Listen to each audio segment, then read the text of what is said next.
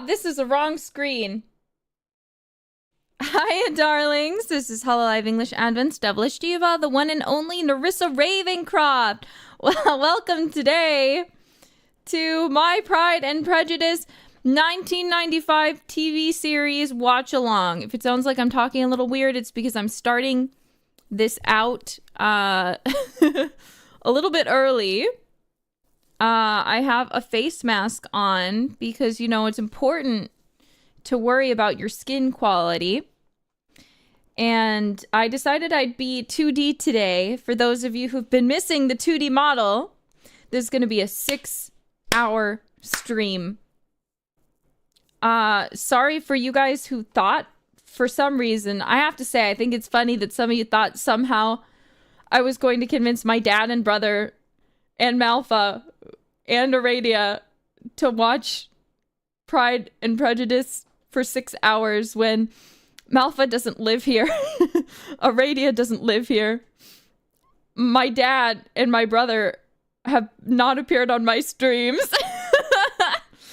The art's really good. So quick explanation there. The art was just incredible. Okay, I had to use it. I don't get much Regency fan art, so I had to use it. I'm not seeing a problem here. See, you understand me. Yeah, brother is 8K or 100, or not 100K, 900K celebration, and that's if I can convince him to come on, which the real answer to that is probably not. I'm about ready to take the face mask off, so I'll do that so I can talk normally. Ah, that's so much better. Just force him? I'm not forcing anyone to do anything they don't want to do. So we'll start in about 5 minutes, maybe 10 minutes at most. So if anyone needs water, if anyone needs a snack, now is the time to go get it. Be back by 3:05 CST and guarantee you won't miss the start time. So if everyone is ready, for those who are not, there's a link to Tubi where it is free to watch in the description. Right at the top of the description. You open it up, there's a link to watch it, and it's free. Now, apparently it's only that way in the great old US of A and hell. So, isn't it gonna have ads? I mean, probably, but, you know.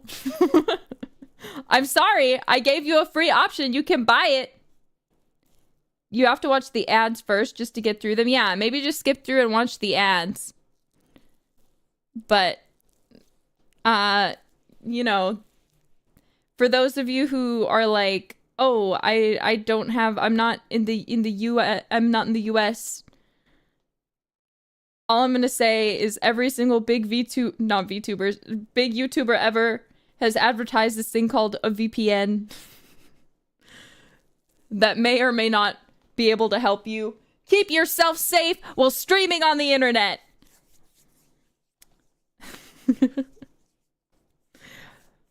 This is not sponsored, and I'm not advertising anything. All I'm saying is consider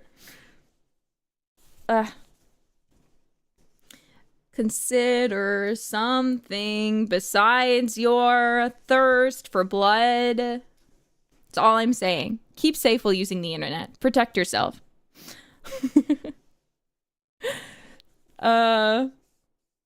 If anyone knows what I was just singing, you're based. But yeah, I'm really looking forward to this. So I've been really into Jane Austen recently, and I watched this for the first time like a month and a half ago, and I thought I liked the movie, okay? I thought I liked the movie. And I did. I do like the movie. I still love the movie. But I saw this and I was like, holy shit, what have I been missing? I genuinely I couldn't believe it. The movie is great. I feel like from the perspective of the movie is more romantic. So if you want a more romantic experience, it's amazing. It's incredible, okay?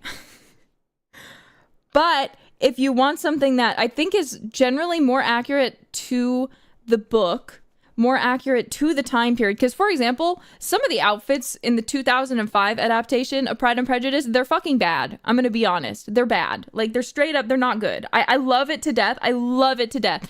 The outfits, the hair are horrible. When I look at Caroline Bingley, I don't know. She looks like she's just a modern woman in the 2005. She looks like a modern woman in like a Regency dress with like regular modern ass hair. Caroline Bingley in this one, she looks like a Regency woman. Regency woman right there. It's so chef's kiss. So put your pajamas on. Do what you gotta do, okay? Do what you gotta do. Yeah, 1995 was built different. And this one is just like, it creates so much more of a rich kind of world. So people keep asking me if I watch SpongeBob. What is this question today? I've seen it like 8 times.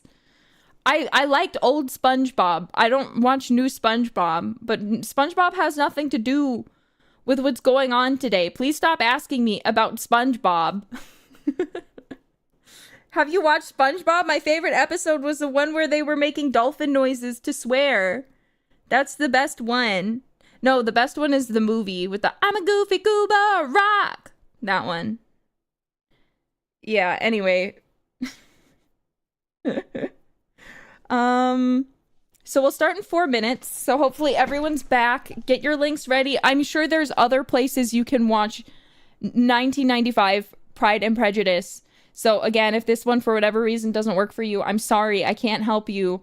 I've given you the best that I can do. I think it's on Hulu. It was recorded by BBC, so you can probably find it somewhere like that. Tubi's free, right? Yep, it's free on Tubi, but you'll have ads.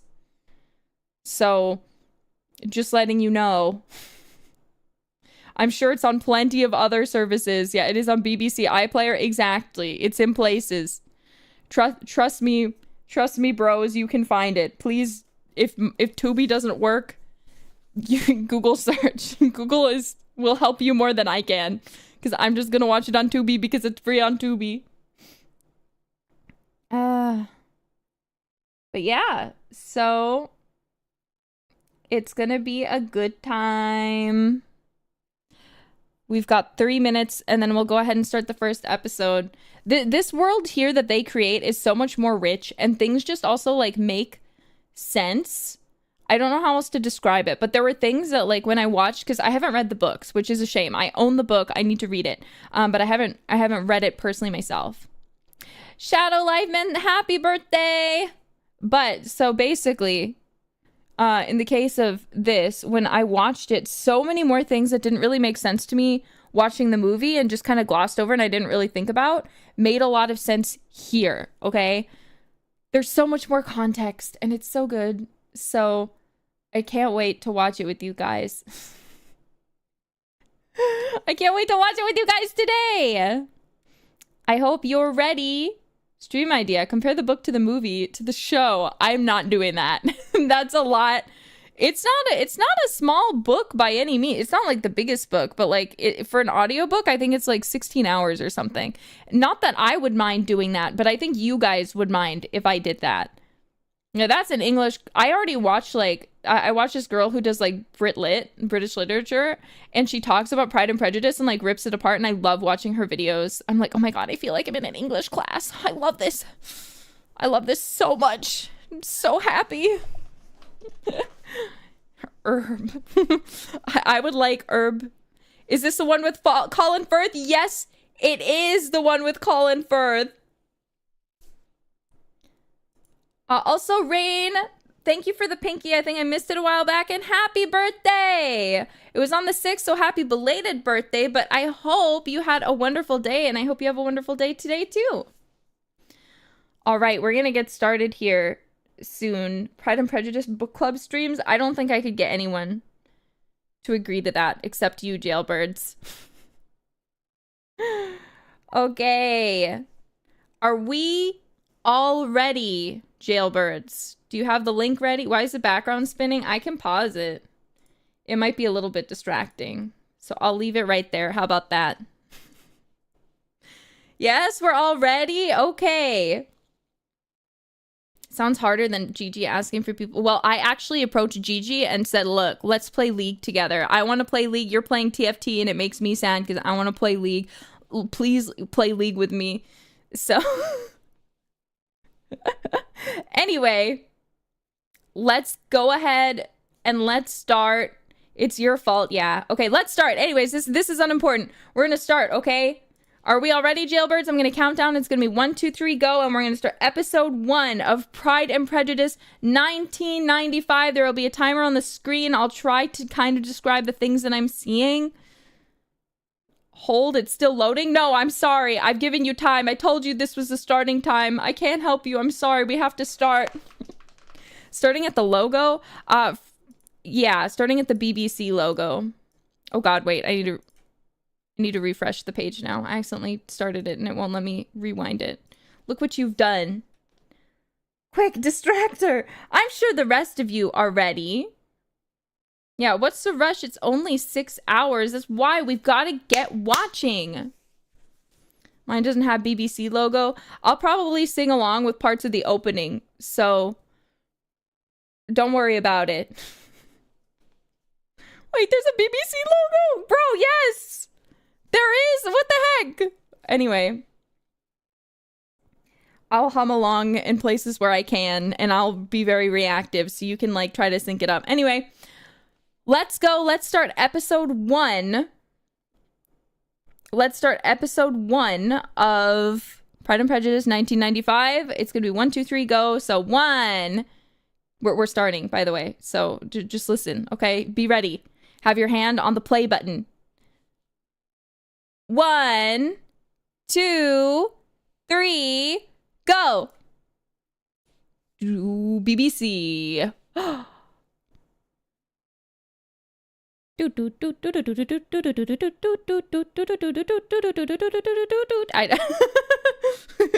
It's a lot of doo-doo-doos. This song is interesting. I was watching the guy who did the music for the show talk about it. And apparently he said that they're hunting for husbands. So he tried to make it sound like a hunting theme from back in the time. And Jane Austen's Pride and Prejudice. Screenplay by Andrew Davies. Music by Carl Davis. Directed by Simon Langton. There's a horse galloping. You can see feet hanging. There's 2 men riding in a field.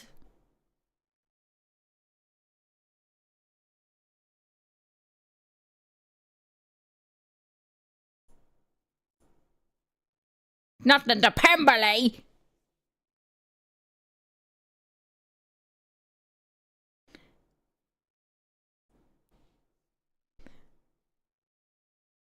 So he likes it here. He's gonna buy that house, but Darcy was talking it down. He's like, the people here fucking suck. Do you really want to live in the country? Darcy in this is a fucking bitch. Okay? He's the worst person ever. And there is our Elizabeth Bennet watching these beautiful men gallop. Not that she cares. She's got better things to do. She's on a walk. She's just watching.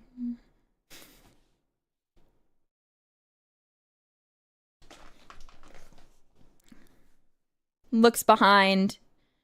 Turns back around. Starts skipping. Because she's so cute. Just picked some flowers.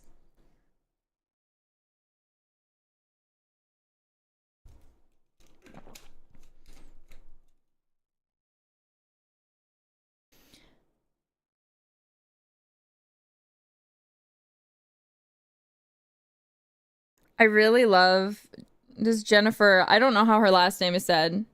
I think Ely. She's so cute.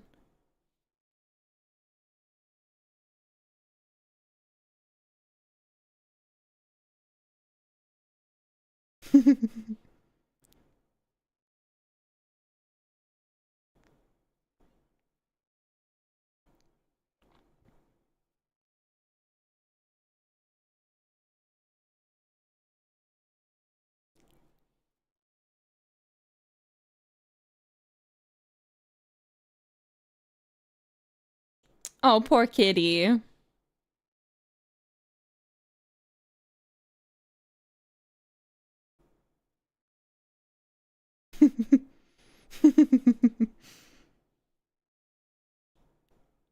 An important thing to remember about Lydia and why Mrs. Bennet spoils her is because Mrs. Bennet was quite the beautiful Miss Youth, okay? And she was quite annoying, just like Lydia. So Lydia acts just like her mom, and that's why her mom dotes on her.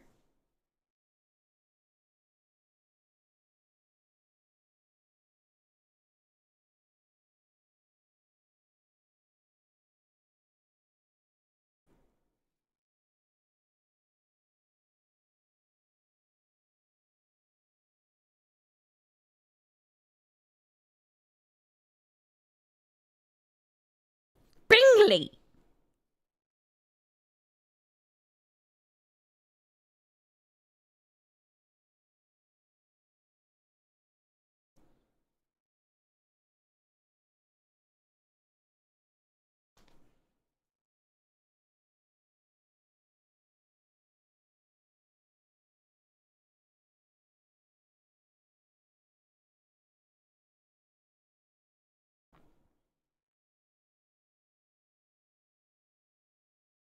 They're so cute.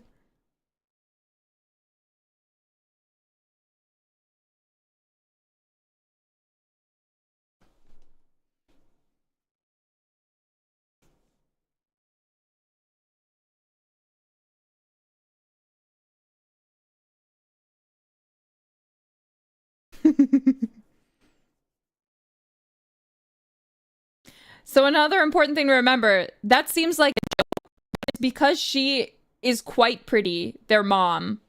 She's in the book, she's quite pretty. He said that and it was kind of a vex, but it was also quite genuine.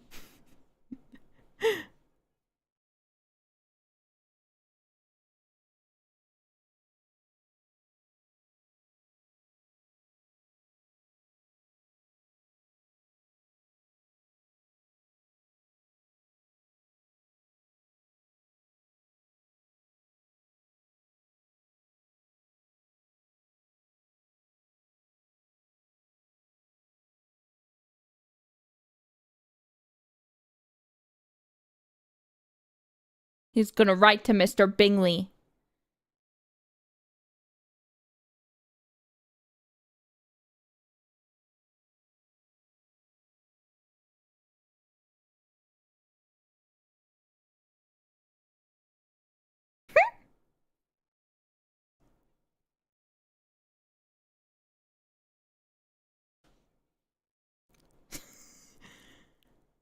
No compassion on my poor nerves.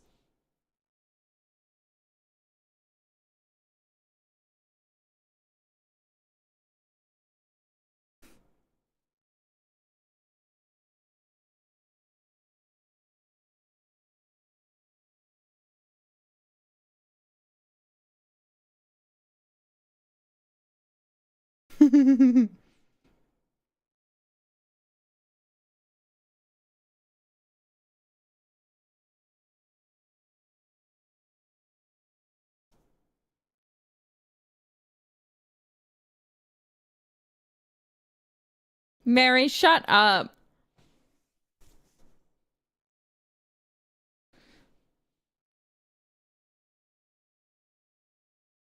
So valid. Yeah, the dad in this, so I love the dad in both, but the dad in this one especially, there's just something about him that I really like.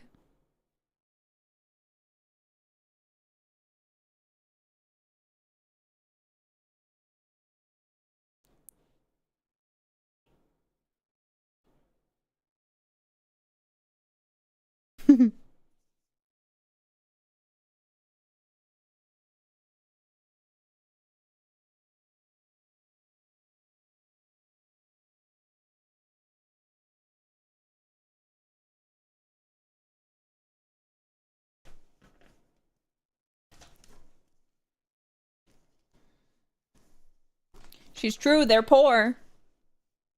Once dad dies, you are.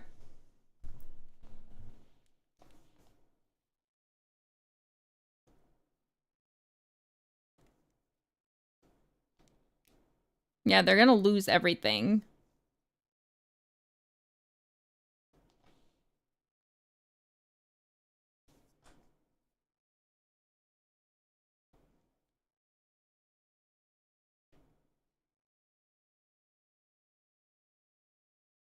She wants to marry for love.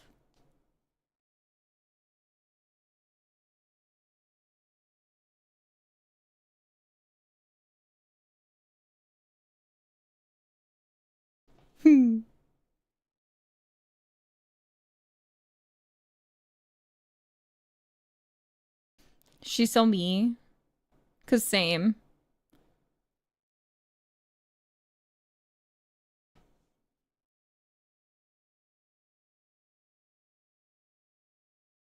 I love their close relationship.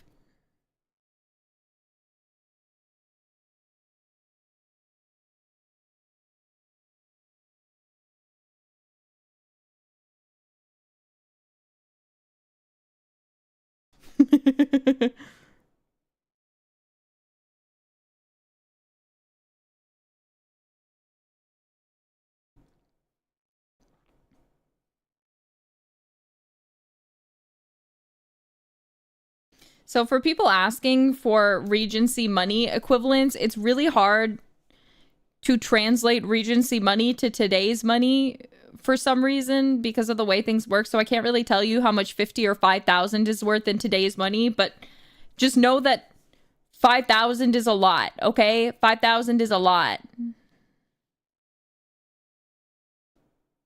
50 is probably not like very much at all, but 5,000 was a lot. Not like 1% rich, but like a lot.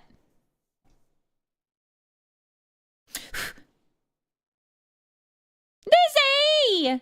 Shut up, Lydia.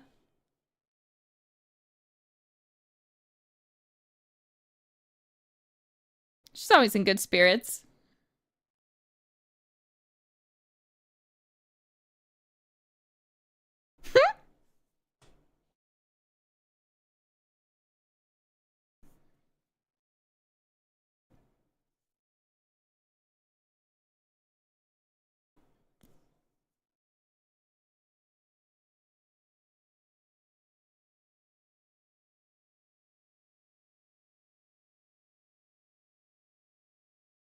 Who cares?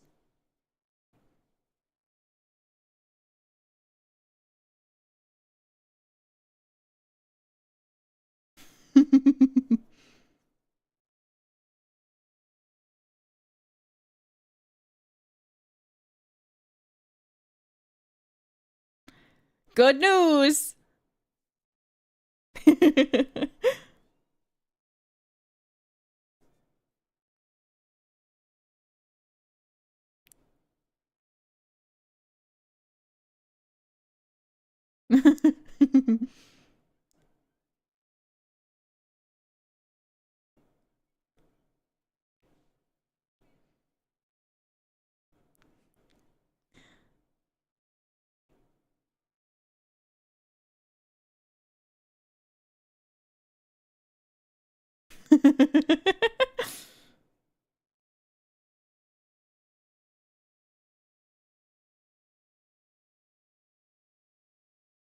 They're living. They're like, yeah, one of us totally gonna nab Mr. Bingley. Hell yeah.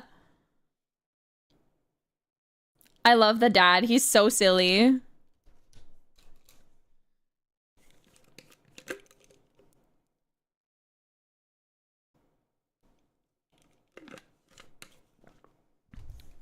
Mr. Bingley.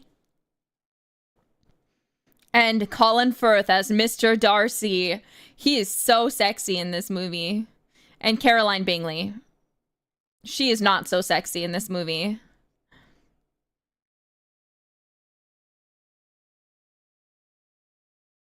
Such silly hats. Look, I miss the silly hats. I think we need to bring back silly hats.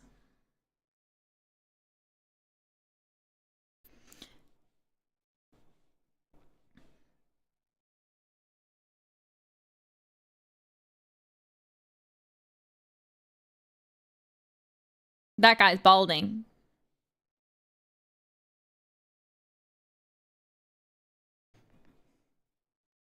See, that's why they needed silly hats.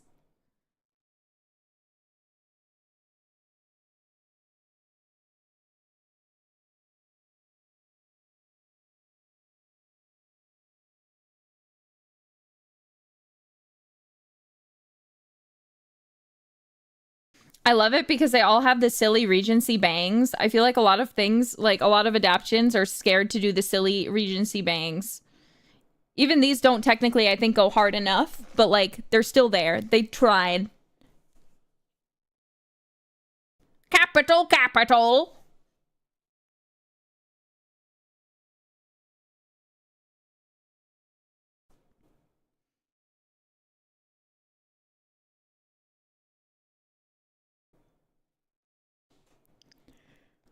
So an issue you might notice with this party is there's a lot of women here.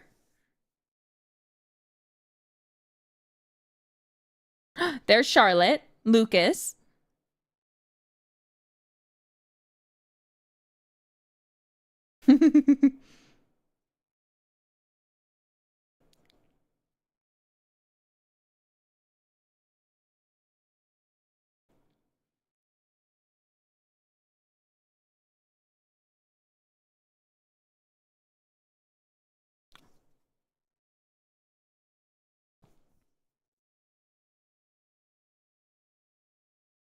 Derbyshire.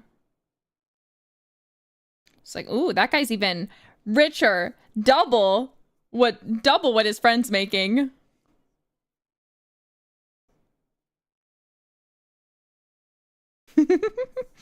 She said he's not that cute.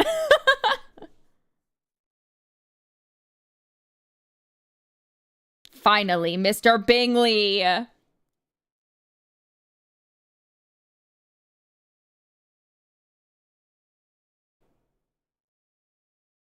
He saw Jane and said, she's fucking cute.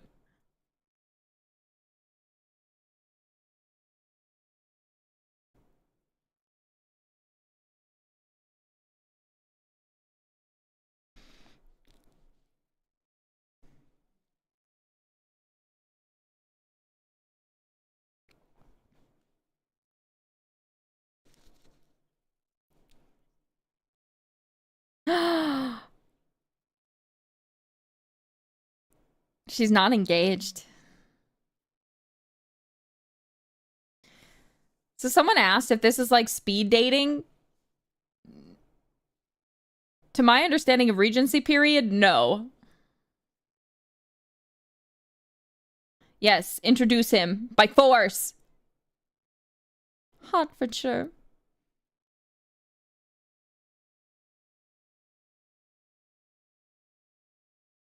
He's so real.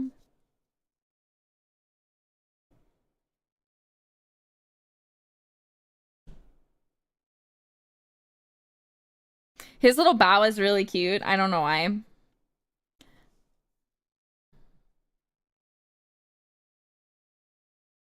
So with Regency period, getting introduced to people is like kind of a big deal. So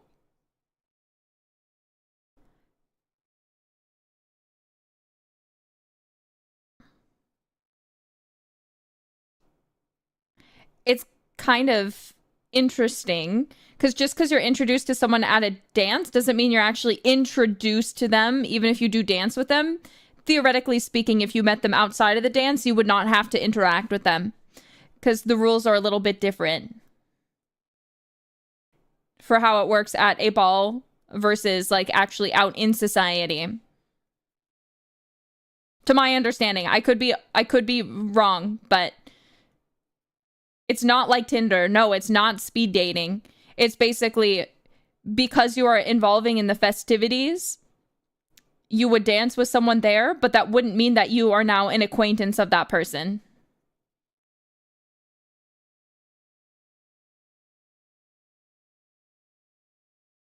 Because if someone's embarrassing and you're not acquainted with them, you don't have to acknowledge them in public. And you don't want to acknowledge them in public because it'll look bad on you if you're someone in the higher ups of society interacting with someone who is awful. Like, Mrs. Bennet, we can see, has very bad manners. She speaks very loudly and is speaking bad about Mr. Darcy at that, in earshot. To other people. So to be honest, she's probably not someone that anyone here should want to be acquainted with if it wasn't that she had married a gentleman and marrying Mr. Bennet. But she married up because she was pretty. But her manners are very poor.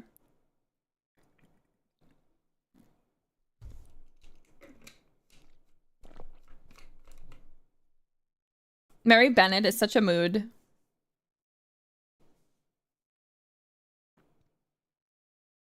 She hates everything.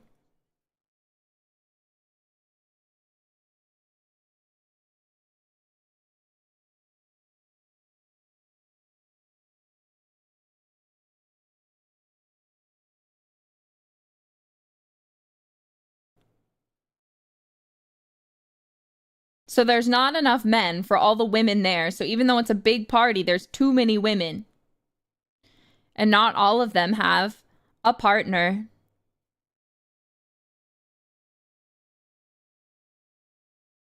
I must have you dance.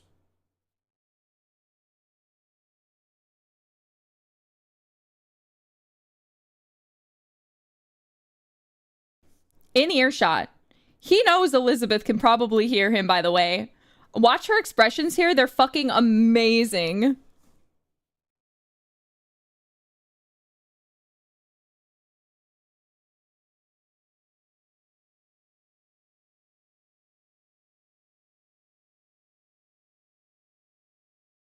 Mr. Bingley's a good guy.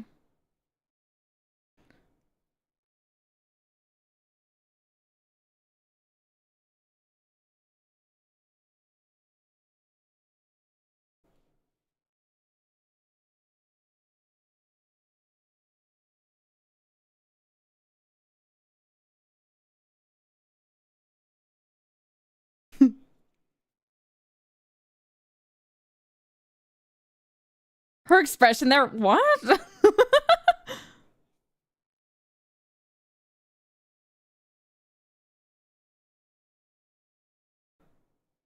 She's like, damn. That is not how you pick up girls. She doesn't care, though. She's about to walk right past him.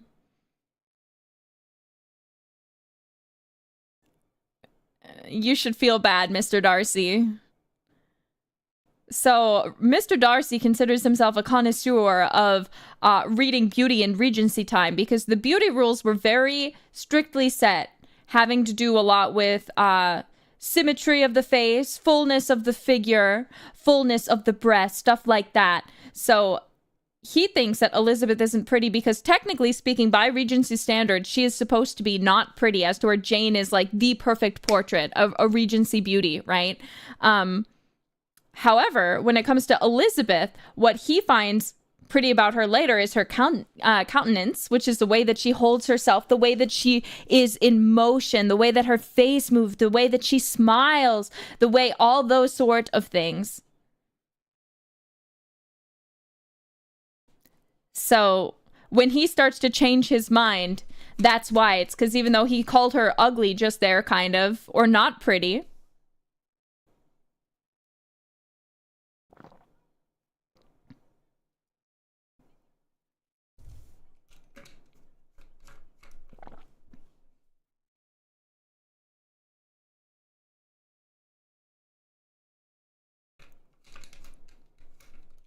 she's always vexed.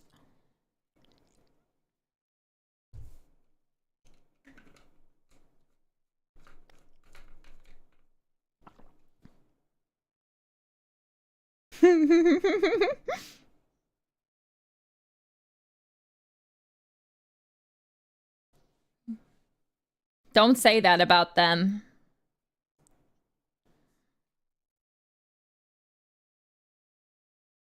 So Mrs. Hurst, who is one of Mr. Bingley's sisters, Mr. Darcy, She was cut from the movie, which sucks.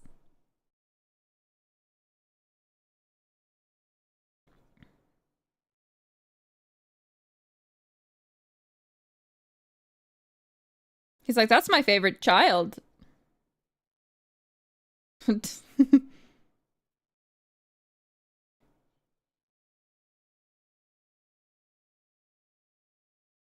Mm-hmm.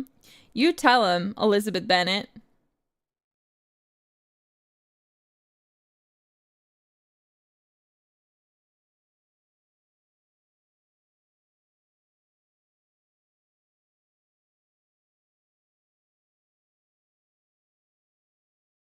He's right.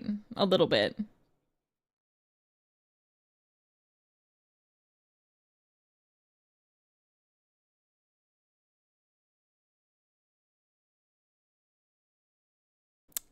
They're not wrong.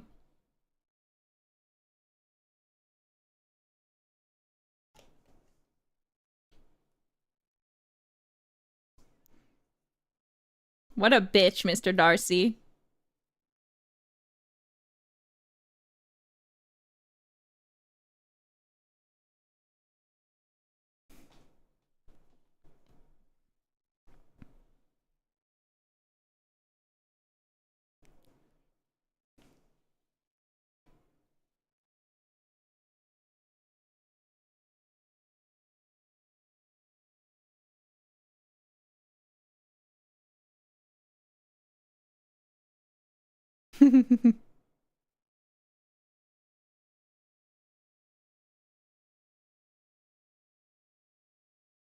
Okay, Mr. Hurst, chill.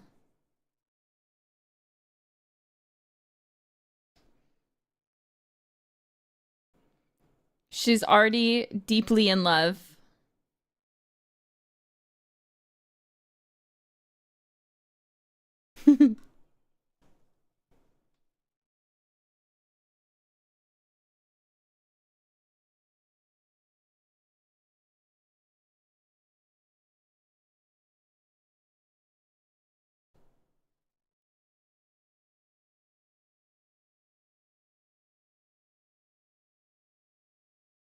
She's just like Mr. Bingley. She also wants to see the good.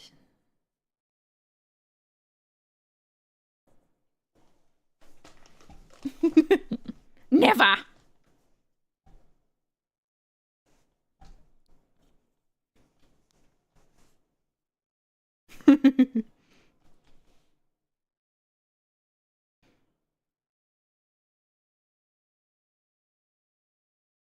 Charlotte, her best buddy. Charlotte. Yay, a party. Oh no, Mary Bennet.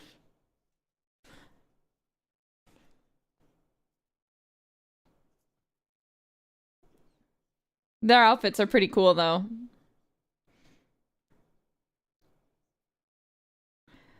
Again, loudly talking.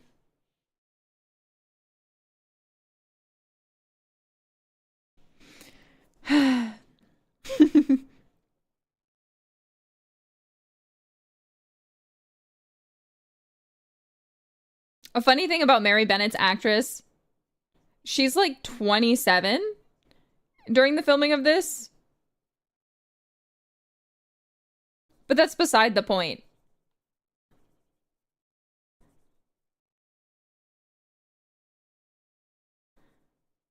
So when she was auditioning for the role, they were like, can you play the piano? And she was like, hell yeah, I can play it.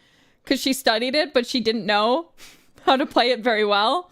So she came in and then they tested her and they were like, go ahead and play the piano. And she was like, I played so poorly, I was convinced I lost the part. But they thought I did it on purpose to match Mary Bennet because she's supposed to play badly. So they're like, oh yeah, hell yeah, she's perfect. Yeah, she faked it till she made it. Capital, capital.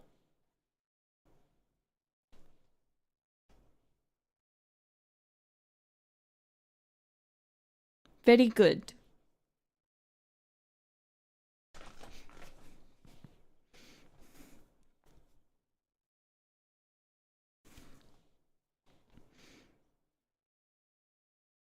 So Caroline Bingley wants to marry Darcy, and it's interesting because she looks down on the Bennet sisters, who are also, technically speaking, trying to marry up, but she herself, if we're speaking technically, is way below Darcy as well, and is also trying to marry him. So she's also kind of a bitch.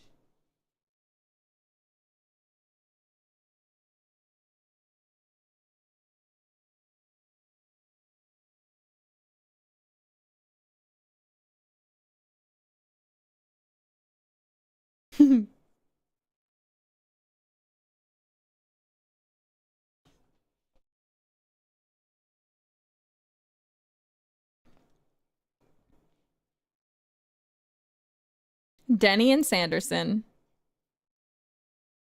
Most passionately.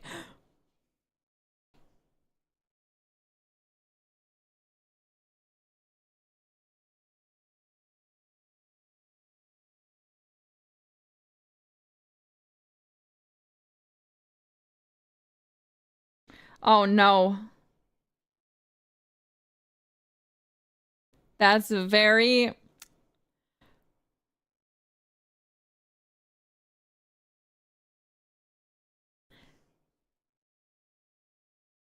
This is being nice.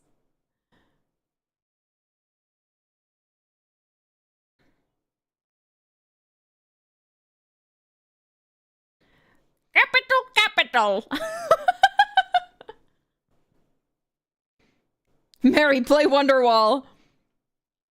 If Crony was in the room, she goes up, Mary, play Wonderwall.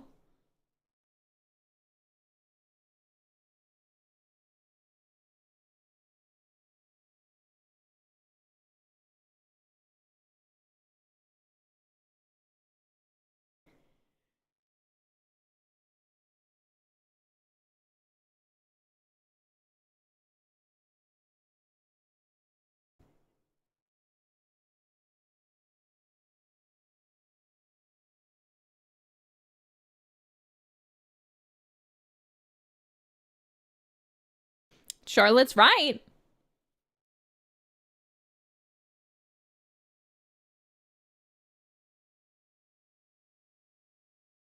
In this time period, Charlotte is correct.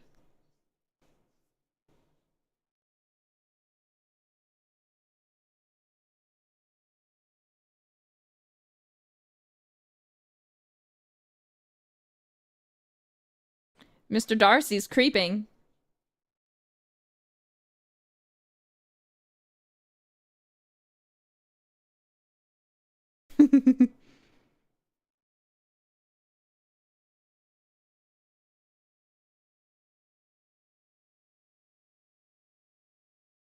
Yeah, frightened.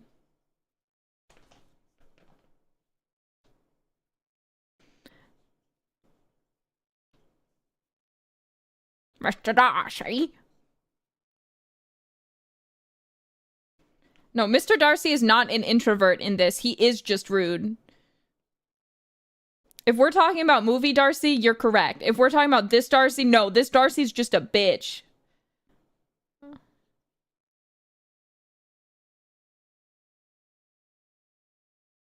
Capital. I'm so sorry. Every time he says it.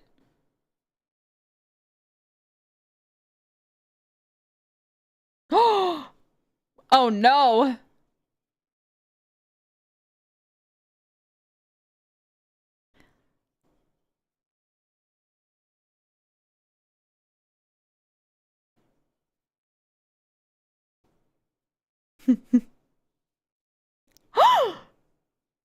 He wants to dance now?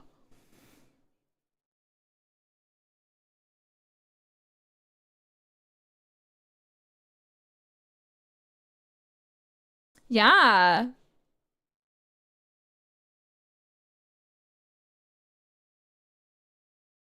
Bro.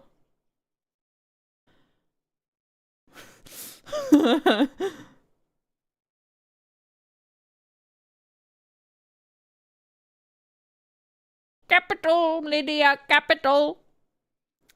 Okay, great interaction coming up.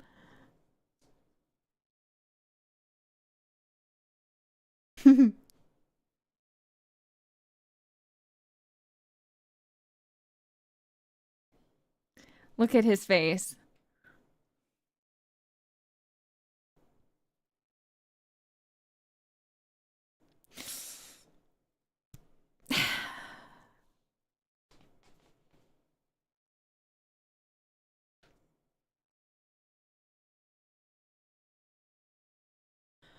I want a man to look at me like that.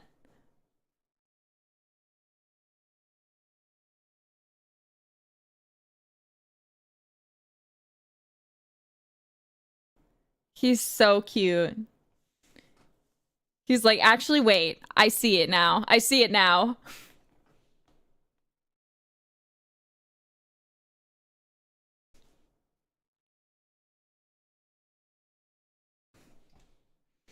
Not her stealing that.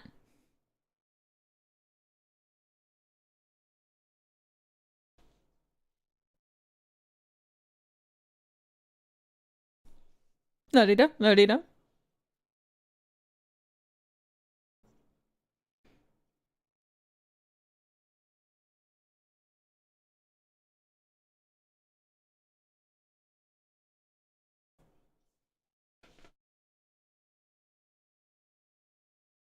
She's scheming.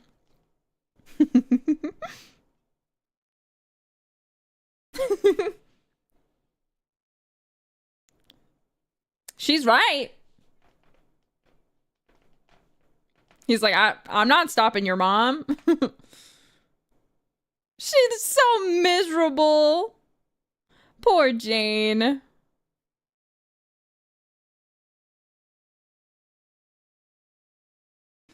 These are the sacrifices you must make to get a husband.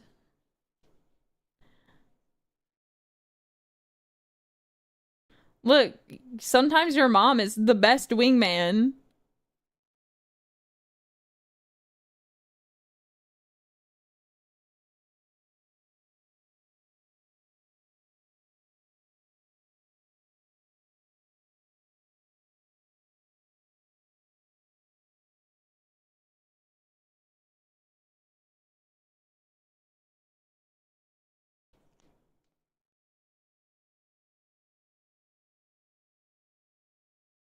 Attorney.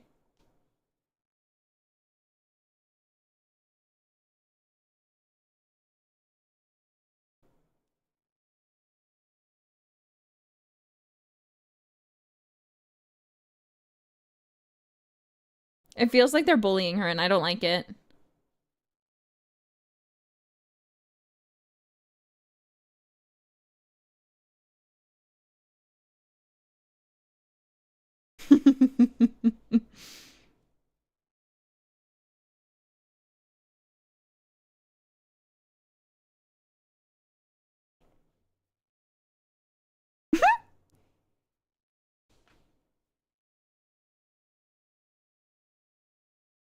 Yeah, do people really get colds from going out in the rain?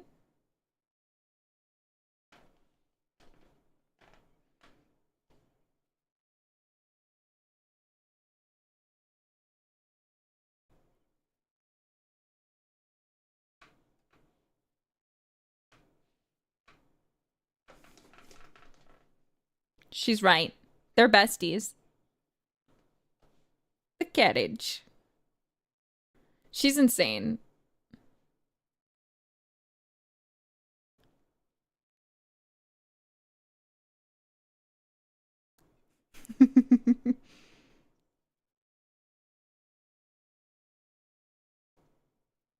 She just wants to see her sister.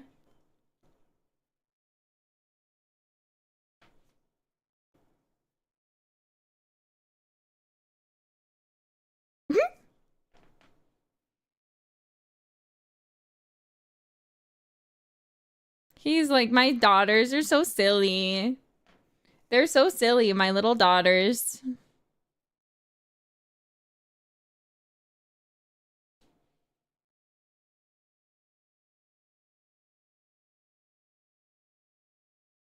And she's on her way. Said, I'm determined to see Jane. I'm gonna make it happen. Well, Walking in the grass will clean that off. No worries.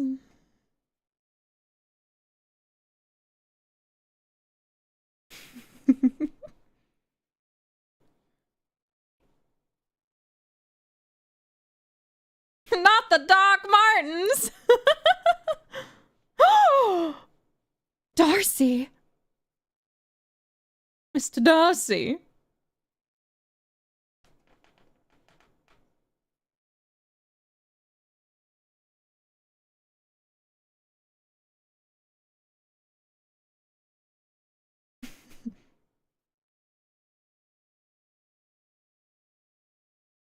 Thank you, Mr. Darcy.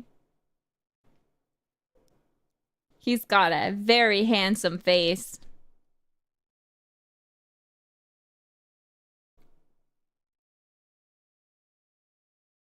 Jane, you are not well.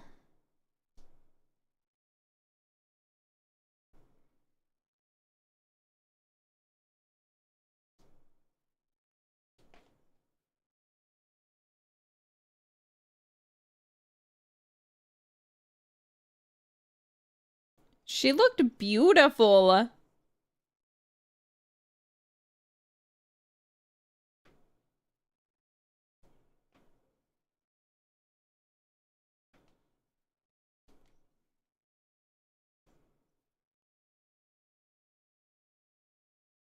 He's so nice. I love him.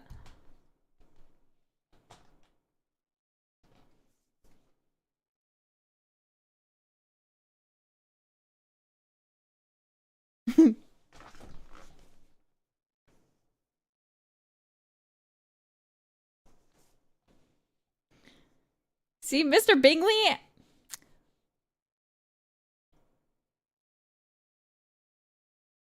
Don't bully Darcy.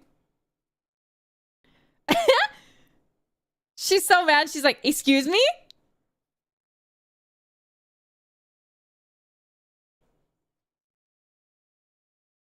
Fuck you, Caroline Bingley. So the funny thing about this is the Bingleys got their wealth from trade. So it's sort of like with this, they're kind of forgetting their roots of how they made their money in the first place.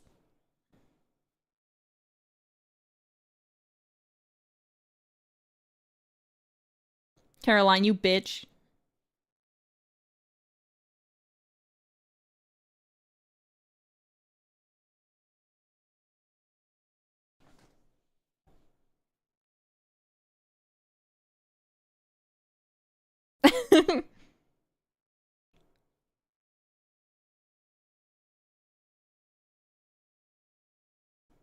Goodbye, Mr. Hurst.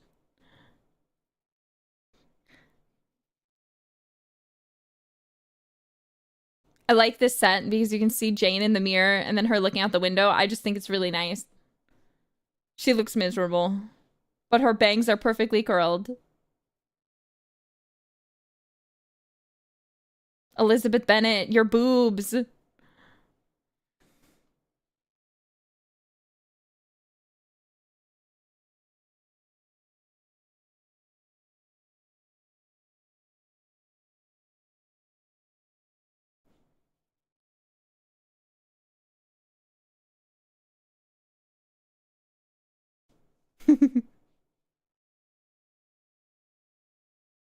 They love each other.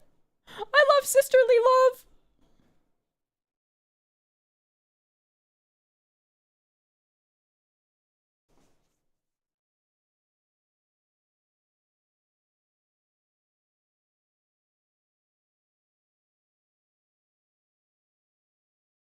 Yeah.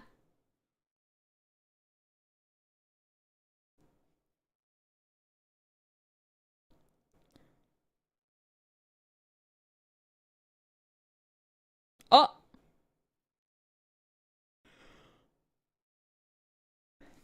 She's like, where the fuck is the drawing room? I don't fucking live here. Why do you think telling me that is helpful?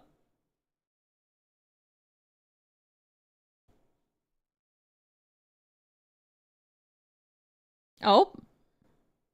He's just playing pool by himself. His cute little bow. He does that every time. He's so cute.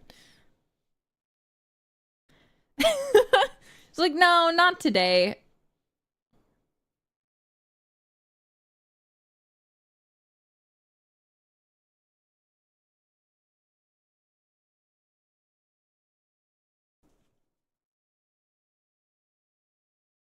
She's reading.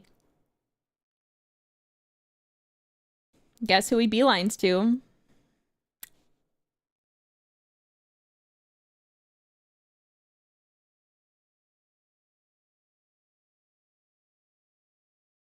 It's like, that's weird. Anyway, back to reading.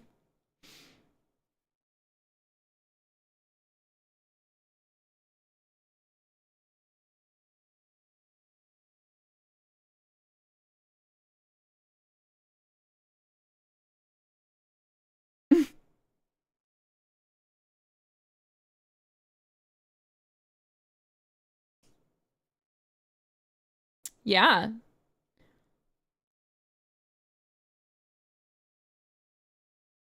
It's like, bro, I'm writing a letter. Georgiana.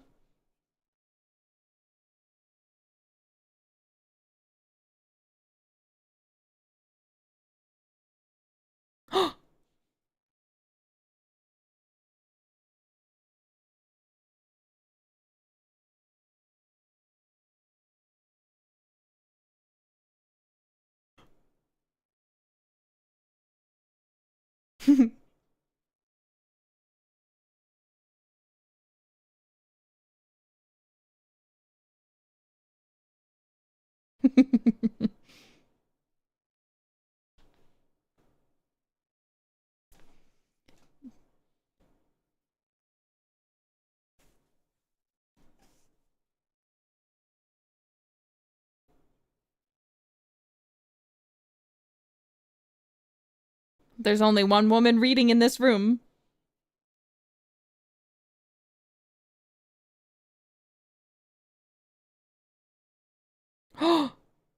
He's like, what did you say?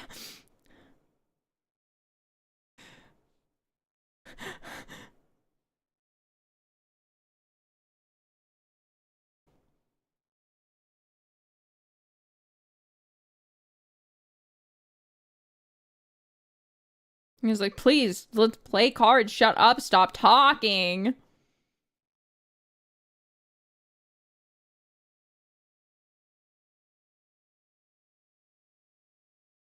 Just every single Bennett girl is like, on my way. On my way to go to Mr. Bingley's house.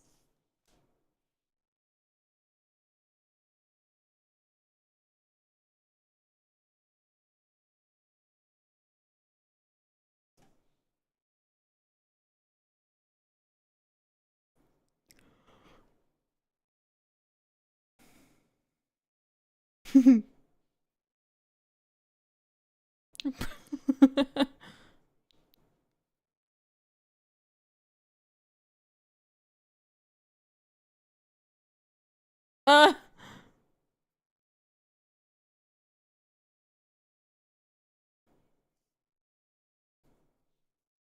thank God. Make the rich people take care of your daughter when she's sick.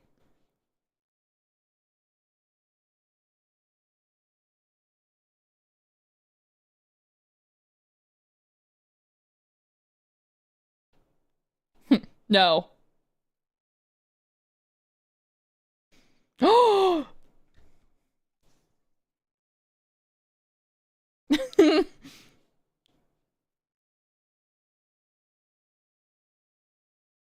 She's like, please.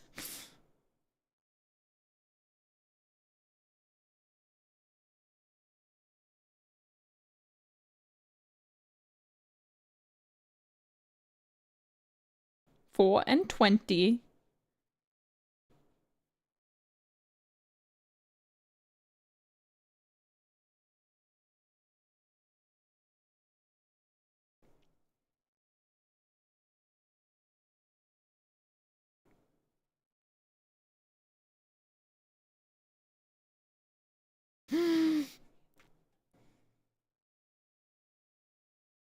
Shut up, Mrs. Bennett.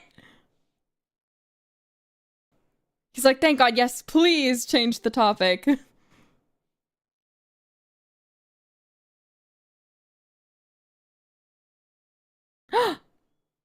Lucky Lydia.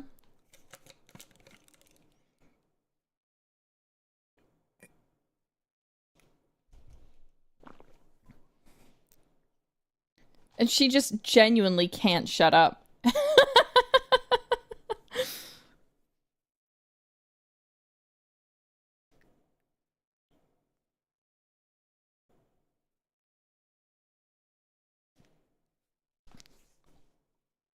Yeah, Mother is very ill-mannered. Sadly. Is this a comedy show? It is supposed to be funny. It is not only a romance, but it is also, it is a rom-com in a lot of ways. Look at that huge dog.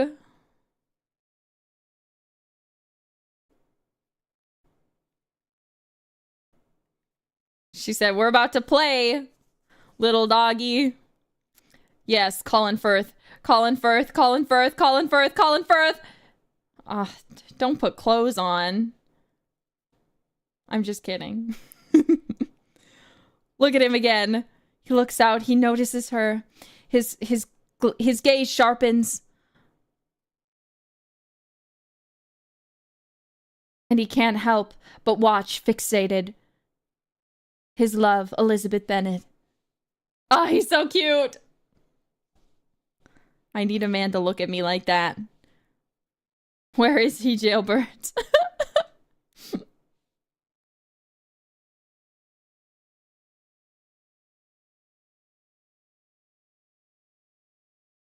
We're right here. Do you look at me like that, Jailbirds? Oh, Caroline, she's getting way too close. He's just trying to read. I need her to back off. Like at least 2 feet. This is the Regency period.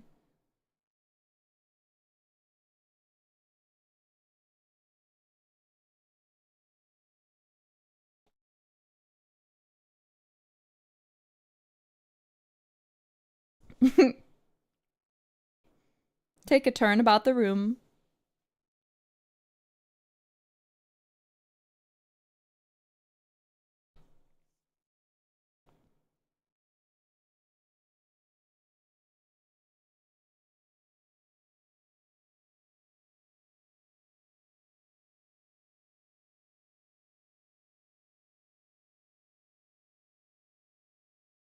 No!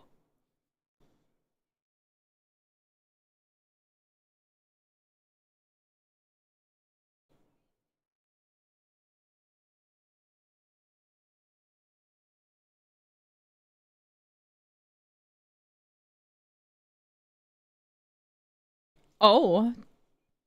Speaking highly.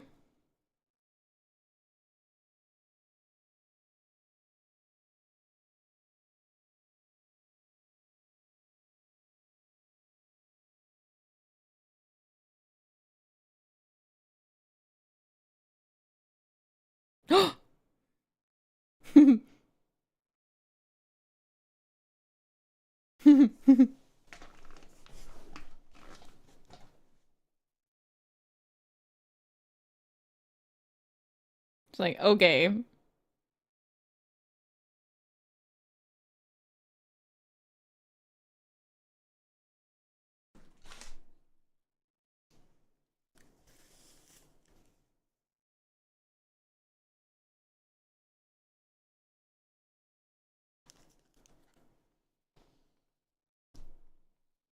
It's a failing, she said.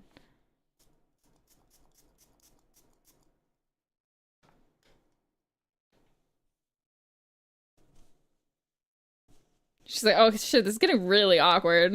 I'm gonna play the piano. I'm gonna play the piano forte.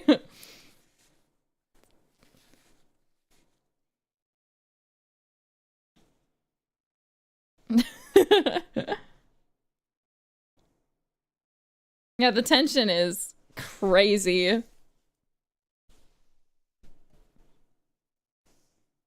Mr. Bingley looks so in love. He's so cute. Hee hee. Hee hee hee. I wonder star. Hee hee. Hee hee. Goodbye. They should get married already.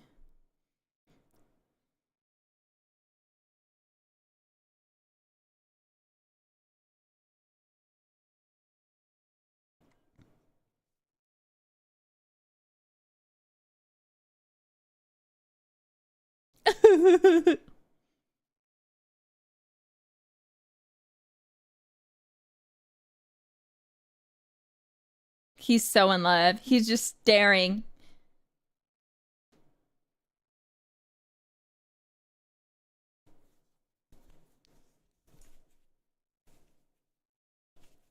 Elizabeth Rose Bloodflame, thank you very much for the raid. Welcome in, Rosarians. We just finished the first episode of Pride and Prejudice 1995. The credits are currently rolling. If you'd like to join in, we have a link to watch it for free on Tubi if you are in the US. If you're not, it's on BBC and Hulu. If you'd like to join us for our watch along. You might miss a little bit of context, though. Okay. Whew. I just VPN to the USA. Exactly. How are we doing? All right. What do y'all think? What do y'all think, jailbirds?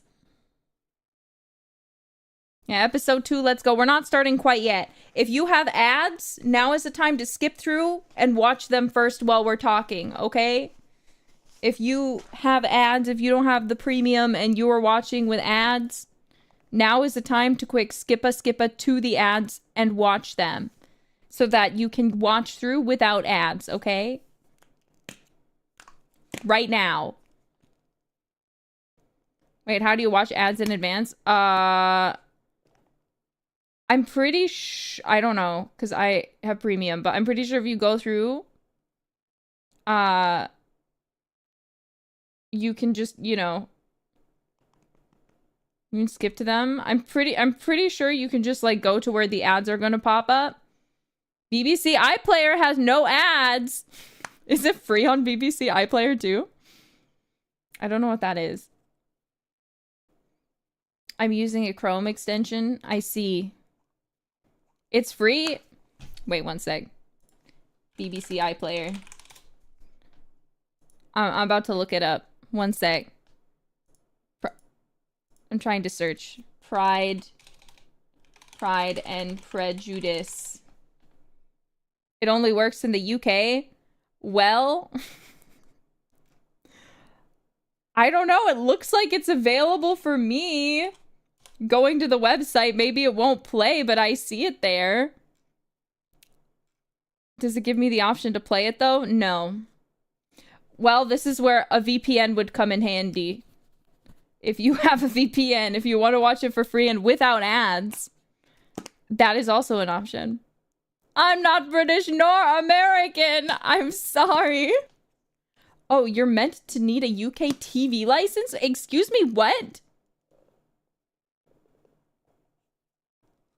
Huh? You have to... What? Okay, never mind then. I guess it's not an option. But if you're in the UK, I guess. If you have a TV license. Ah! Okay, wait, one sec. This is... For some reason, I'm getting very warm. I'm gonna turn on my fan. I'm becoming very warm. Something about Mr. Darcy. Mr. Darcy! Liz, if you're still here, have you ever watched Pride and Prejudice 1995? Have you... How many people is this your first time watching?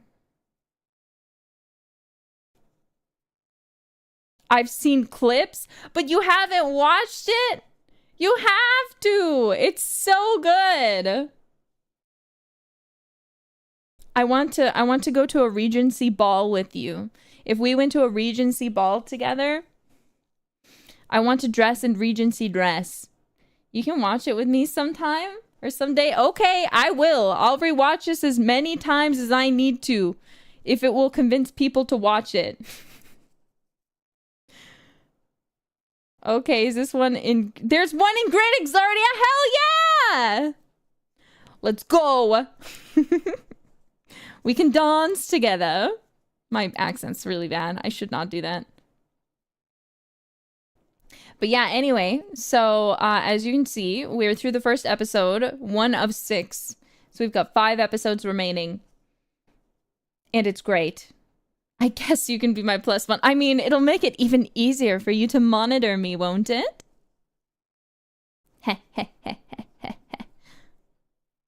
Enjoying the build-up and the drama? Yeah, there's a lot of build-up. So we saw Mr. Darcy be very inclined to say he did not find Elizabeth very beautiful. But as I was saying, sorry, I'm watching and paying good attention. So, like, I kind of, like, talk over myself and, like, don't know what the fuck I'm saying.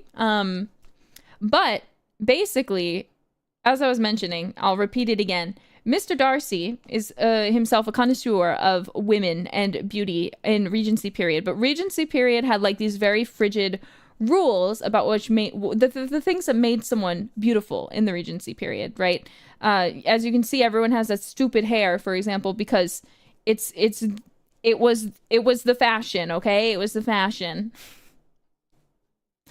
And you know, he's like he's very deserving in a lot of ways of the way that he acts, but that doesn't change the fact that he's unpleasant, okay? So before, we could presume in the movie version of Pride and Prejudice, like really, you can look at Mr. Darcy and you think he is just so anxious by every single social interaction.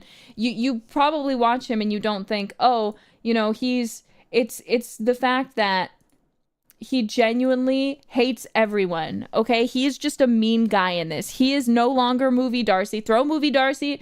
Everything you learned about Movie Darcy, throw that guy out of your head. This is not the same Mr. Darcy. This is a different Mr. Darcy. This is more accurate to the book itself, where Mr. Darcy is just kind of an asshole. He's rude because he's in the upper part of society. And because of that, he has every right to be kind of an asshole, to be honest. But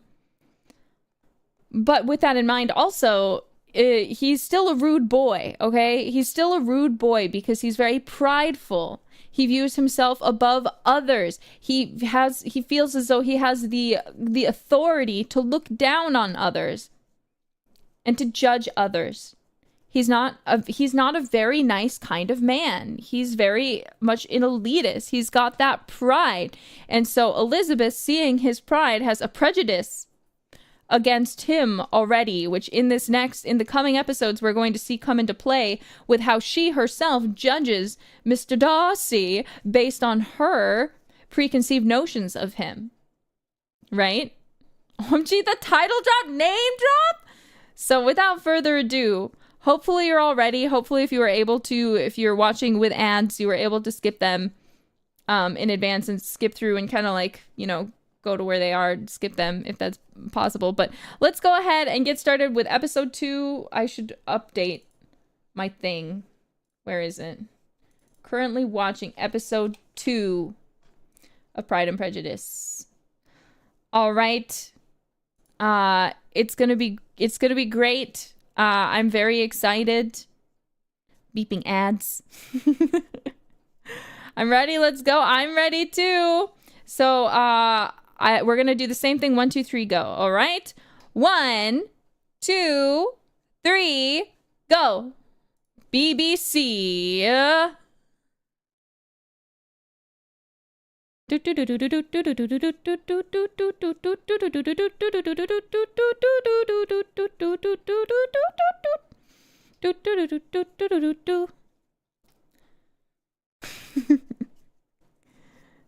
Barbara Leigh Hunt, Adrian Lucas, Julia Sawala, Allison Steadman in Jane Austen's Pride and Prejudice.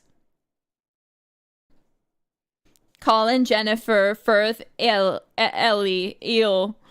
Screenplay by Andrew Davies. Music by Carl Davis. Directed by Simon Langton. Pride and Peak. It is Pride and Peak. We see Elizabeth walking yet again, similarly to how the first episode opened up. She's holding like something in her hand. I don't know if it's wheat or something else. And she looks up at the birds flying in the sky, watching them pass.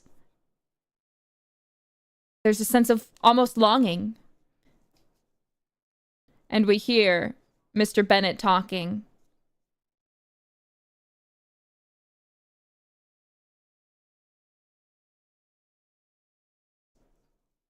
She's like, I don't know what you're talking about.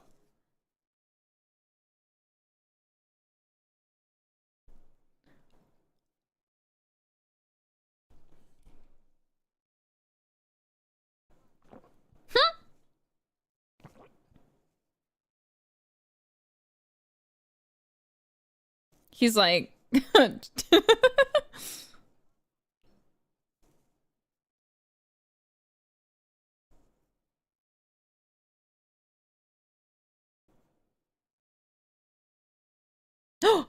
Mr. Collins!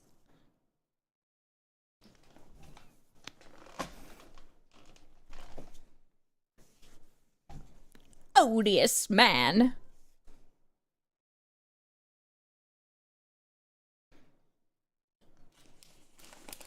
Yeah, not even a Mr. Bennet, a Mr. Collins.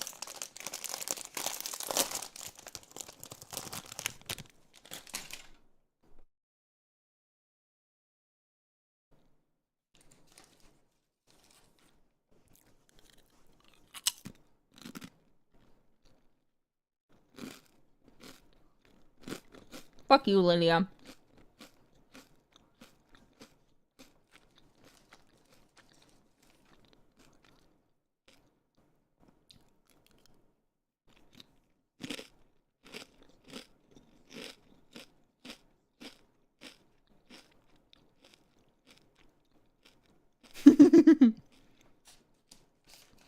Lady Catherine.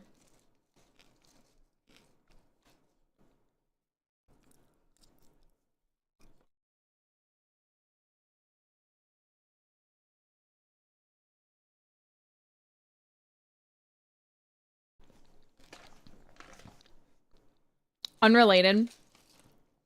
I really don't like the actress for Catherine de Bourgh's daughter.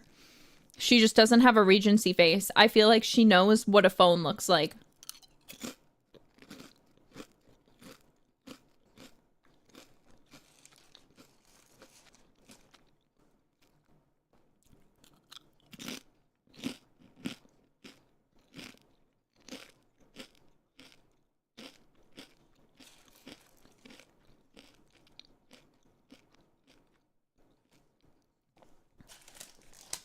I'm munching on Dunch Crunch original kettle chips.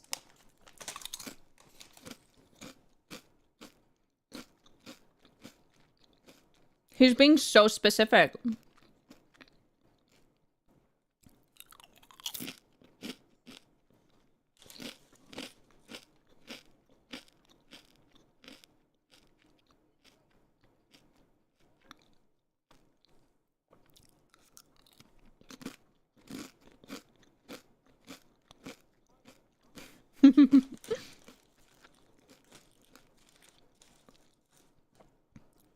With a letter like that?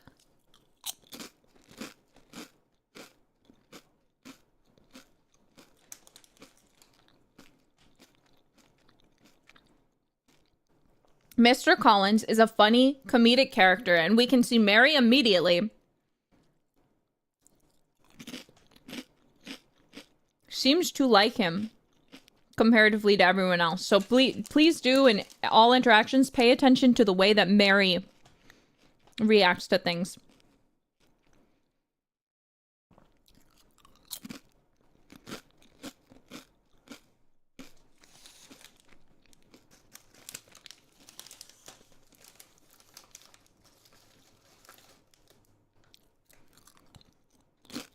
Yeah, every time...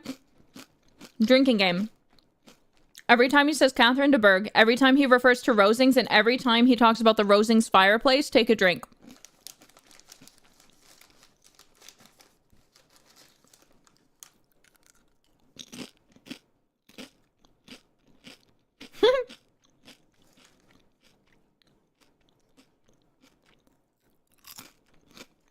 Can it be water? Yes.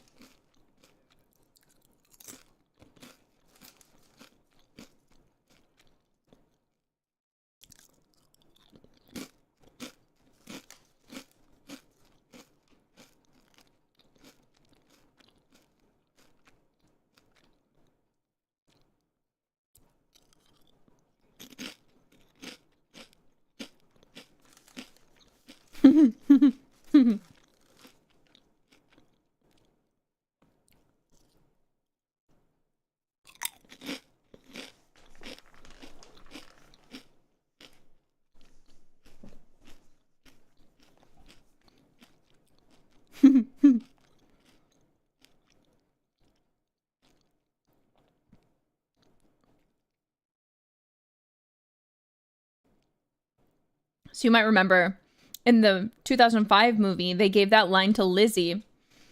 But here we see a more... One of the reasons that her and her dad are very close to each other. Because he is just as witty as she is.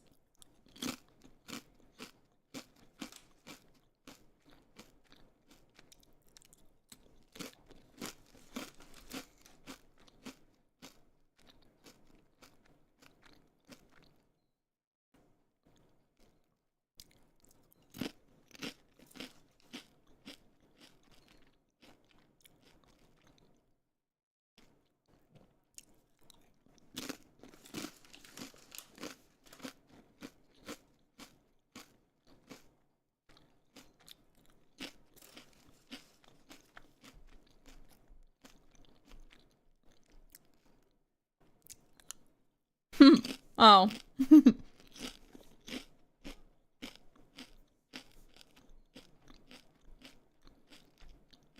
Now he's overwhelmed. There are too many. Not interesting. Not interested. But look at her. Beautiful Lizzie Bennett.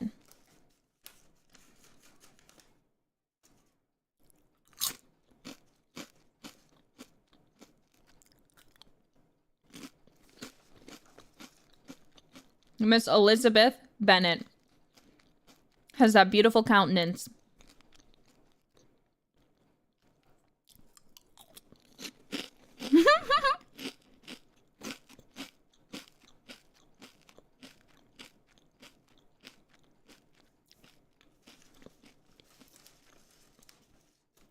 He does not like to walk.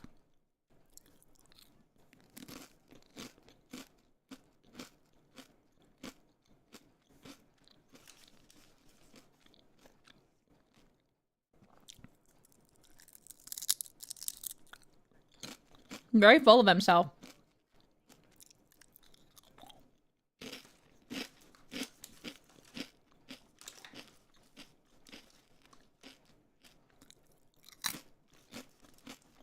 He's about to pass out.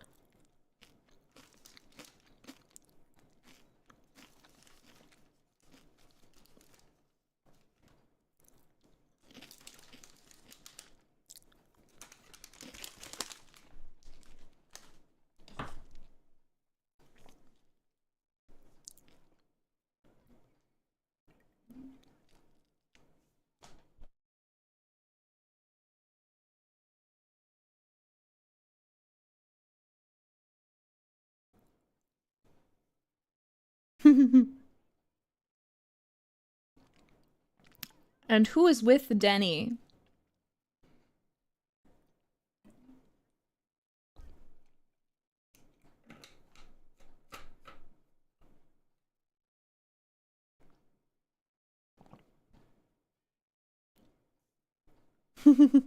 Bad manners. But it's okay. They seem to find it endearing.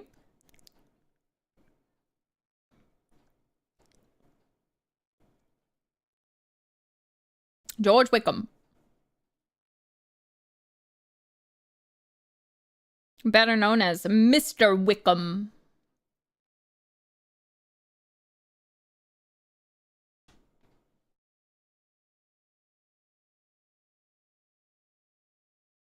Woo!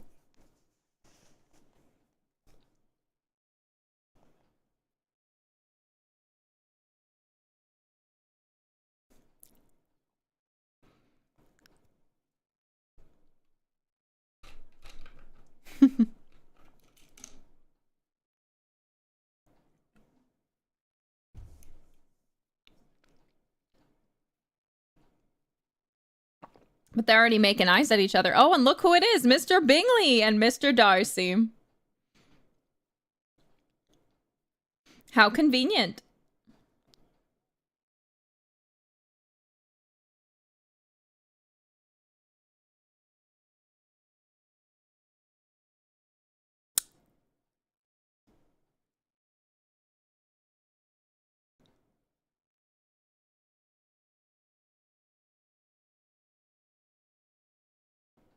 Mr. Darcy said, I'm on my way.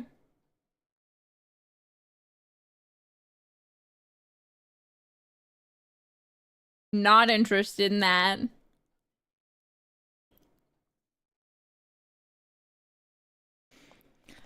Oh no, Mary, don't go to the piano. I'm begging you.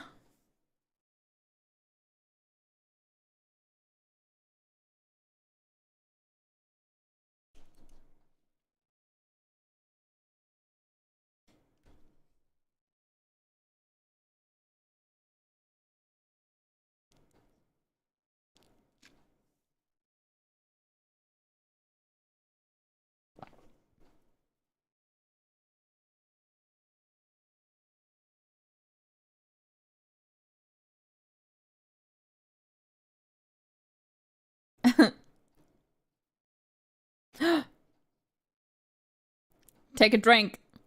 He's mentioned Rosings a lot. Oh, he's talking about the chimney. Talking about the fireplace. Take a sip. You have like 3 or 4 or 5 sips.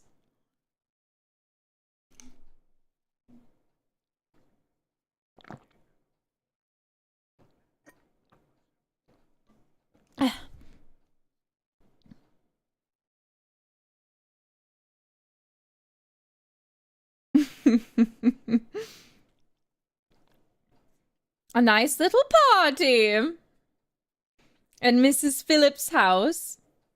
Mary's playing the piano. Downer music it is.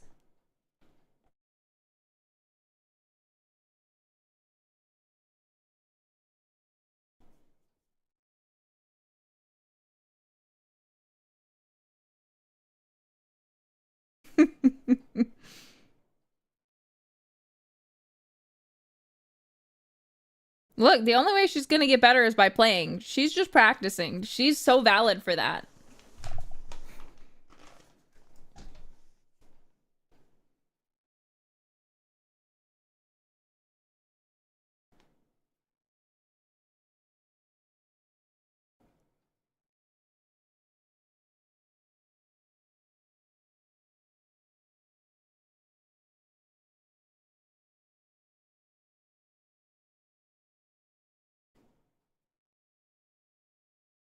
She's already talking bad. It's already inquiring about Darcy. Oh!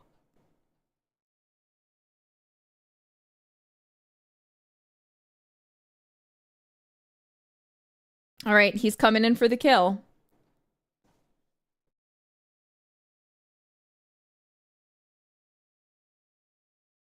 Checking the waters.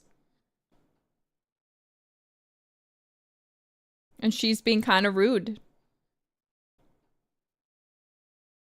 So immediately shit-talking Mr. Darcy to this man she just met.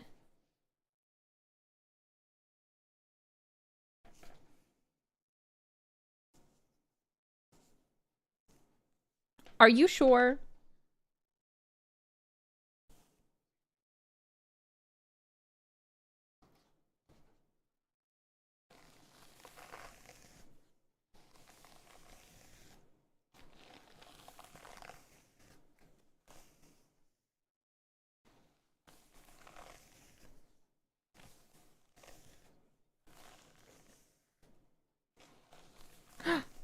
What? She's interested.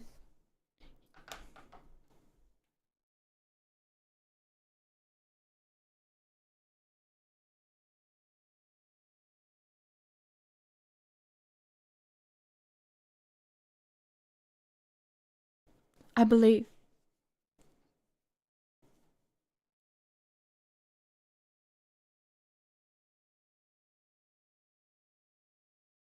Was it?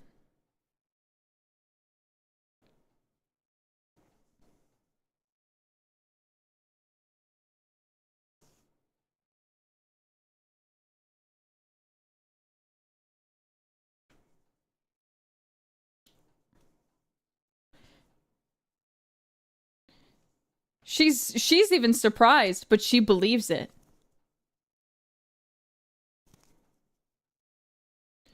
Immediately believes him.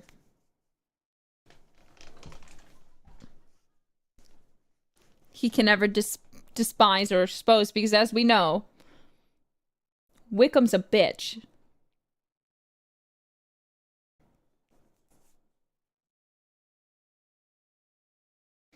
Because his countenance shows him to be very genuine, even if he is not.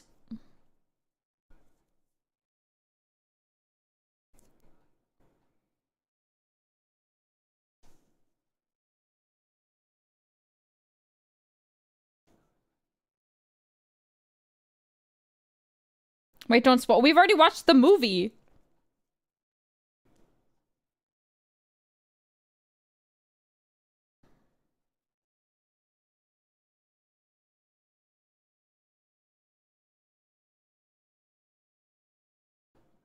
I didn't. Well, you should have watched it. Why didn't you watch it with me? Why'd you skip my watch along with Aradia? It's a 200-year-old book. I'm sorry, I can't help if you get a spoiler.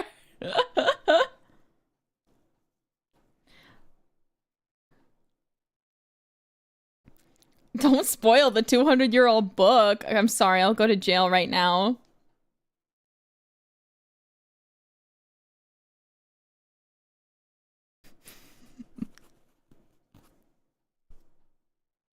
She's right.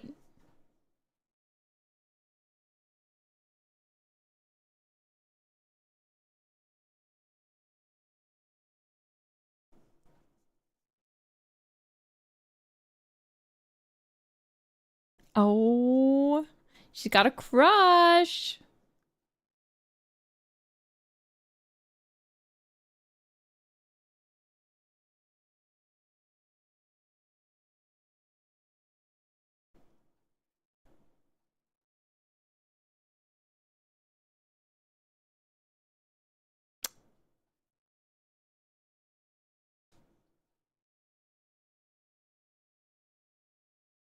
Jane's got a good head on her shoulders.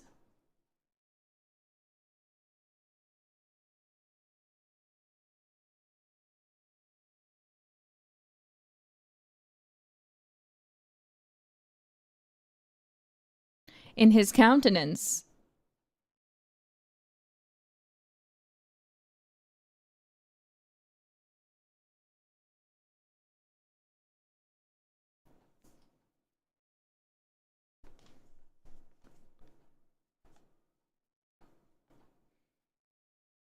It's because Jane has no prejudice against Mr. Darcy. She has a hard time believing what was said.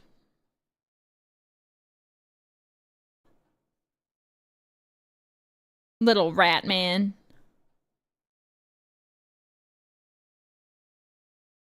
Okay, watch Mary.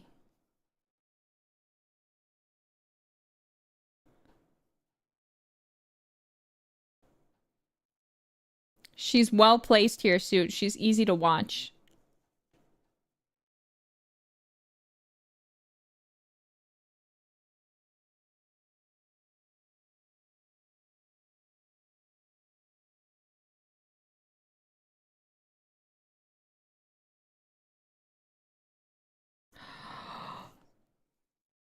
She thought he would ask her. You can see her bracing herself to respond. Why couldn't he have liked Mary Bennett?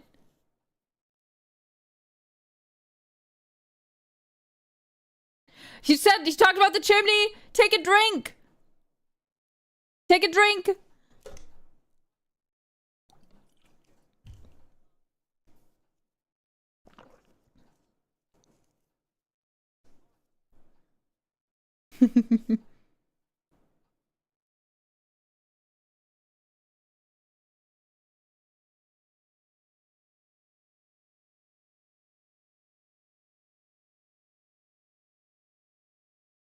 Doctrinal import. She's wingmanin'. She's wingmanin'. She's like, I gotta get this guy away. Viddy.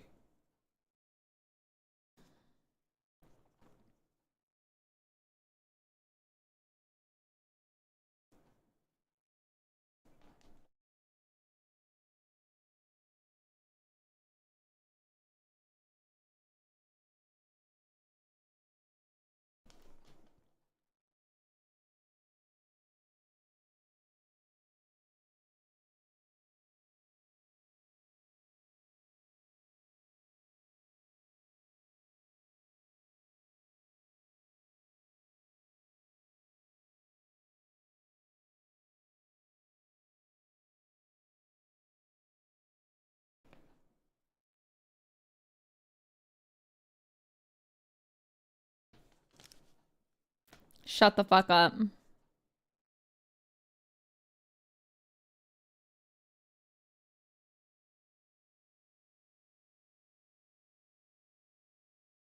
They're talking about Georgiana.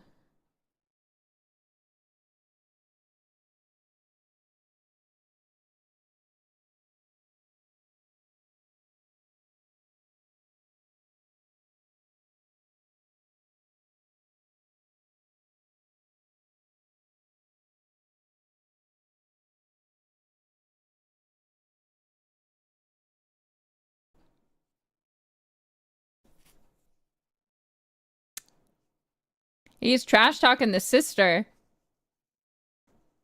We don't know anything about Georgiana yet, but he's just claimed that she is very prideful. Oh, take a drink. It wasn't Mr. Collins, but you got a drink.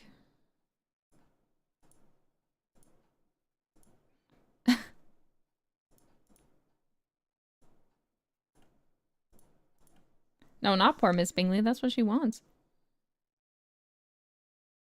She wants to marry Mr. Darcy.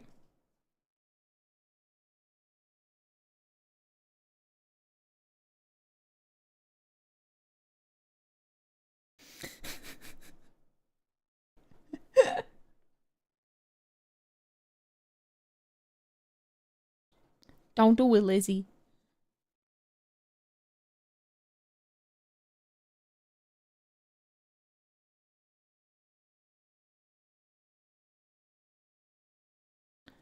The littlest sister.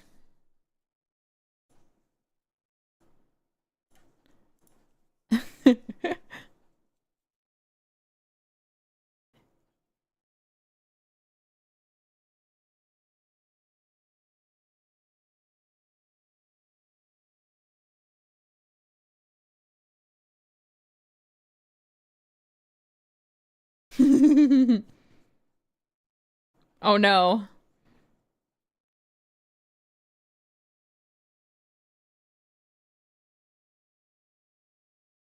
But Lydia thinks it's hilarious. He's a man of the church. Go get dressed.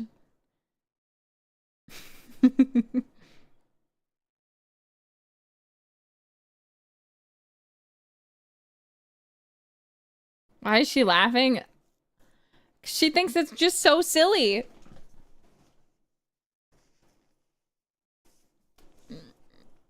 Because she's one of the silliest girls in all of England.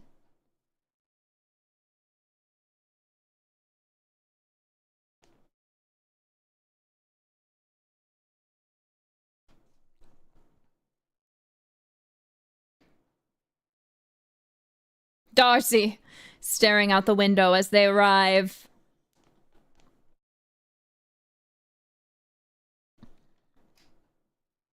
Mary's got her sheet music. You know what that means? We're in for a show tonight.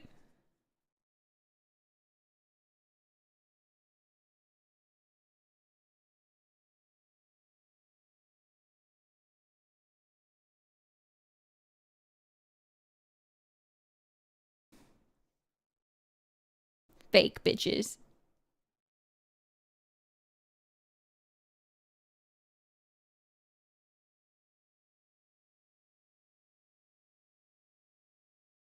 All of them.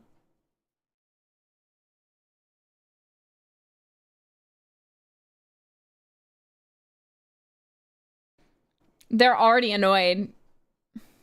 Could you visit Rosing Parks, take a drink?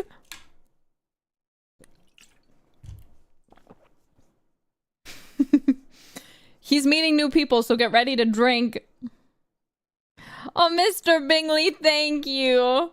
He's like, come with me. I love both of you. My wife and my future sister-in-law.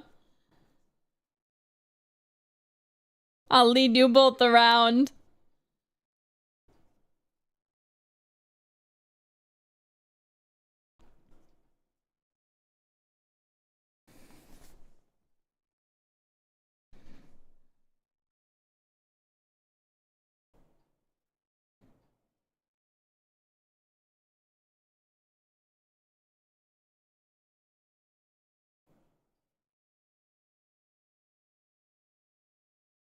Darcy. He notices her from across the room. Their eyes meet, but she looks away. His eyes are fixated, though, as he looks at her like a predator eyeing his prey.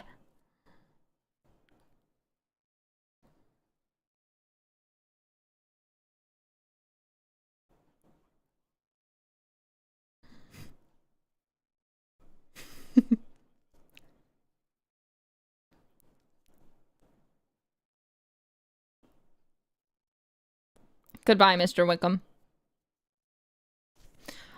Oh, what happened to him saying, oh, if he wants to avoid me, then he'll have to leave.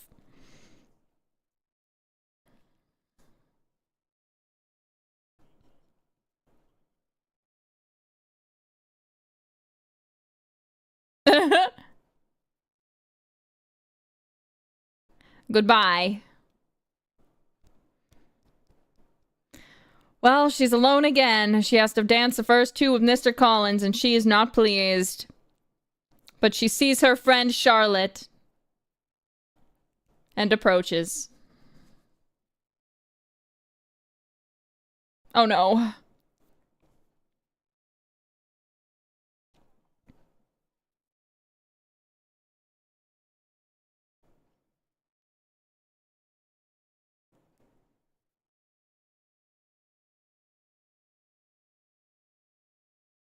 She's like, what the fuck?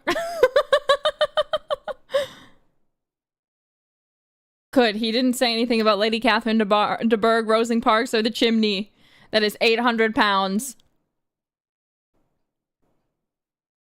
What the fuck is he doing? I know it's just a dance and that everyone's, like, half of the guys are doing it, but, like, still.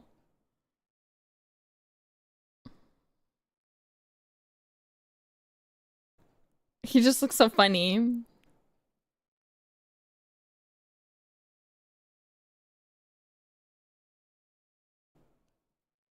Darcy's watching. He's got a slight smile on his face. She doesn't like that. He's closing in, Mr. Darcy is. He's like, I will not fail this time.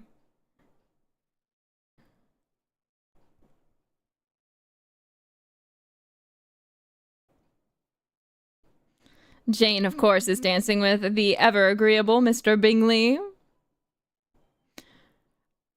God, I just love the look in his eyes. He's so beautiful. Oh my god, I'm gonna die.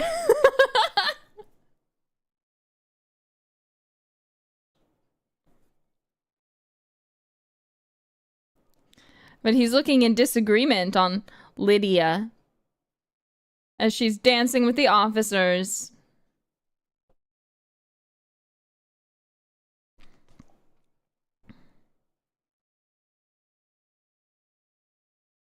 But then he notices Lizzie again.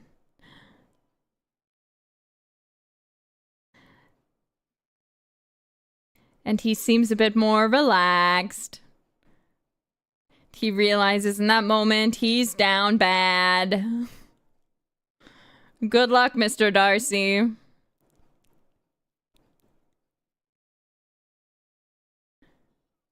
she's talking shit about Darcy already.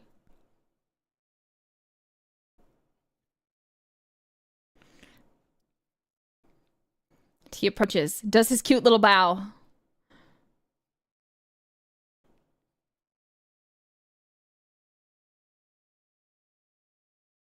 Loading, loading.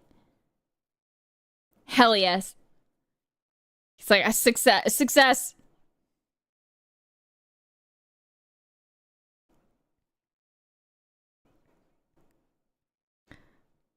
When I said loading, I meant her brain.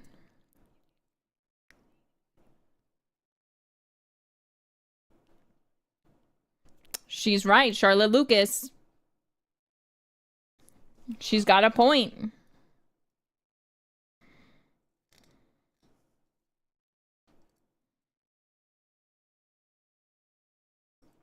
Oh, he's so ready.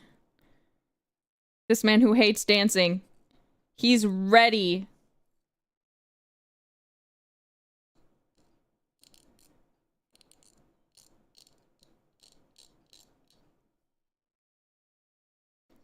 That intense gaze is insane.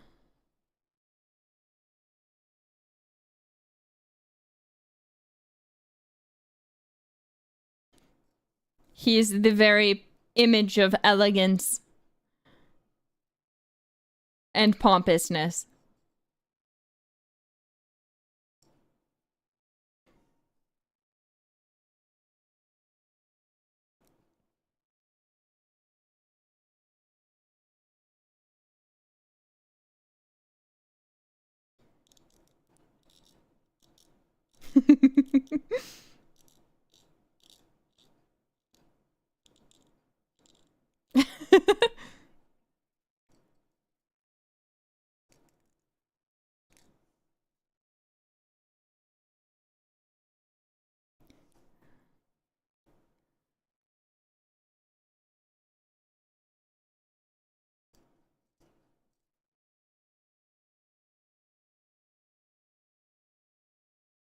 Don't be mean to Mr. Darcy.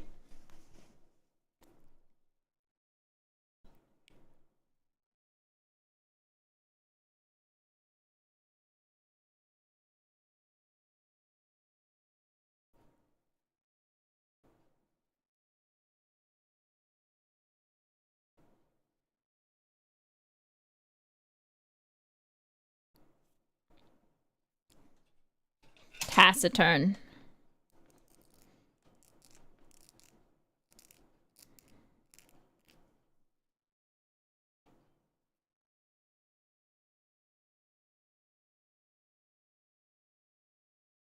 And of course, we also see Jane in the background dancing with Mr. Bingley. As it should be.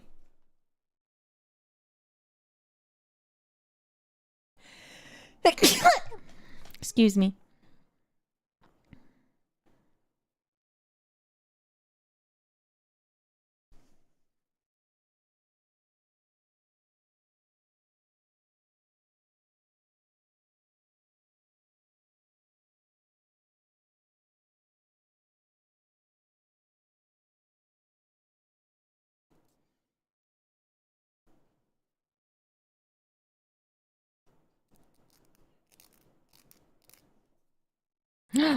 Talking about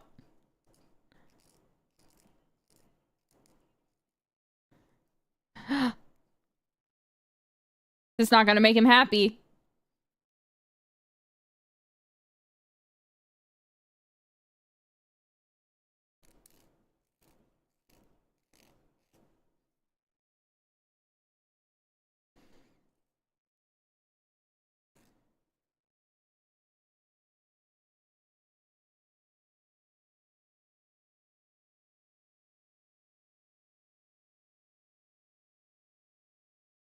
Bro.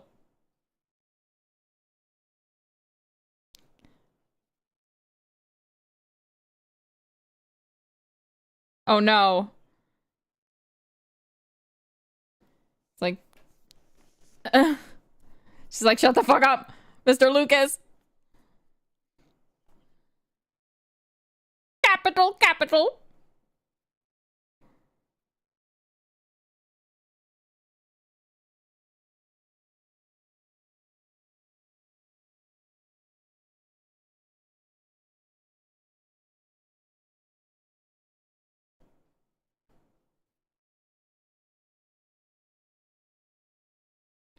He's a there's just something about Regency clothes. Men in Regency clothes is just so beautiful. I think we should bring that back.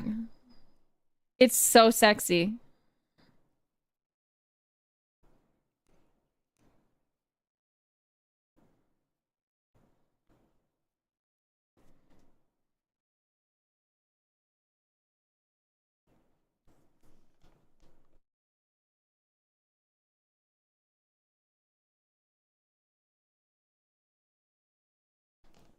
No, the pants are the best part. They leave nothing to the imagination.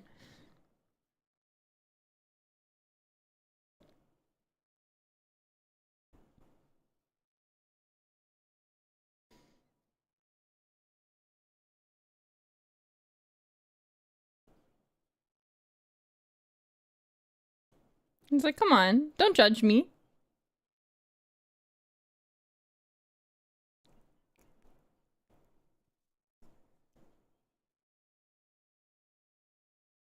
He just leaves.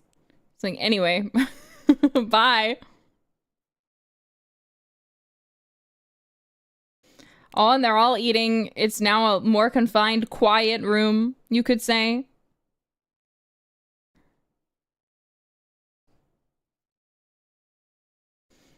Very close, everyone is. This could be very good or very bad.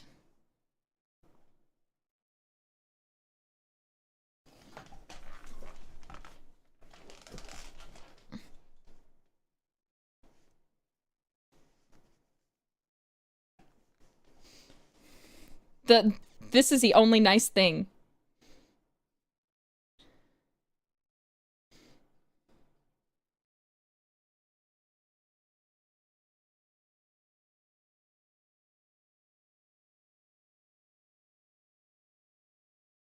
Wing Manning.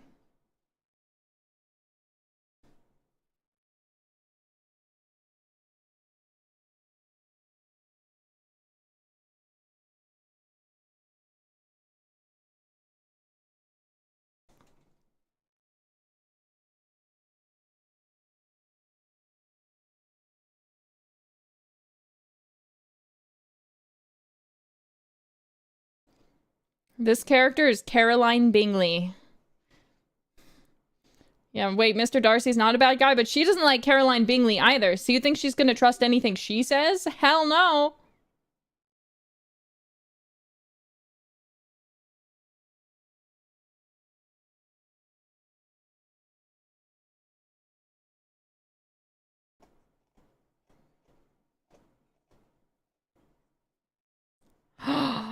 And she asked too. They're all asking.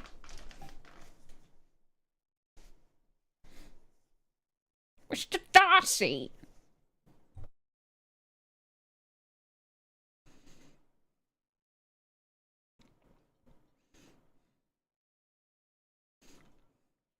Oh no, Mr. Bingley.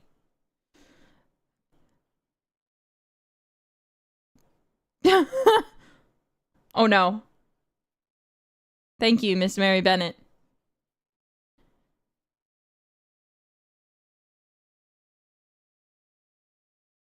Mr. Bennet during this whole scene is so great. Everyone's like, fuck, Mary, why?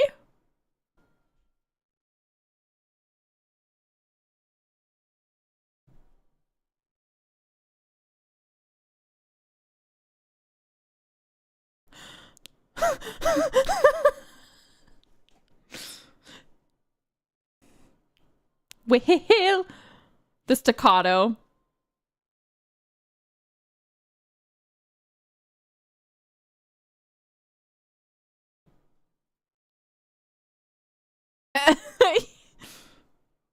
Dear maid.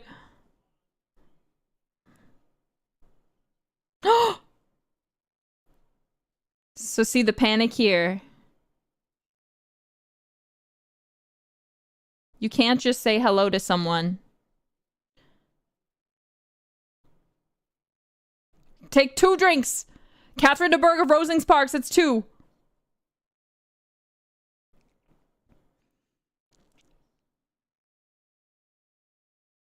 He's looking down on Darcy. Darcy doesn't like that.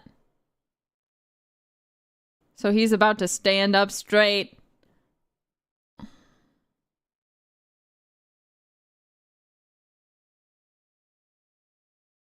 And he said, that's enough.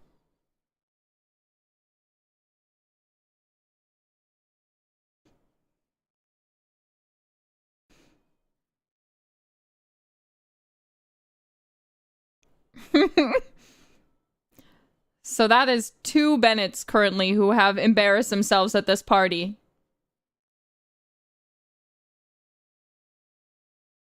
Even the dogs don't like that.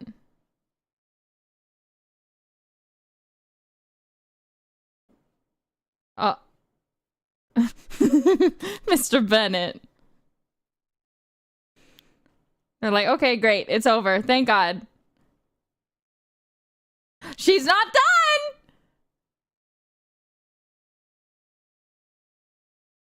But Mr. Bennet's like, I've got this, everyone.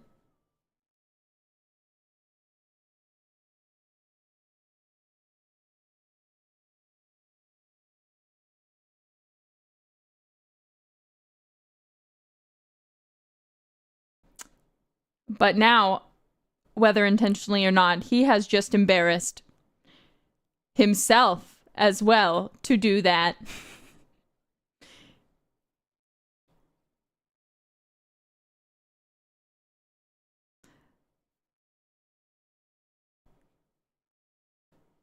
Please. She's going so fast. She's like, anyway, it's my turn.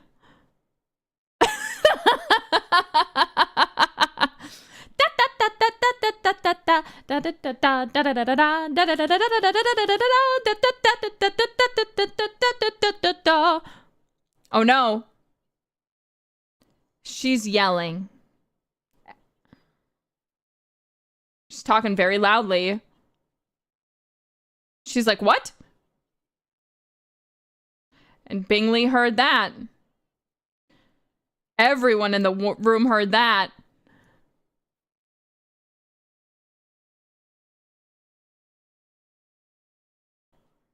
Oh, what's Lydia doing? Causing a ruckus with Kitty as usual.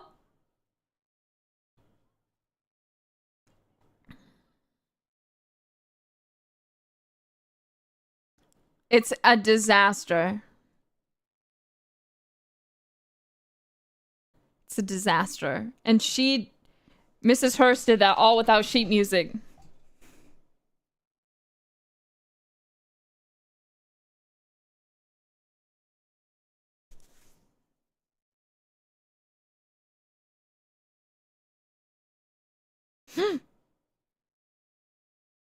Oh, God.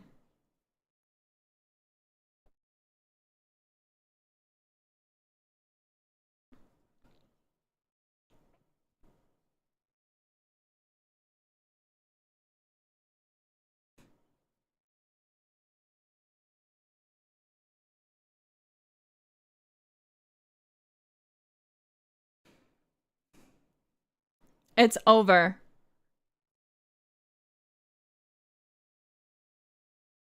Kitty, don't go.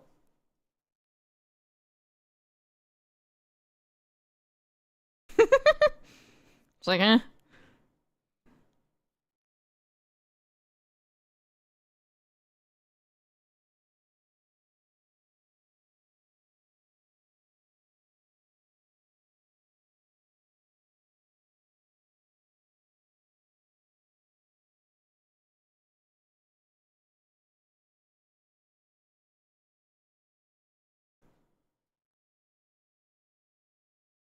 He's crazy.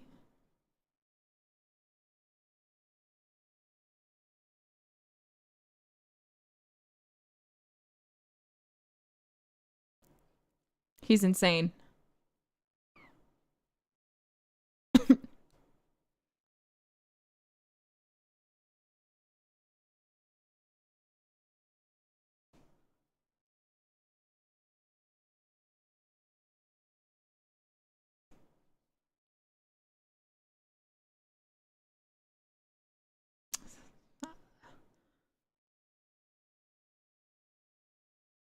Oh no. Get ready. You know what time it is. Take a drink.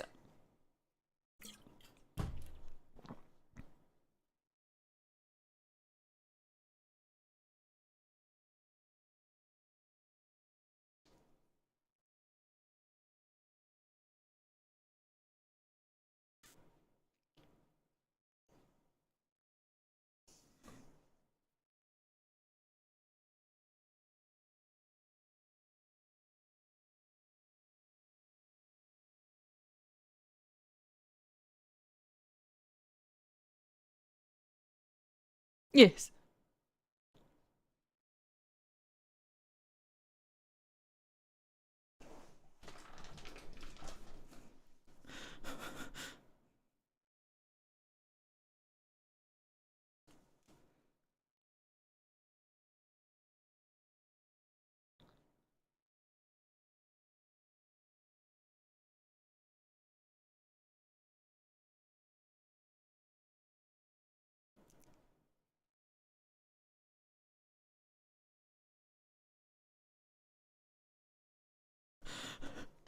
He's so creepy.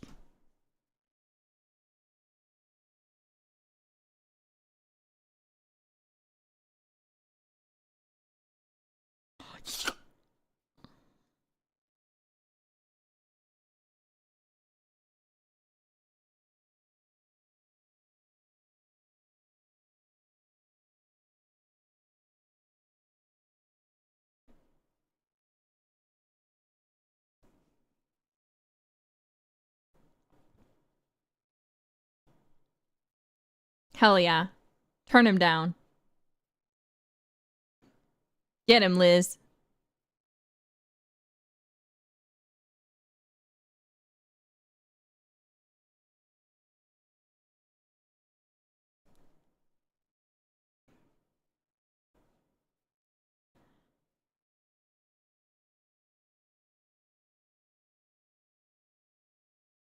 He's insane.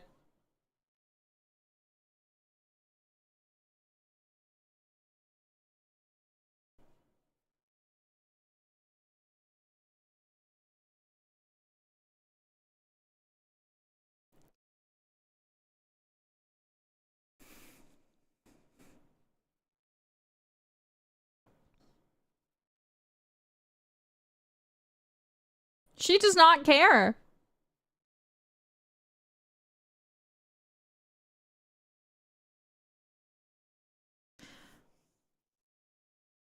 Apparently, when someone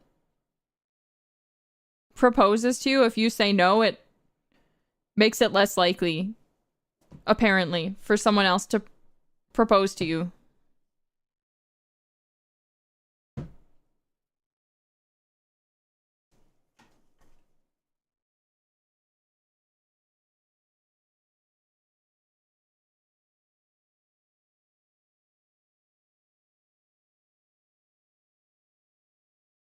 He's so dumb.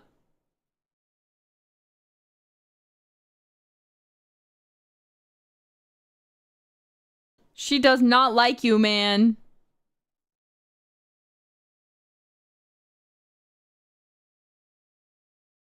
He tried. The worst she can say is no.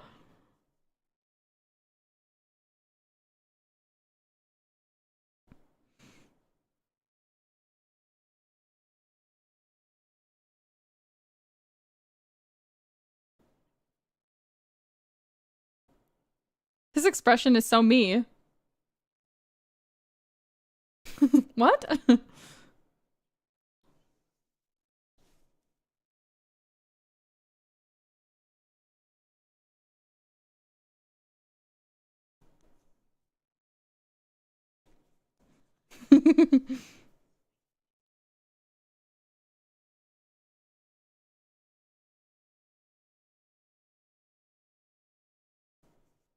Send her in. It's all right.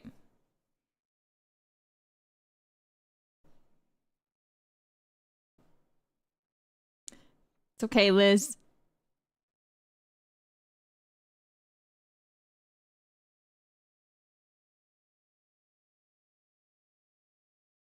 I am.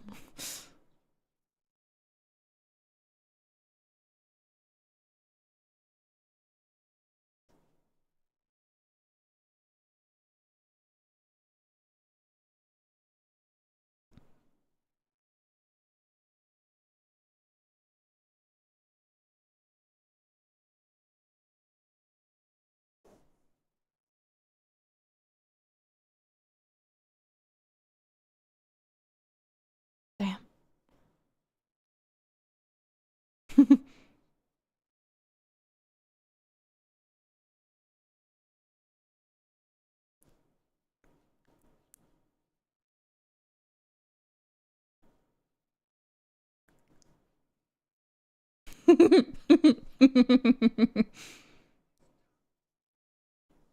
He's like, anyway. His sly little smile. She's like, well, now what are you going to do, mother?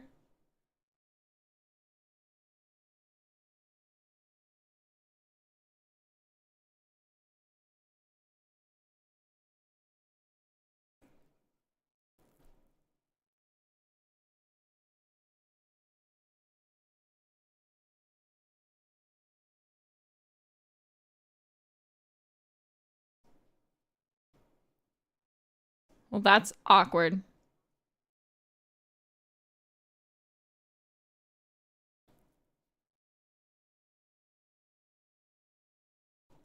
She's having a thought.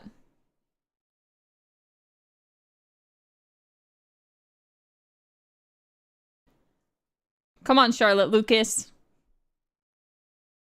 She's processing. Thinking. She has an idea.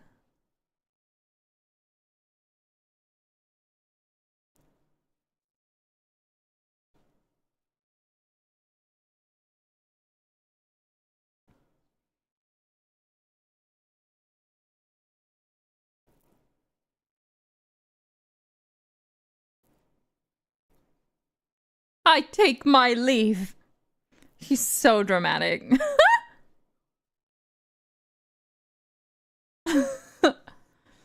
She's so funny. And that's the end of episode 2. So in this episode, we were introduced to the quite colorful character of Mr. Collins. Quite silly. Quite interesting. We also had the amazing opportunity to see every single one of the Bennets, excluding Jane and Lizzie, embarrass themselves at the ball. So that happened. Not just any ball, but the ball held by Mr. Bingley that they had begged him for, and then they made fools of themselves. Even the dad, I don't get it. Yes. So we saw Mary playing the piano, even though it was clear no one wanted her to. Then we had Miss Bennet very loudly, very, very loudly speaking. Not Caroline. Mrs. Hurst was playing the pianoforte, to the point where literally everyone in the room was able to hear the things that she was saying, which were not sly at all. Mr. Collins was also, not only did he imply that he should also play the piano, despite admitting that he was bad, but he also forcibly introduced himself to Mr. Darcy, which for the time period, that's a no-no. You can't just do that. It's very rude, very, very rude.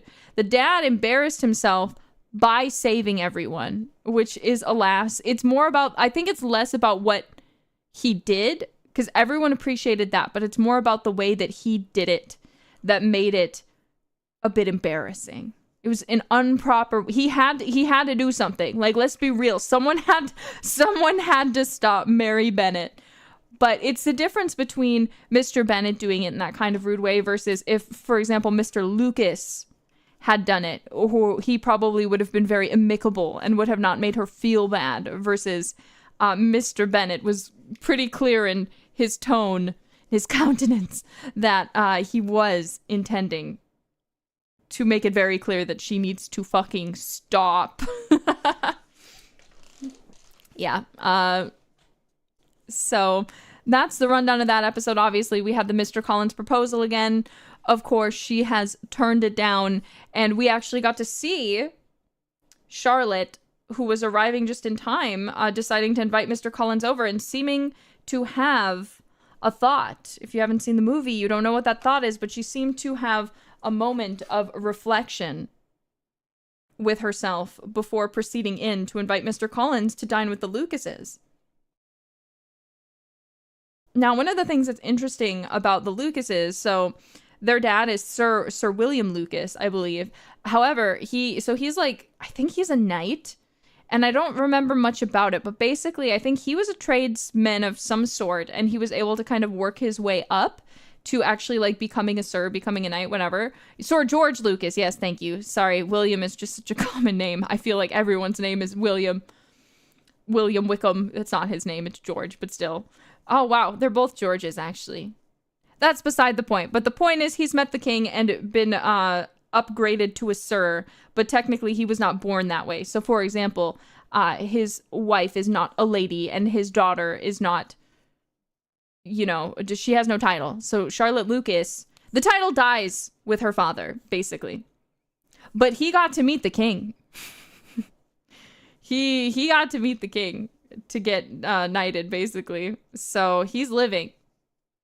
Yeah, the knightage through hard work, which looks, yeah, exactly. It was looked down upon.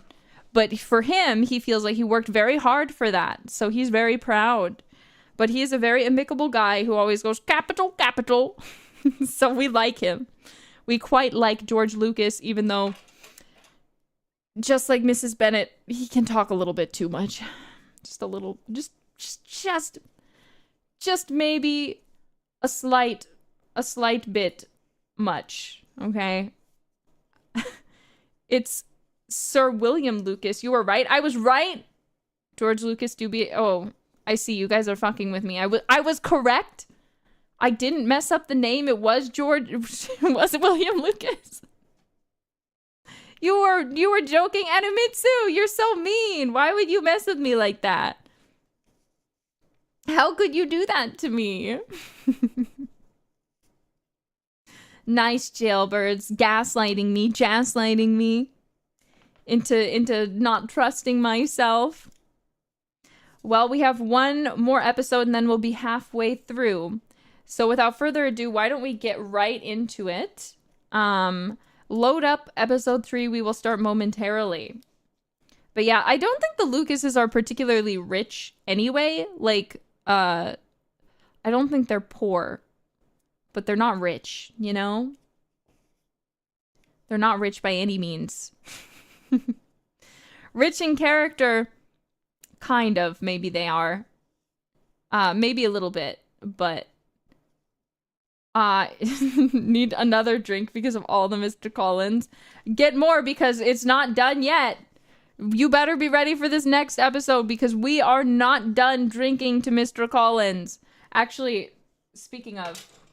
I'm going to quickly grab water because I'm almost out because that did me in a little bit. So let me go grab some water. We'll take a very short break and then begin episode 3. So don't go anywhere unless you're getting a drink. I shouldn't take long. So let's say I'll be back in 3 minutes, okay? I'll be back in 3 minutes.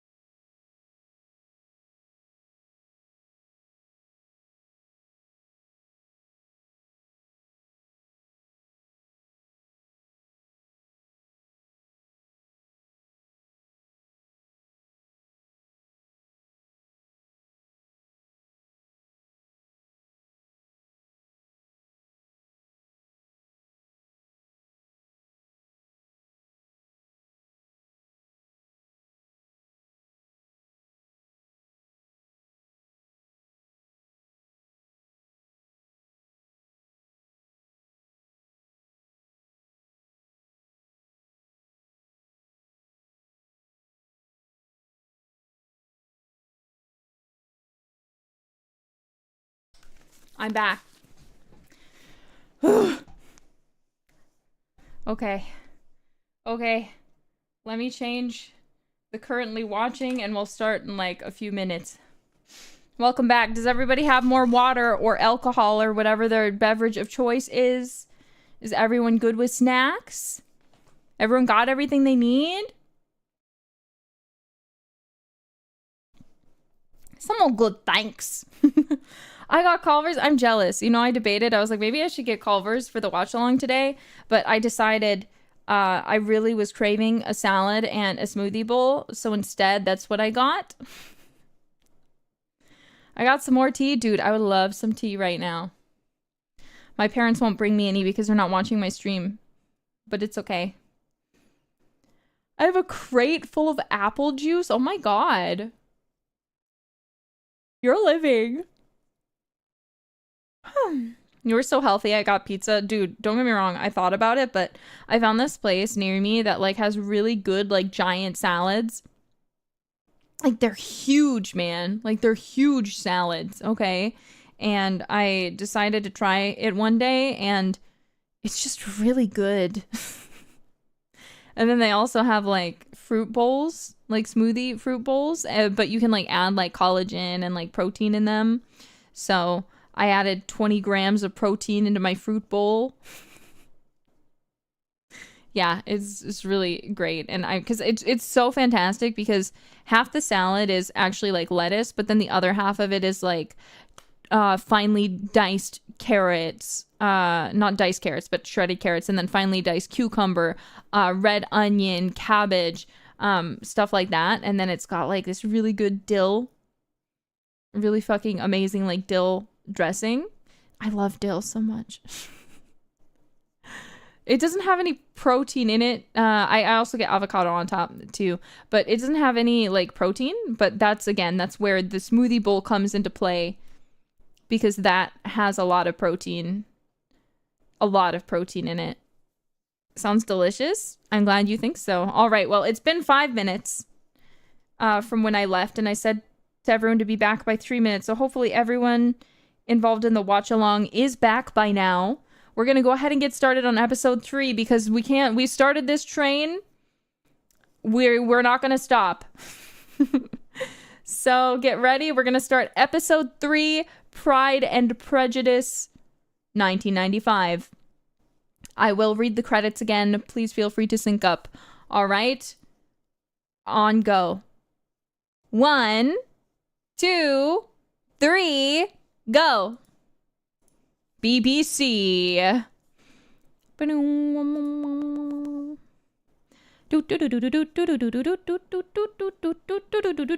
Colin Firth, Jennifer Ely.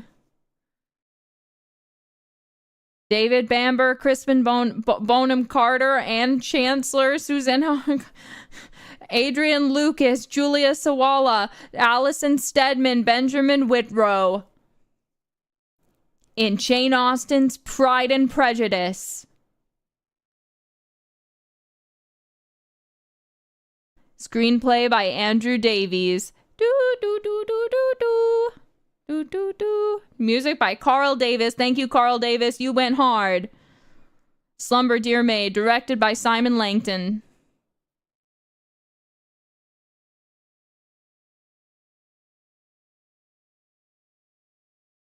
We see Lizzie and Kitty running, calling for their eldest sisters, opening the door. Oh! Oh! She seems surprised. She seems hurt, almost. That's her best friend. Engaged to Mr. Collins. Impossible.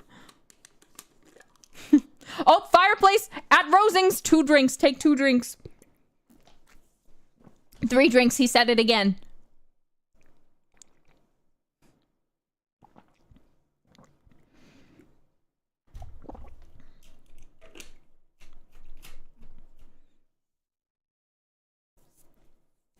She's like, bro, what?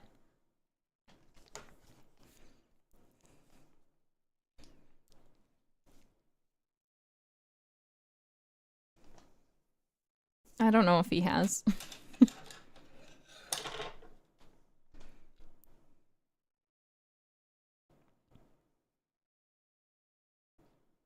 She's honest, at least.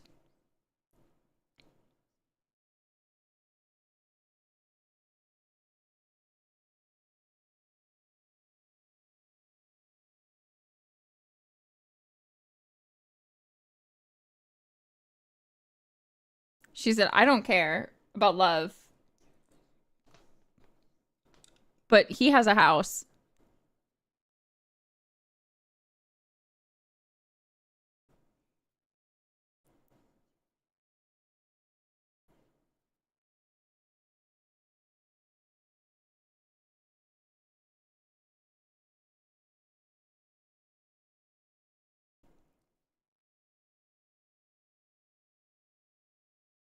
She's got a good point.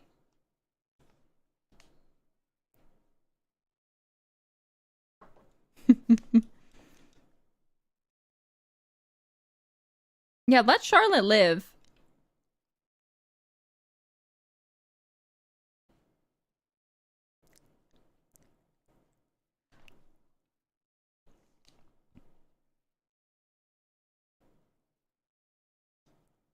Hopefully.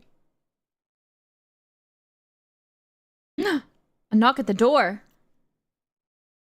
There's a letter for Jane. Thank you. She's so excited getting a letter from Mr. Bingley, most likely. Nope, Caroline. It's a mean letter.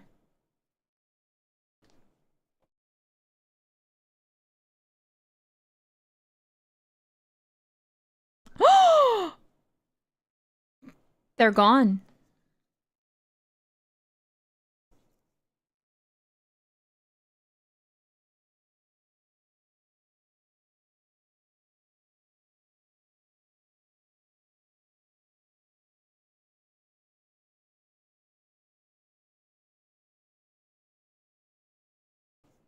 Oh.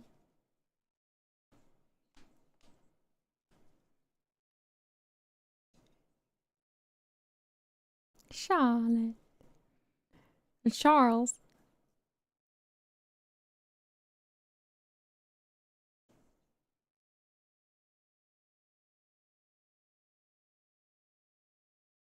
Wow.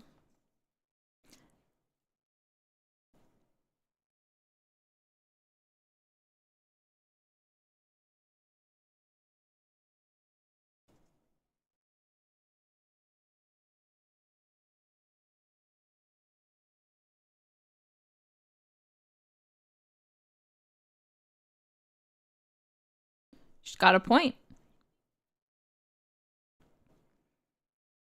You ought to trust her for once.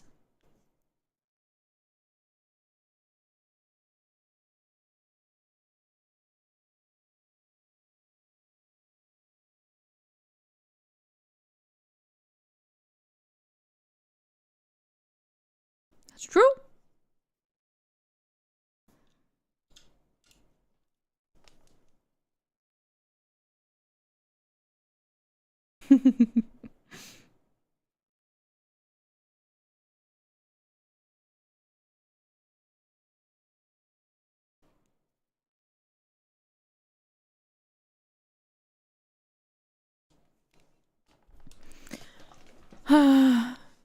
I just feel bad for Mary Bennett.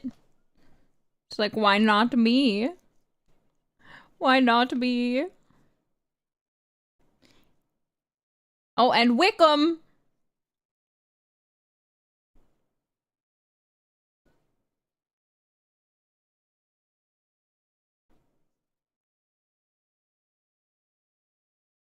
Lizzie has a crush on Wickham.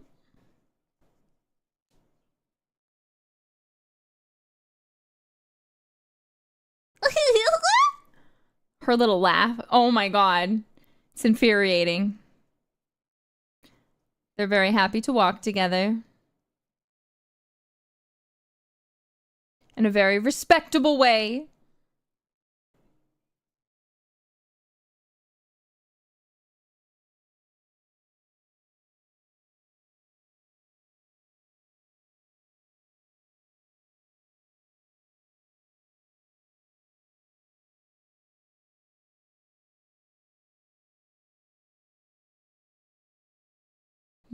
Probably.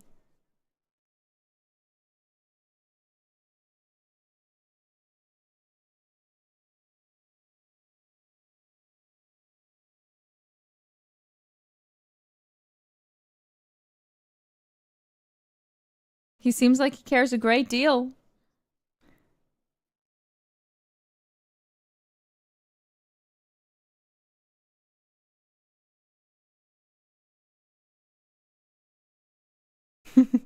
It's like,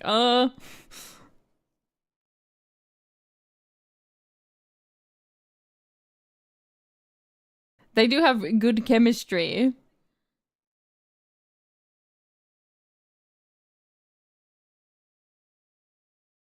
Oh, she's like, come meet my parents. It'd be nice if you came and met my parents, my family.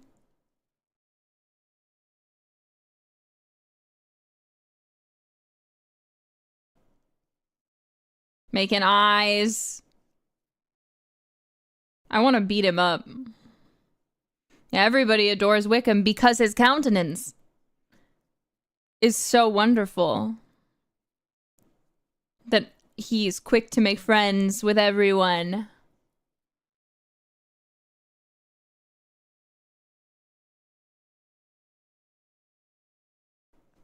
George Wickham!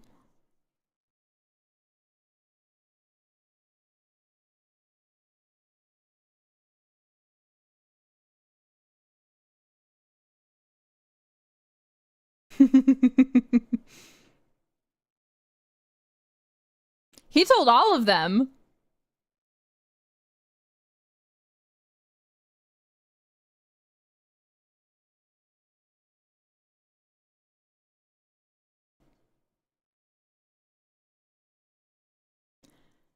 Look, Marion, she's kind of right. She's got a point.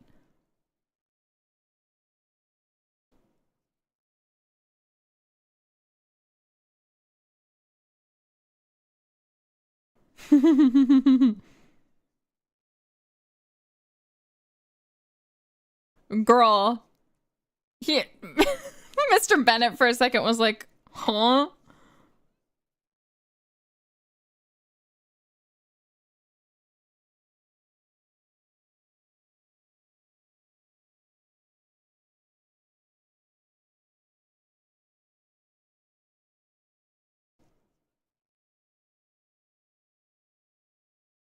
Ugh.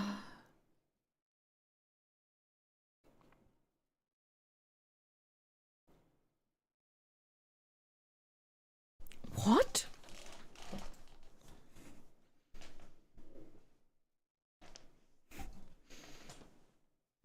Mr. Bingley, you bitch! We believed in you!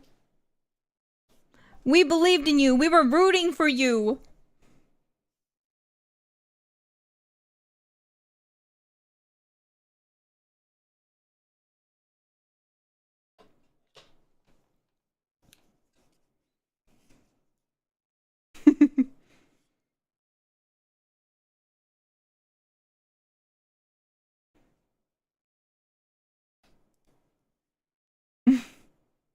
Poor Jane.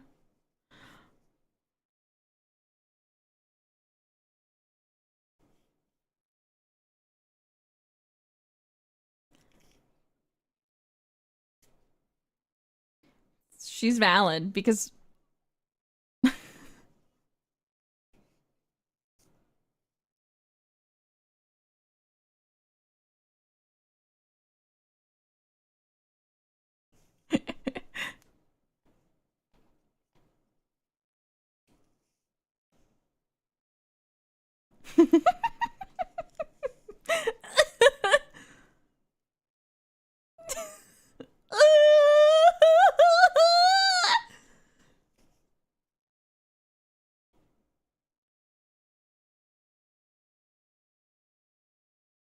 well, Jane's doing her best. She's like, I won't let this heart break me. It will be fine.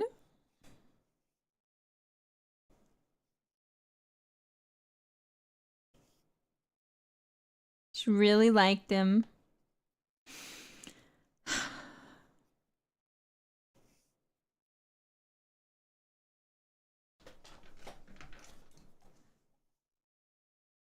She's such a good. She's so good.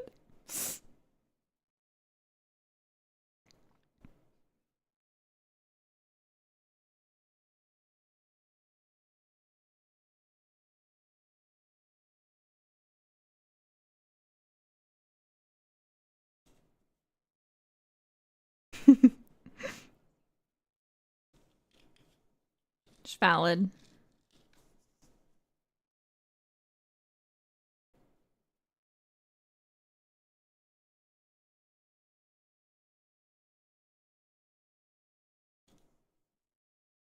You know why.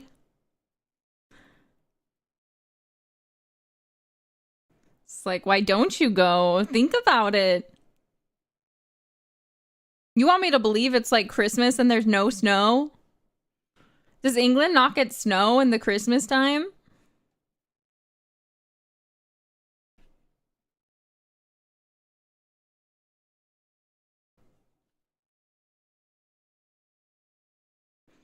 Oh, lovely Miss Gardner.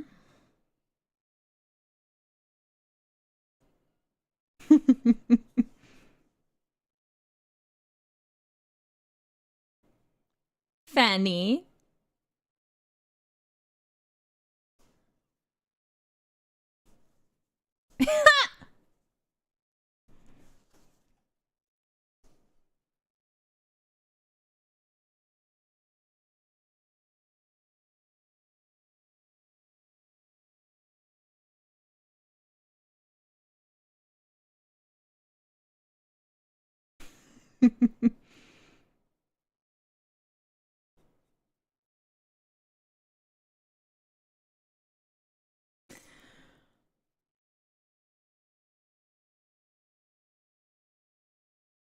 She is not enthusiastic to be singing right now.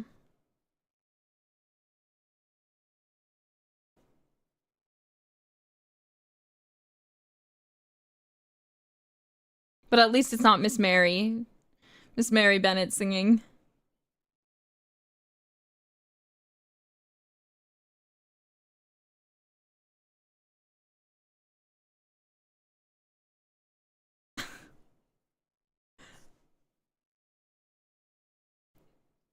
Miss Gardner is not interested.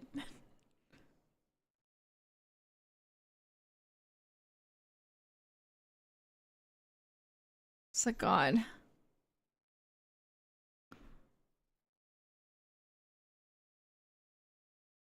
Sorry talking shit.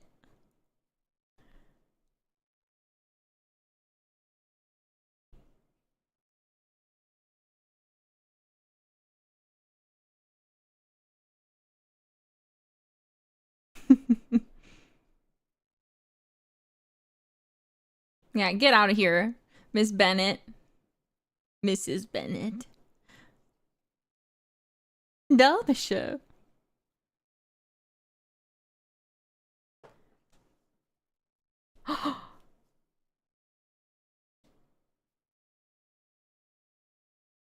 Pemberley?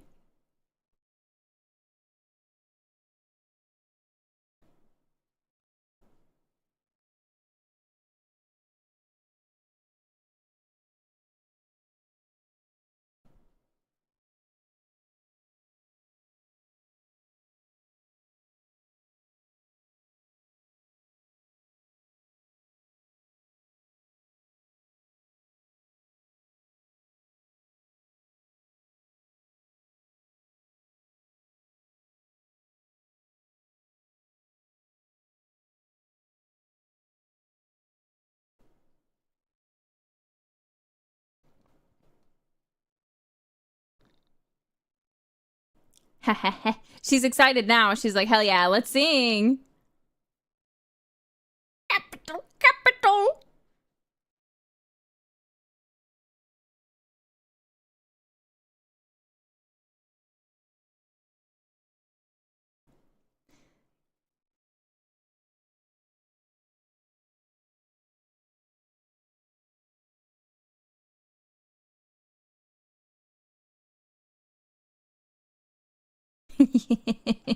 Three of the silliest girls in England.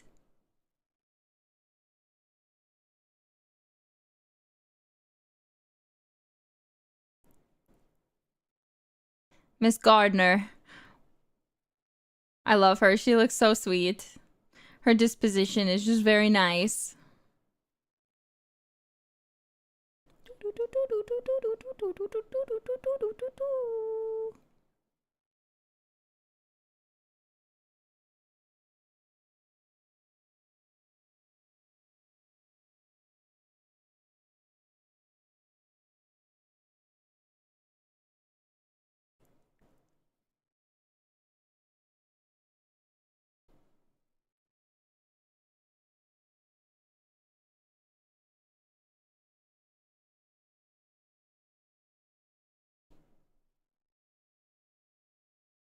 Oh, she's leaving.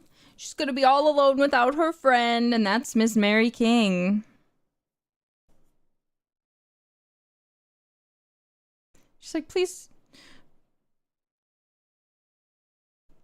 Oh.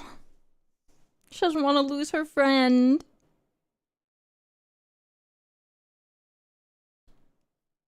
Please come too.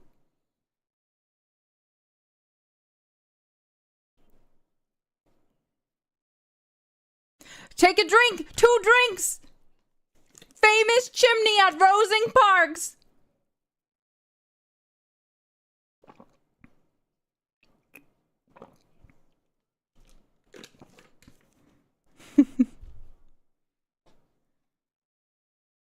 Mariah's very cute.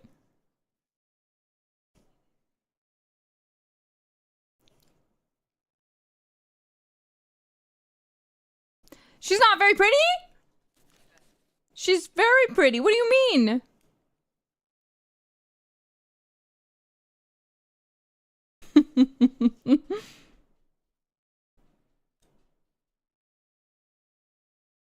So, of course, Mr. Wickham's interested in Mary King, dancing with her after she just inherits a fortune. There's a little snow and frost, okay?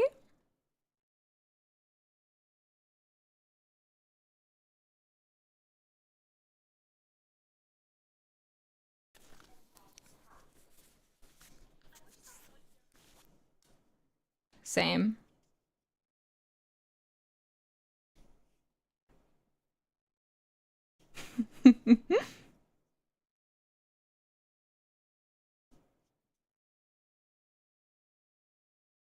They're so mean. Little short, freckled thing.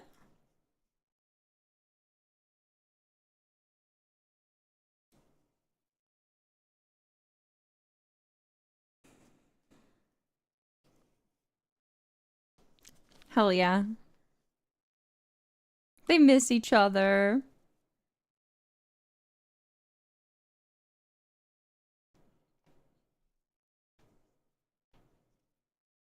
Okay. She's making moves.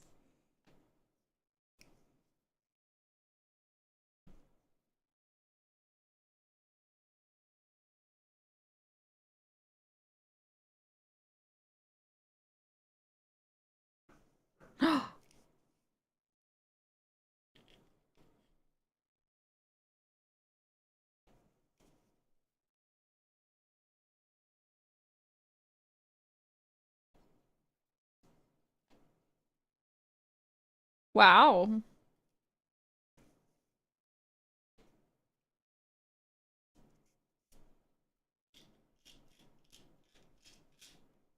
They did not come. Finally. 3 weeks. She doesn't look happy.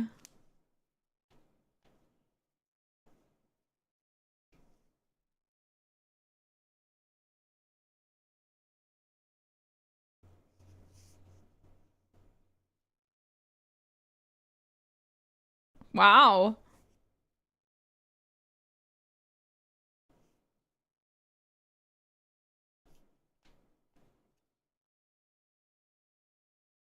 Does he know? Does he know? I don't trust you, Miss Caroline Bingley.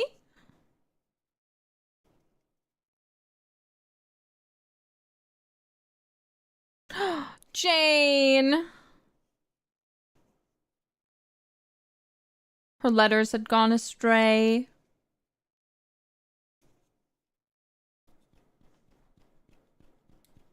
I don't like Caroline Bingley. She's a bitch. We hate Caroline Bingley and George Wickham in this house.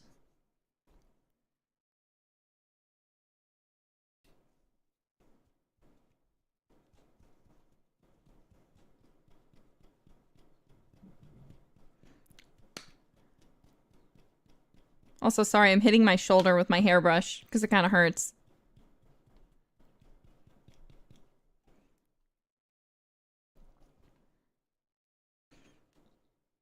Wickham!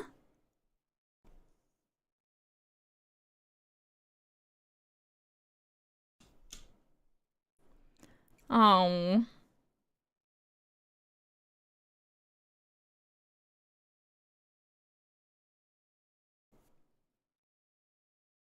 She should.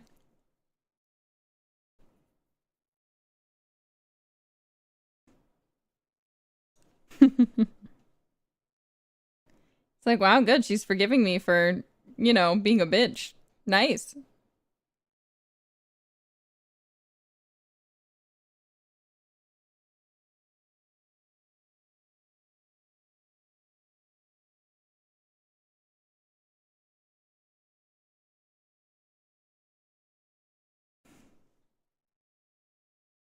Oh, poor Lizzie. Acting very nice, even though her heart's a little bit broken. The man she loves is to marry another.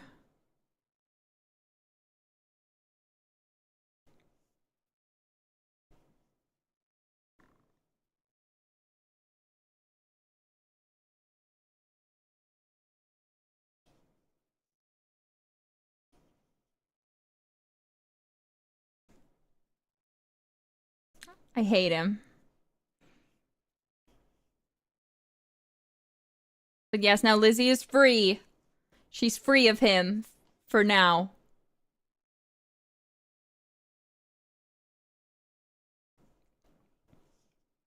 Oh, he's like, I'll miss you.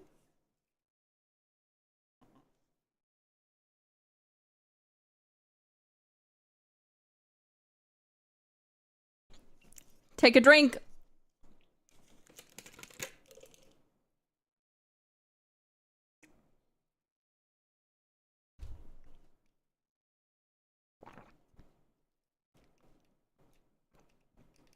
Oh.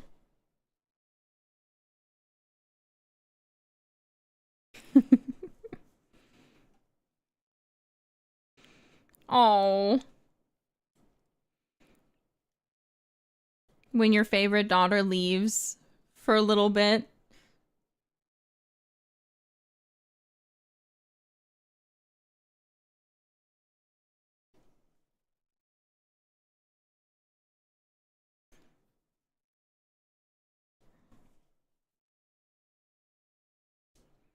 Take a drink.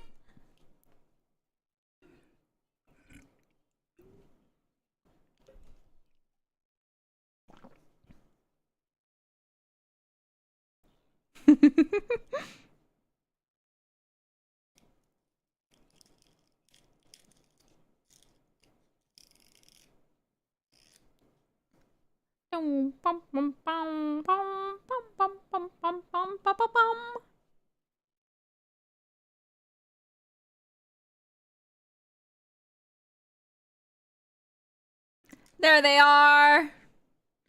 Happy wife. And Mr. Collins. Cousin Elizabeth.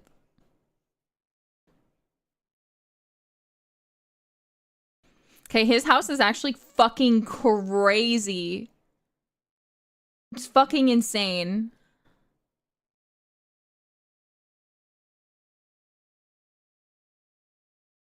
Oh.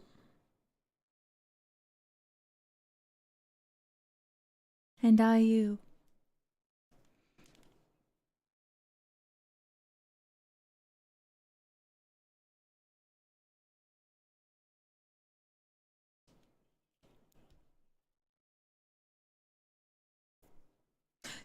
Take a drink. Rosings.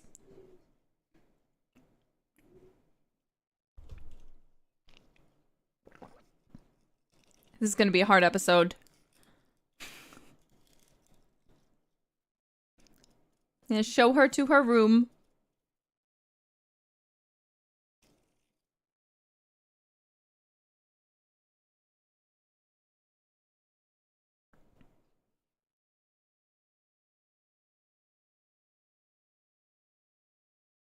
Uh-huh.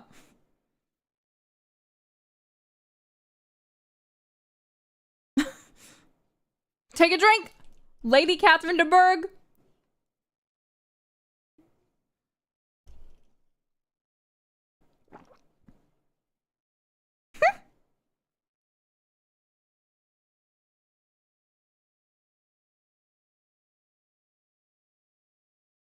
Take a drink!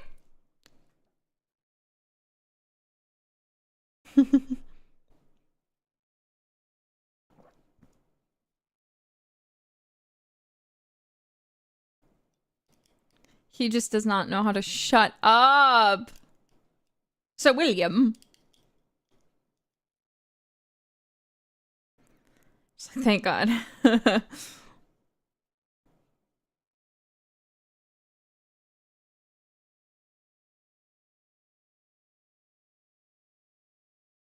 Little beehives.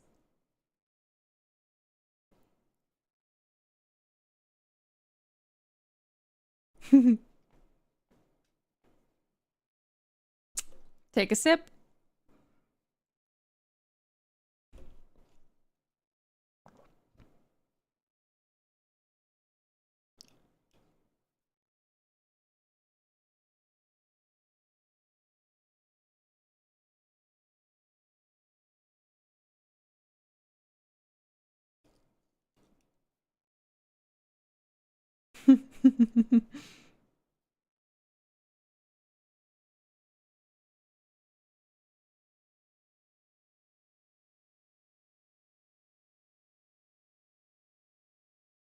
Thank God for that.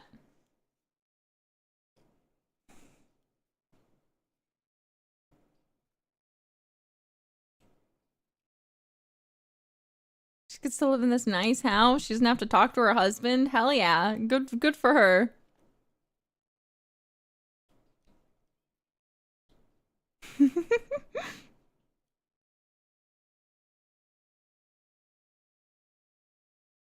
Mariah's so cute.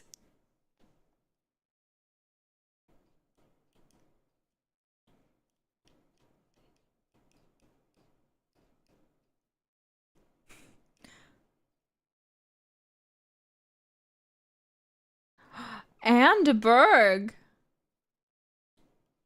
See? Her face. She looks like she would know what a cell phone is.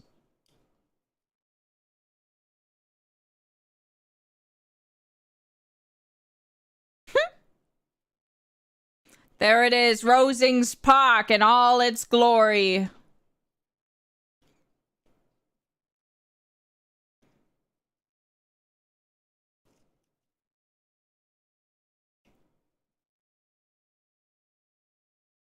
She's just sickly? No, but she looks like she has cheek filler.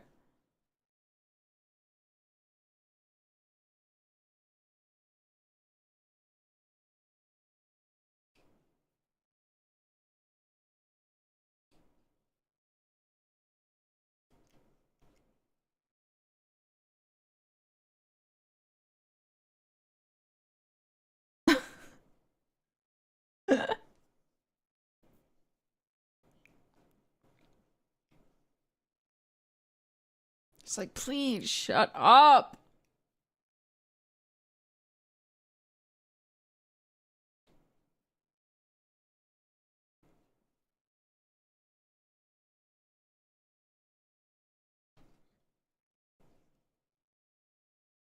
There she is. The woman, the myth, the legend.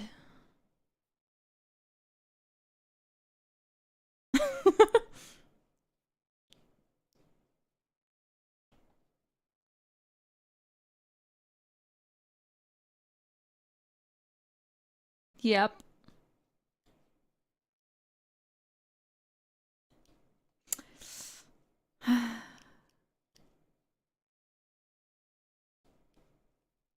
Oat. Or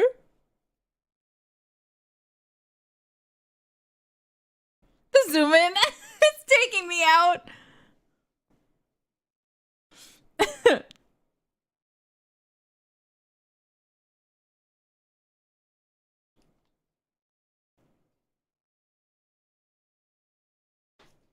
Hmm.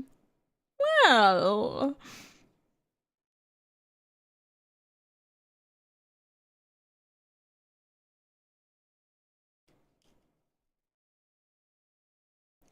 Her expression says, why is she still talking? Excuse me?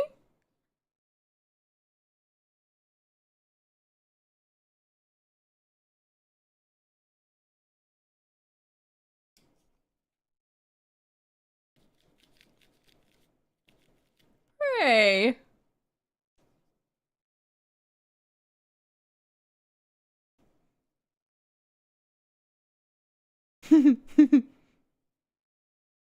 Charlotte is enjoying this.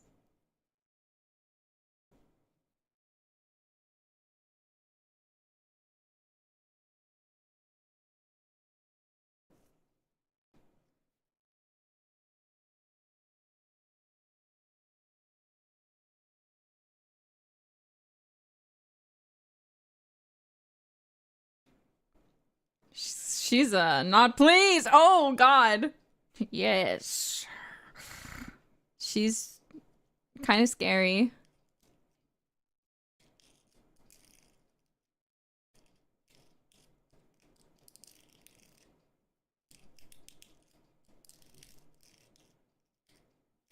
Take a sip.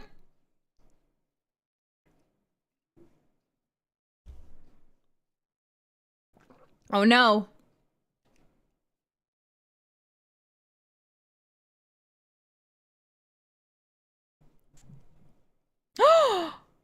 Mr. Darcy!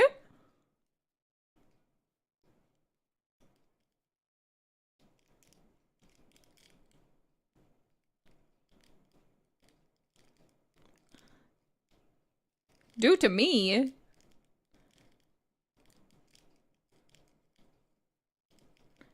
You think so?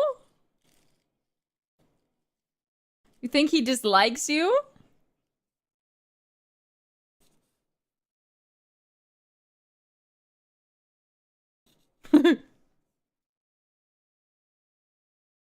Look at him staring. He's back. Take a sip, Rosing Spark.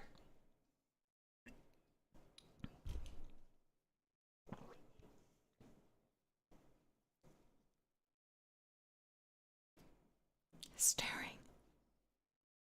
Staring.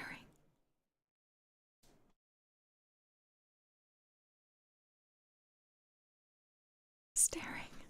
Staring. Staring.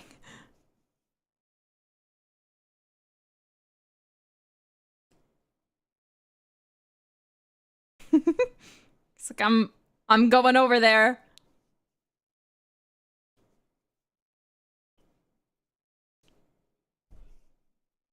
Nice, nice.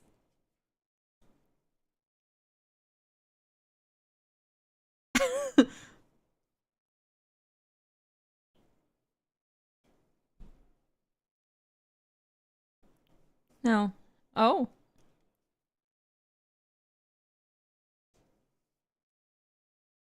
Oh. Well.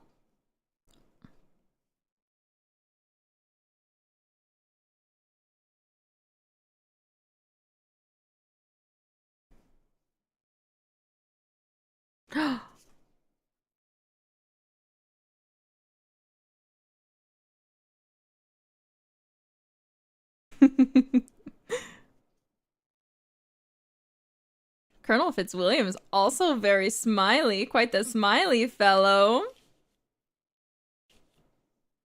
He's also making eyes at Elizabeth.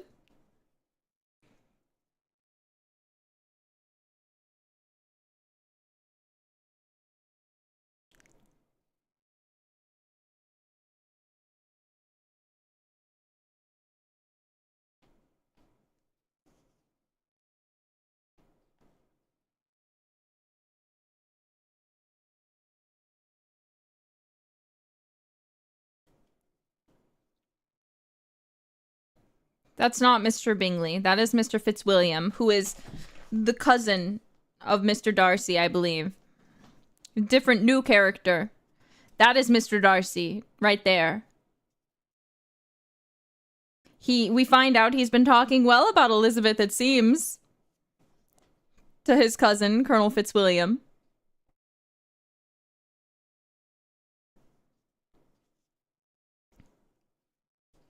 Colonel Fitzwilliam and Elizabeth at the pianoforte, pounding away at the keys.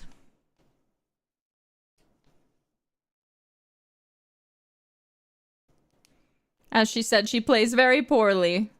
And in the other room, we can see everyone chilling, including Mr. Darcy.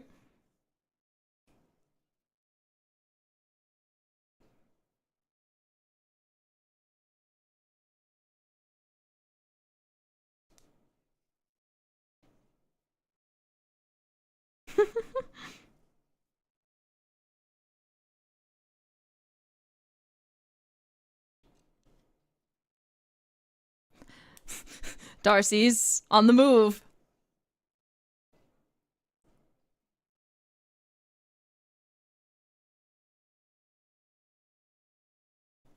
So she also cannot play, but she's criticizing Elizabeth Bennet.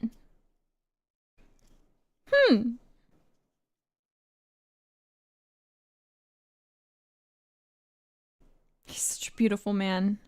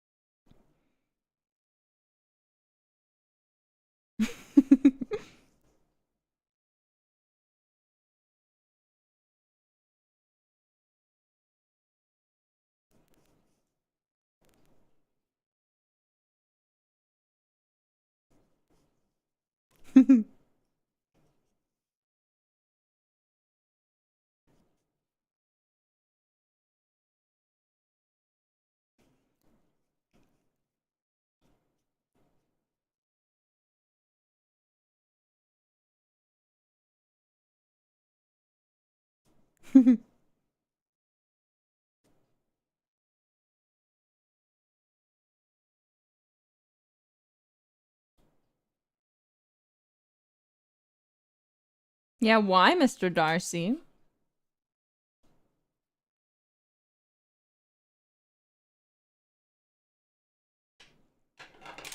Oops.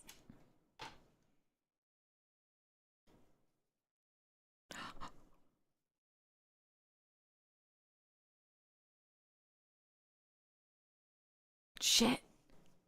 He's like, yeah.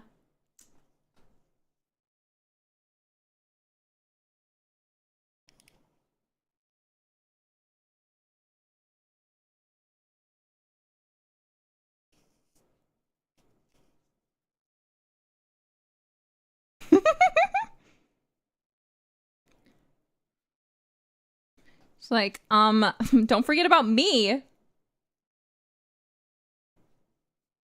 They're so mean to poor Anne.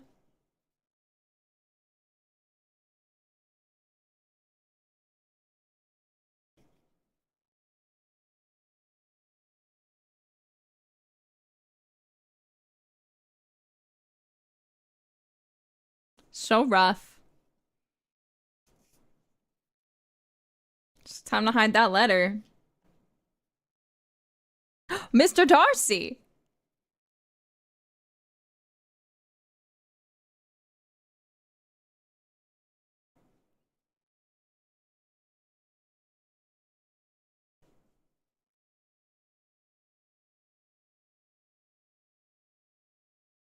Privacy.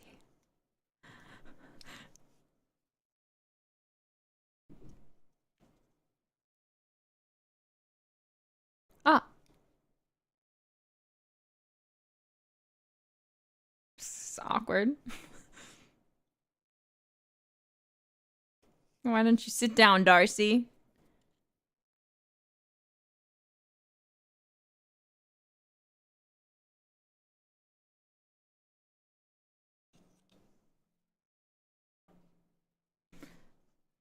Yes, she's inquiring about you. Come on.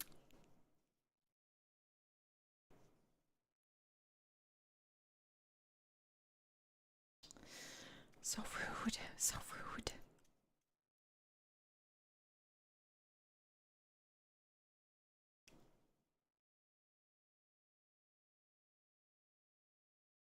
Damn.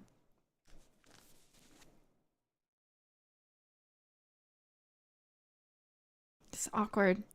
Awkward.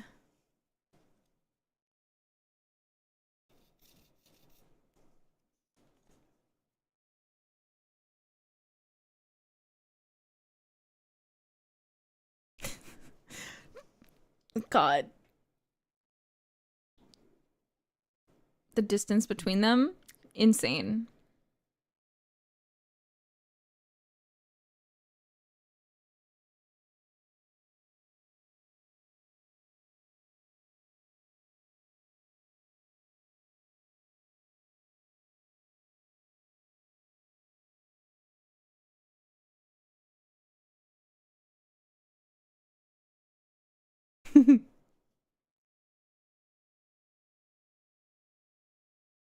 Like, oh, why are you asking? What?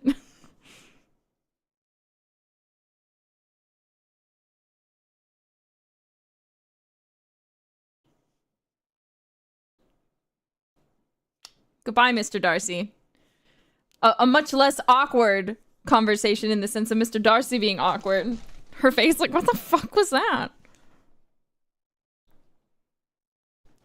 He's cute, but he's not necessarily awkward in the same way as movie Mr. Darcy. Not at all. Colonel Fitzwilliam!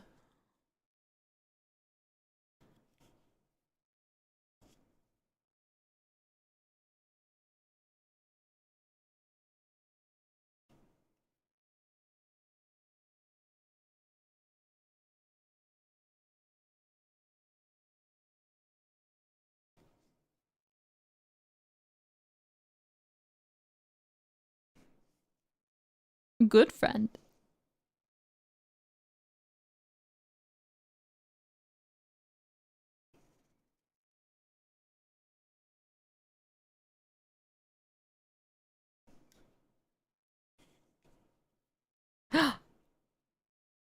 Oh!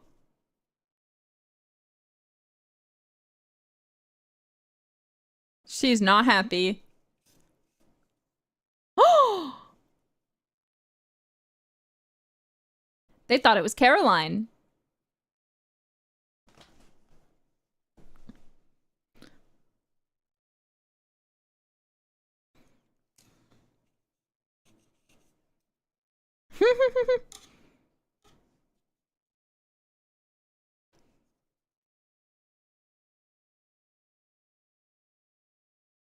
Yeah, she does think so. It's like, I'm gonna go.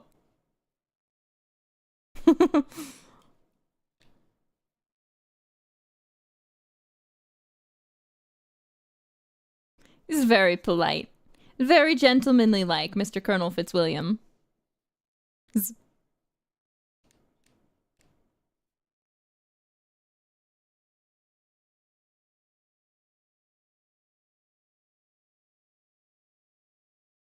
Just a headache.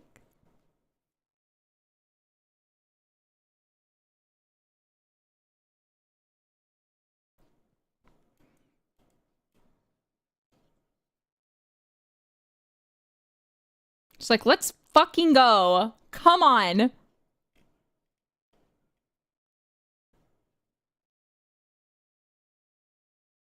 Bro, why are you yelling? Get over it. It's your fault. You're the one who can't shut up.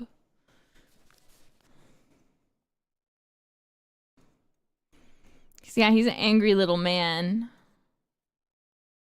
She's sitting alone, enjoying the day with her headache. Just reading her letters. The doorbell rings. She tucks them away.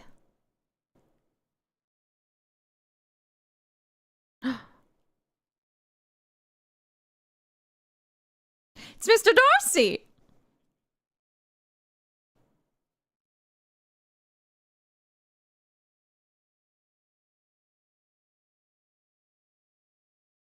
It's like, I'm gonna sit, so you should too, Mr. Darcy. This is one of my favorite scenes.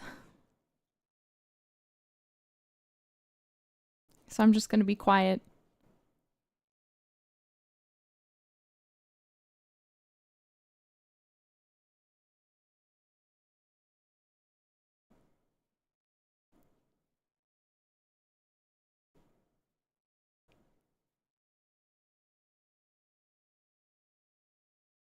He's so beautiful.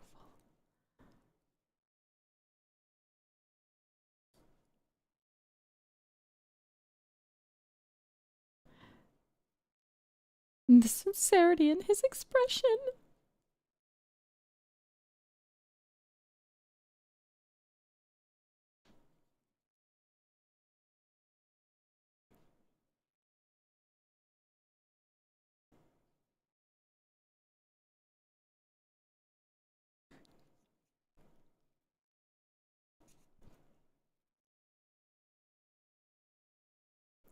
What the fuck?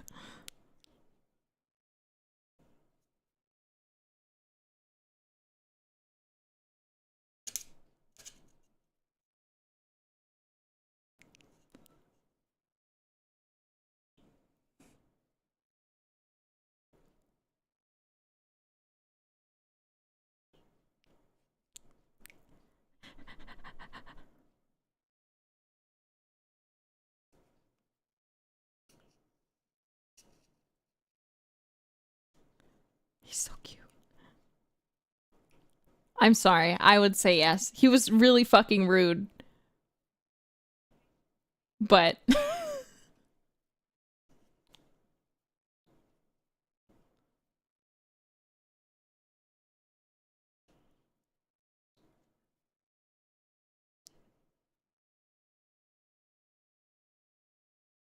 she looks so angry.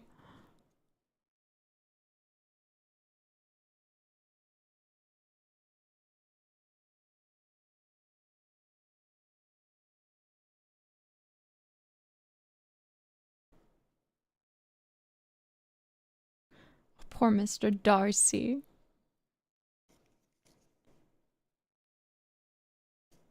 Oh, he looks so defeated.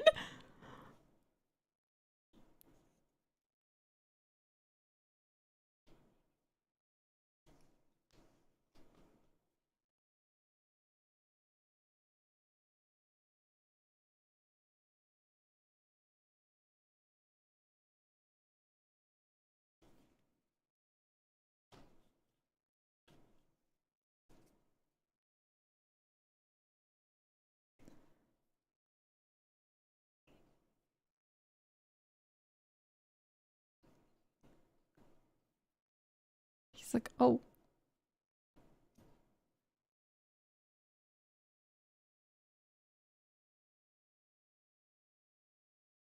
He's proud of it. Bitch.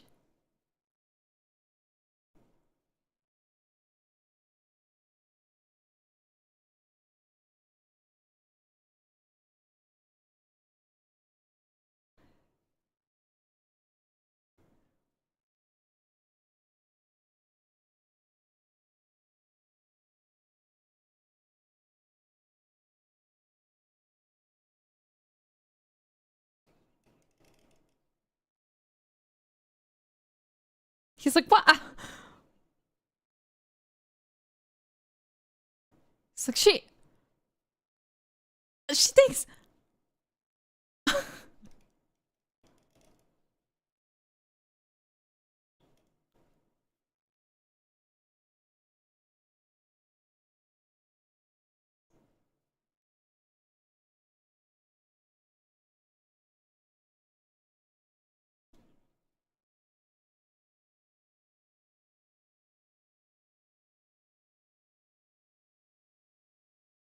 At least he's honest.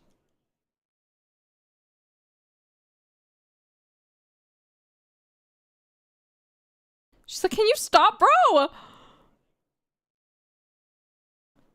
She's got a headache.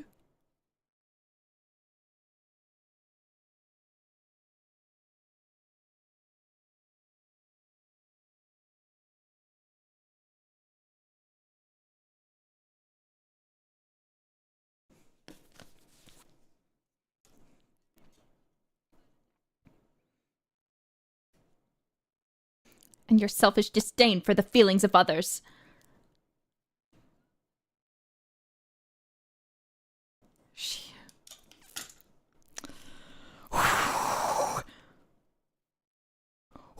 She's...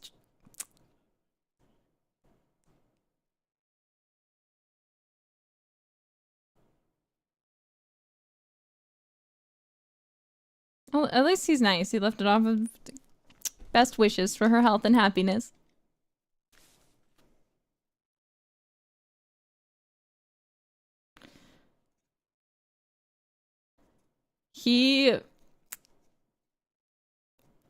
I'm sorry.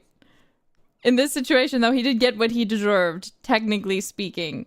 He belittled her. He talked down to her. I love Mr. Darcy, but he was not a very nice sort of fellow in that moment. He was quite the opposite, actually, dare I say. He was a jerk. He was quite mean. He was quite rude. It's so... Can we blame Miss Elizabeth Bennet?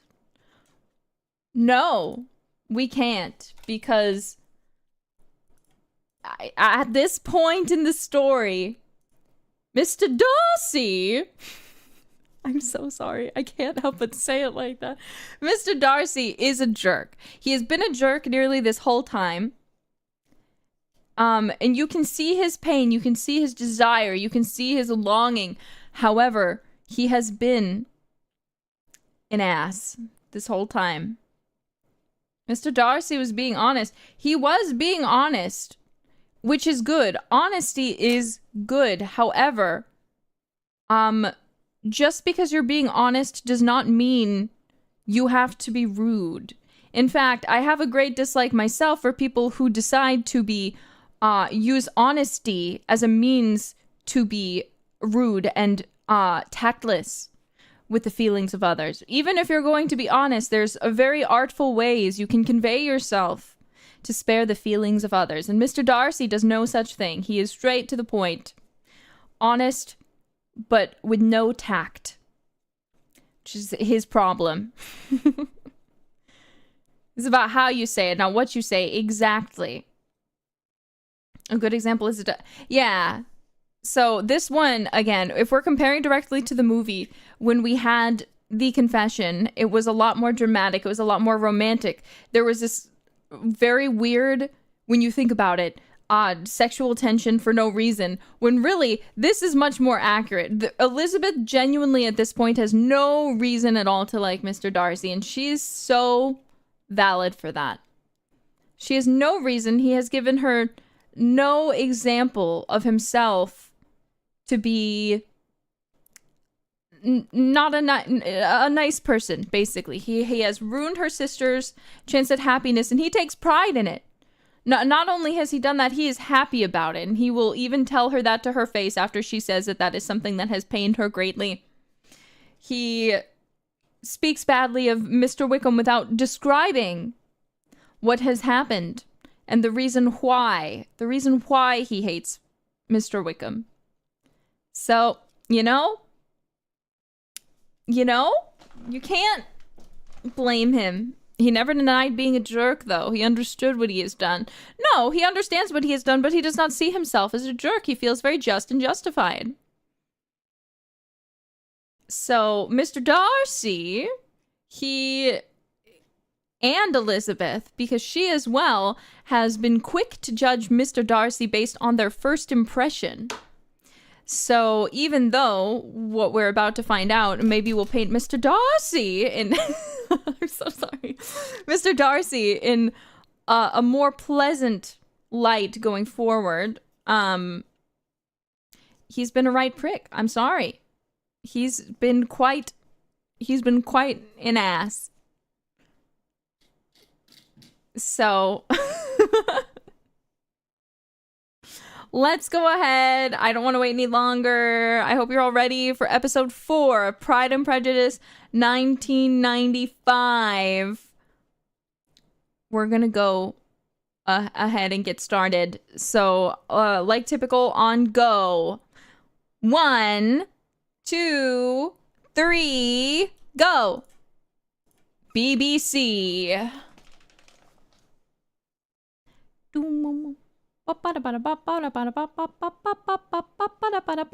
Colin Firth, Jennifer Ely. Someone please tell me how to say her last name. David Bamber, Crispin Bonham Carter, Anna Chancellor, Susan Harker, Barbara Leigh Hunt, Adrian Lucas, Julia Sawala, Alison Steadman, Benjamin Whitrow.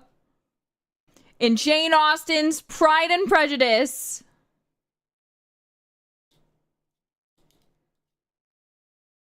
Screenplay by Andrew Davies. Music by Carl Davis.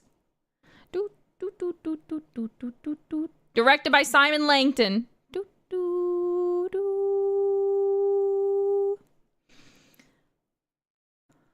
There's Mr. Darcy putting on his gloves, walking out. He has a determined look on his face, maybe a one of slight disappointment.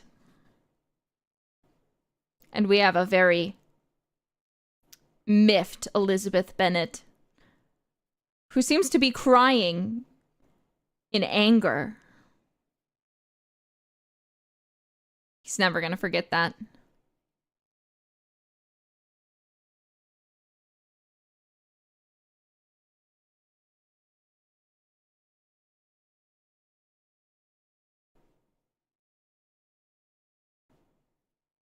All right, get to it.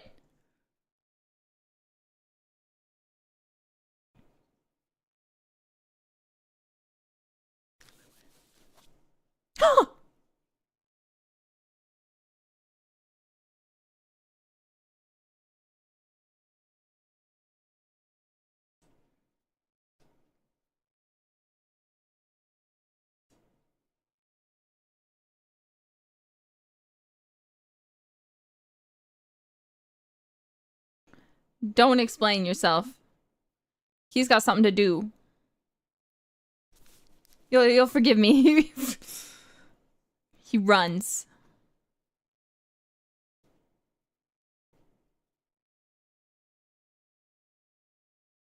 She will not like that.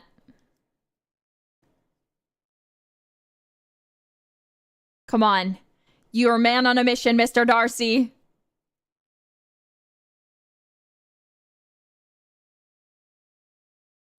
You must sit down. Pull out some paper. It's time to write.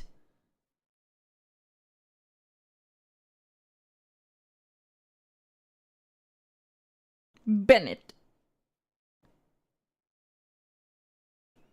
Yeah, go off. Go off, King.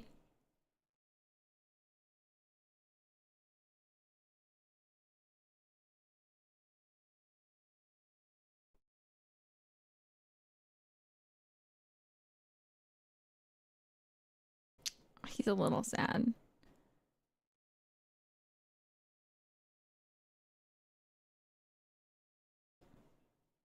Need you to pay attention to the wallpaper. It's actually silk damask. It's the same on the walls and on the chair because it is fabric, not wallpaper.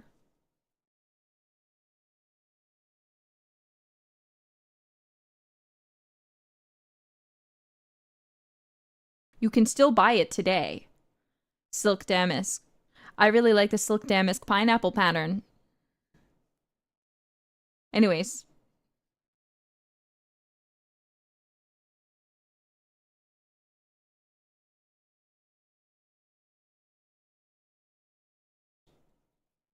He had hope.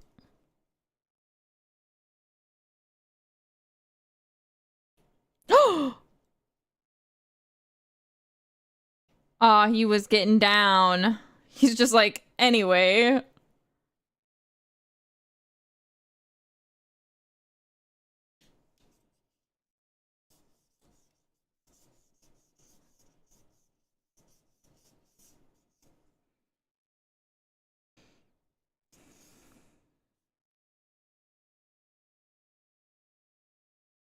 £3,000, man.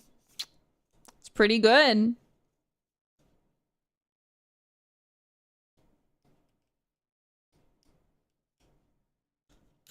He's like, here's your check. Take your money. Get out.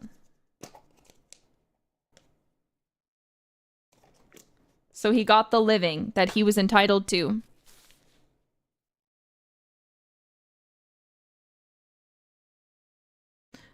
Ah, beautiful Georgiana.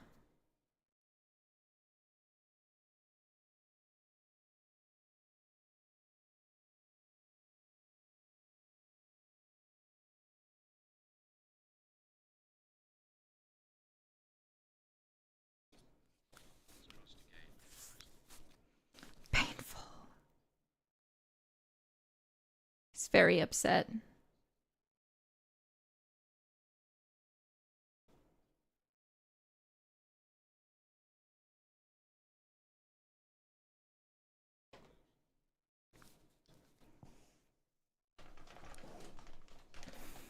Just never let your kids go.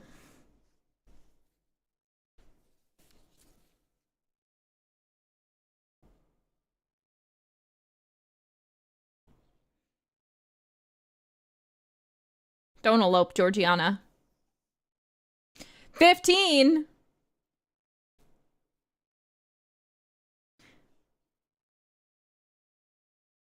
Thank God, Mr. Darcy.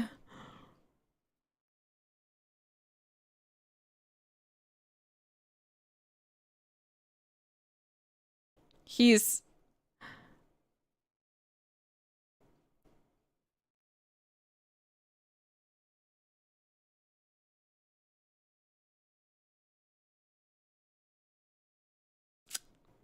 It's so over.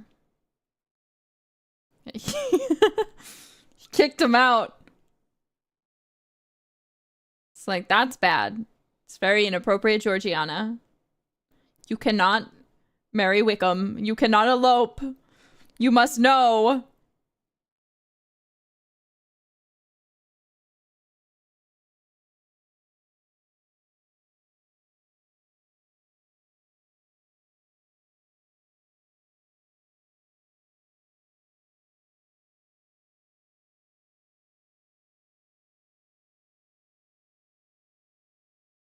Now you know. His shirt's become unbuttoned. My God. He's a troubled, tortured man. He's been writing about this all day.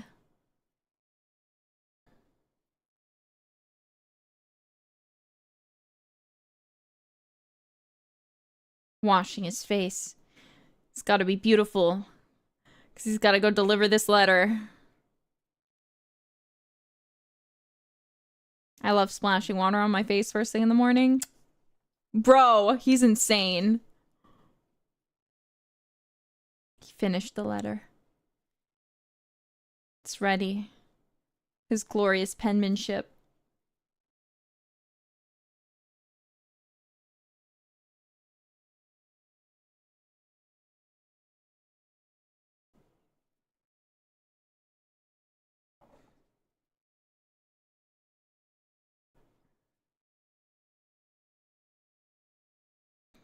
Good thing his mouth is full. Get out of here, Lizzie, before he swallows. He is really enjoying that food. She is. On her walk. Clearing her mind. On a run. God, I want to run through the countryside, through open fields.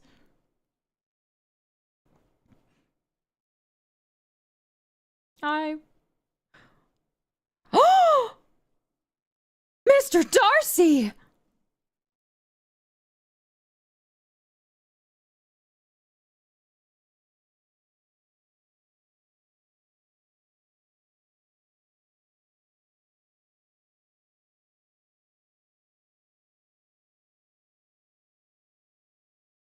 Bows respectfully, walks away. All he need do. A good man.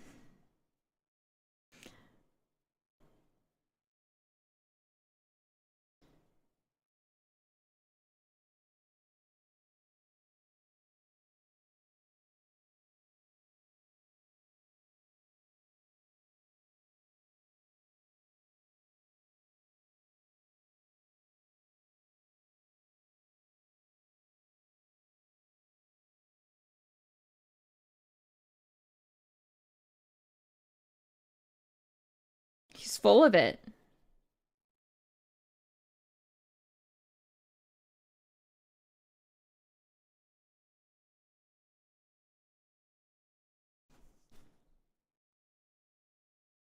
She's like, bitch. She's like, I gotta go back and read the rest of this.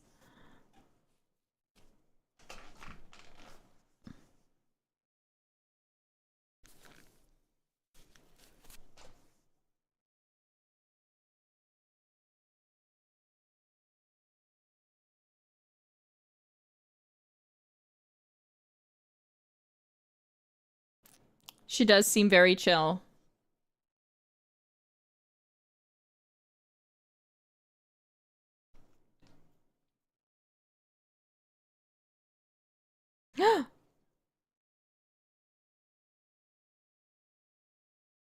Oh.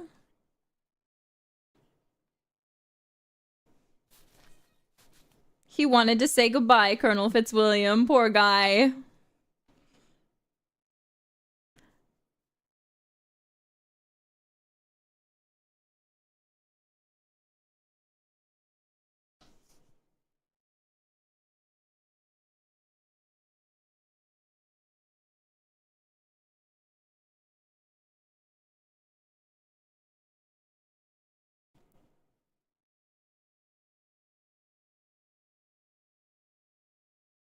Just remembering it all.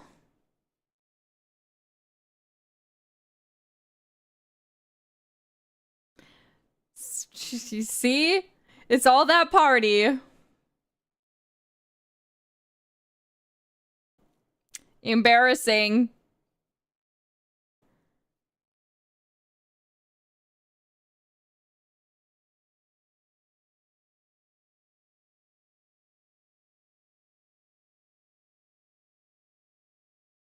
Poor guy.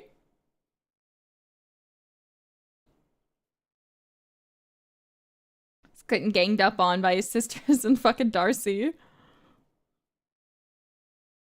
Hateful man.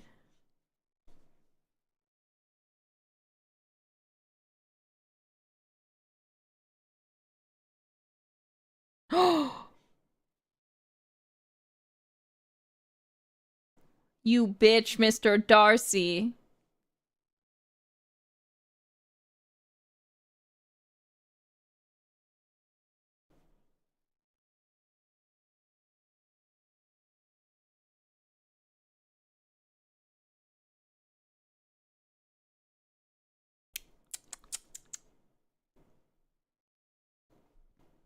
Lady Catherine de Bourgh, take a sip!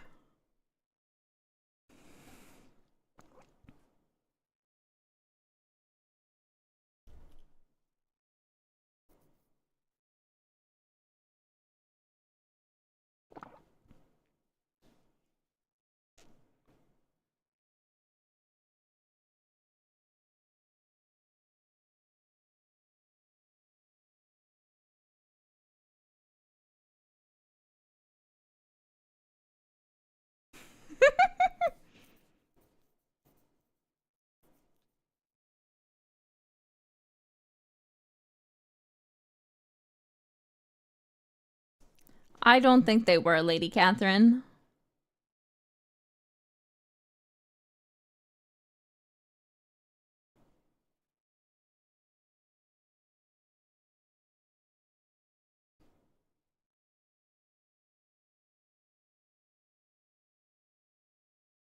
She's very full of herself.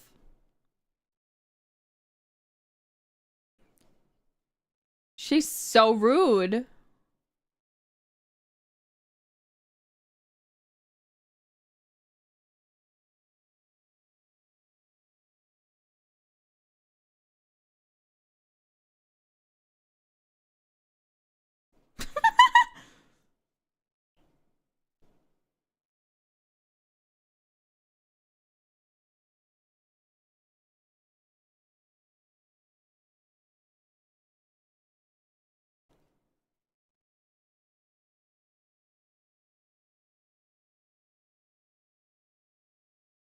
Bro.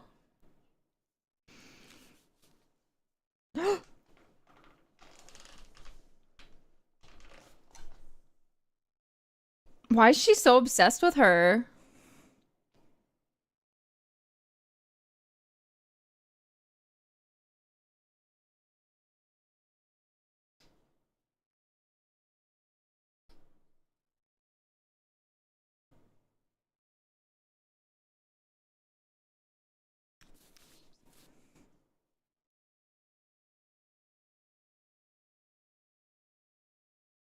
Having a manservant was very rare back in the times.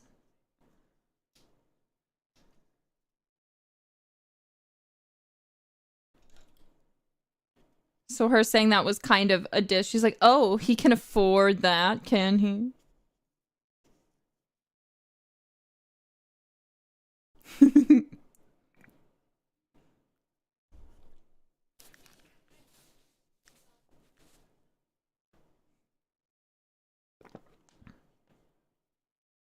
Mariah's so cute.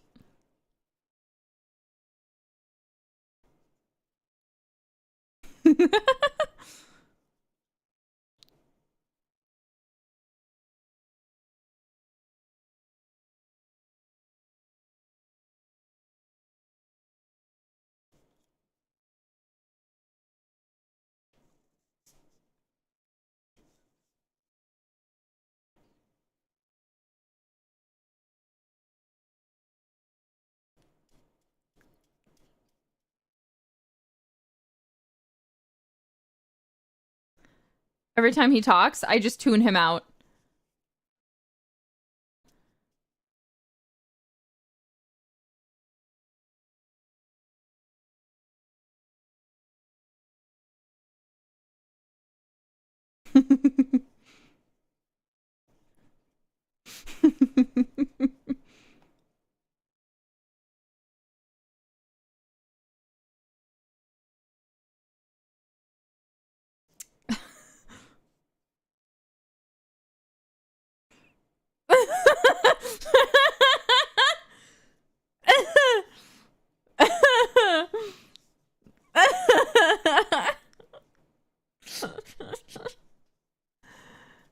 He's doing his best. I'm glad he's happy. I'm glad they're both happy.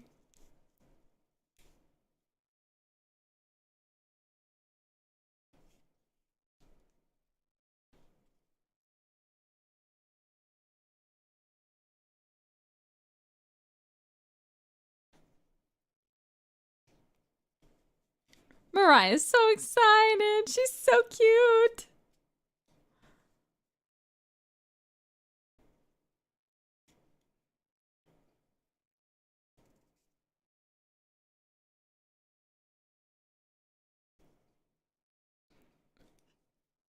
Ah!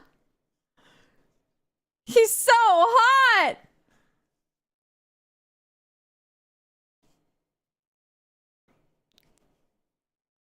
She's like, I'm gonna be thinking about that for a while.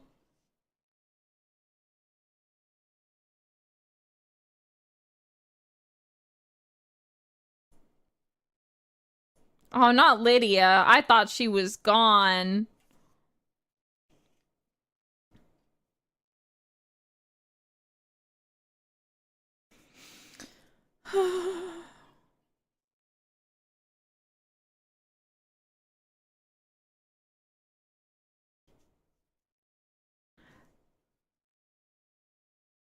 Nice food.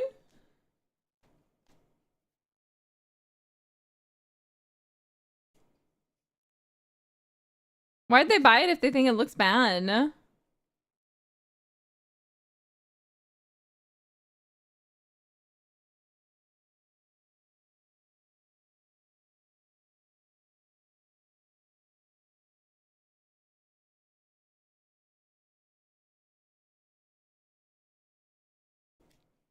Poor them. Stuck.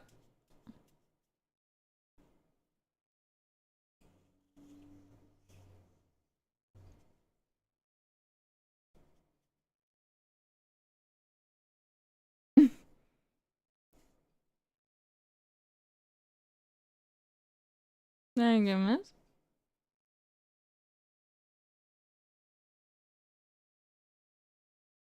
Oh,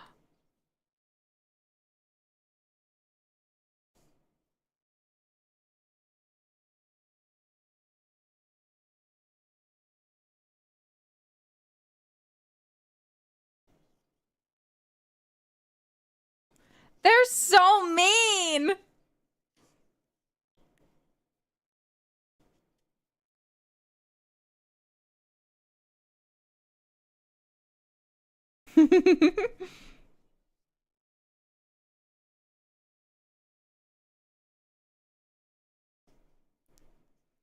She's like, damn, I wish they didn't.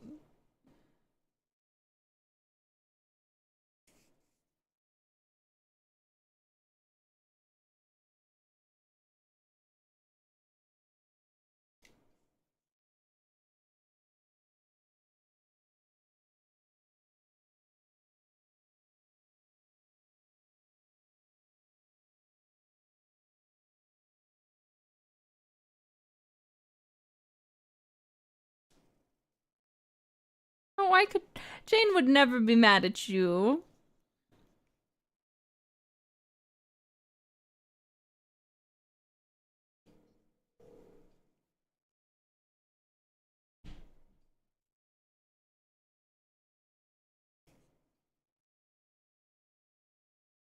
Yeah, he wouldn't do that.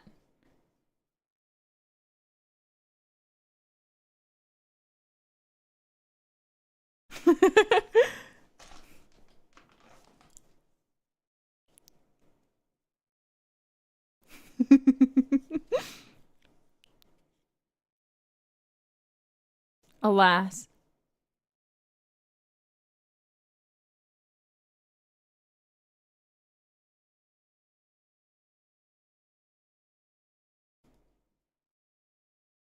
She agrees Mr. Darcy's not a bad guy.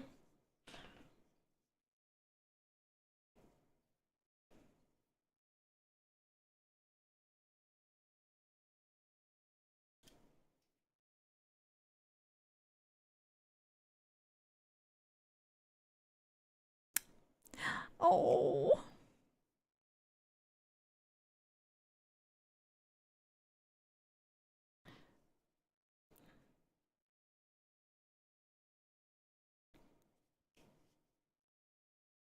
Yes.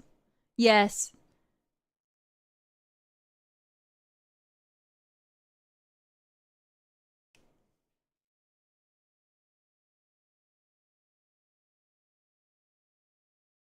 But you should tell your family.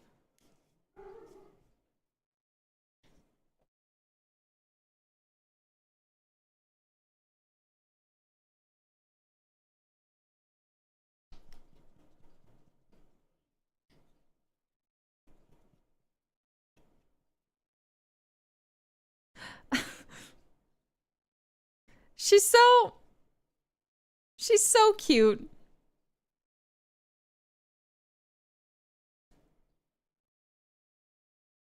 Ah, good. I missed him.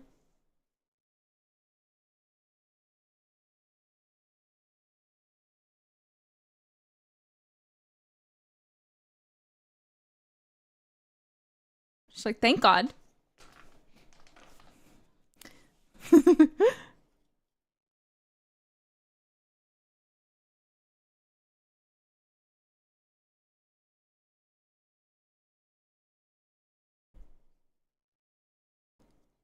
Oh, Lydia. Her hair is so awful.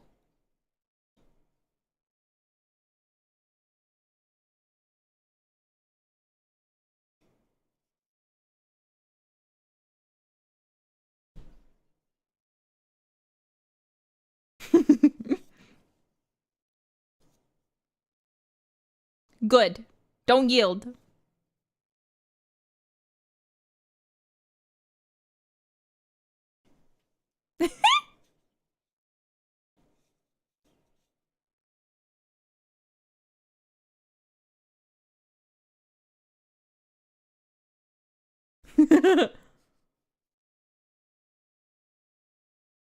I love you, Mr. Bennett.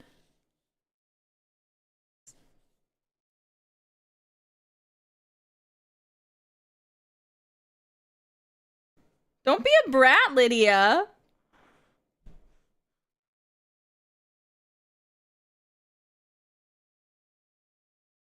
Can you believe her bad manners?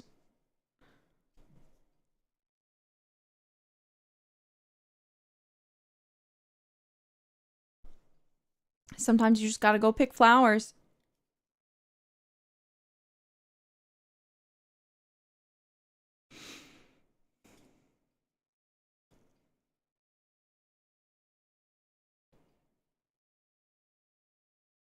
Oh.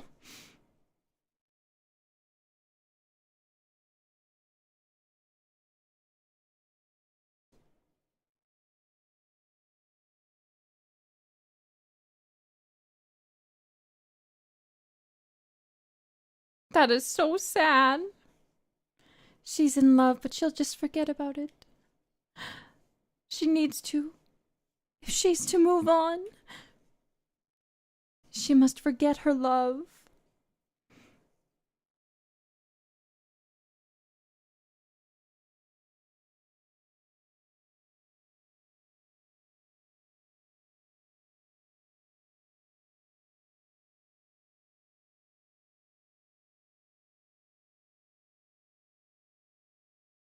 It's unfortunate.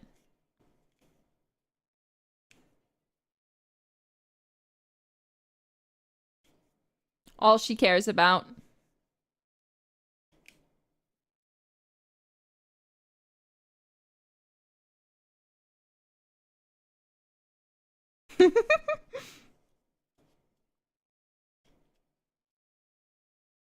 She needs to stop talking shit.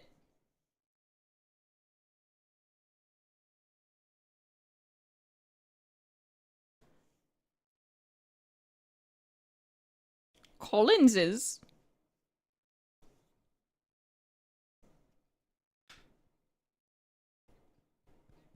Your father!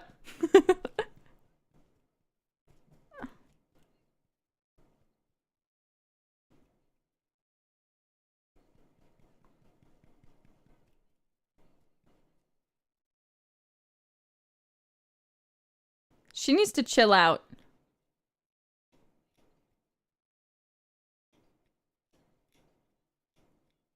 Oh no.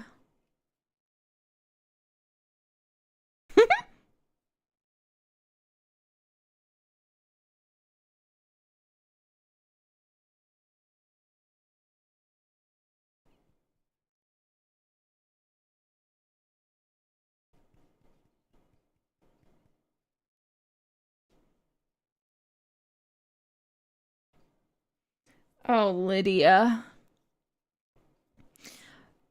Poor kitty.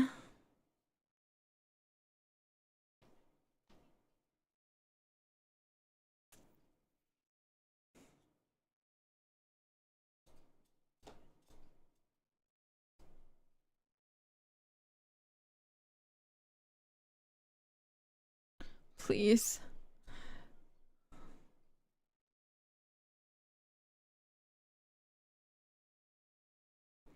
She's gonna spoil her baby girl. Oh, the officers.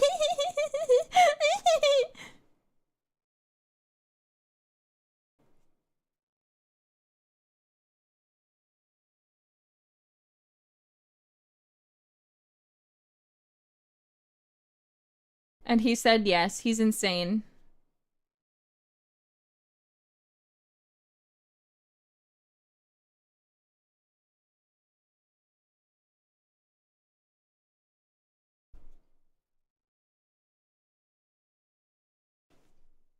Yes.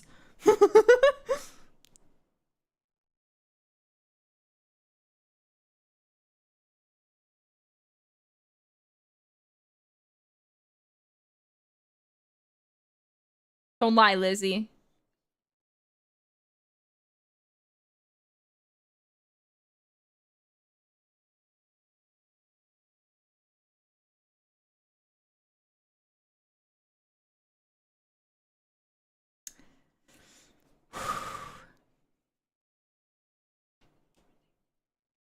He does know he has the silliest daughters in England.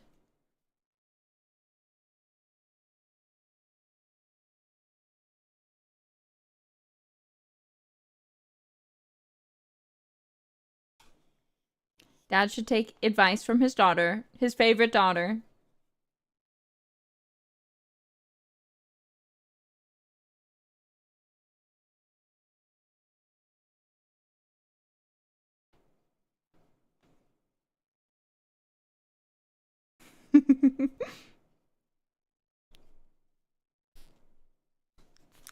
He's like, please, I want her gone.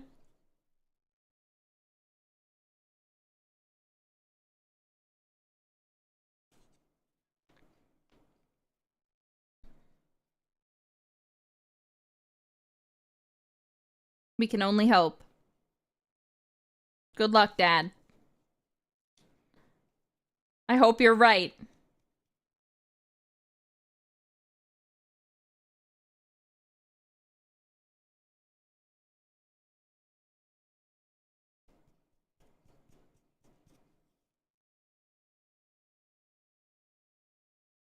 She should learn.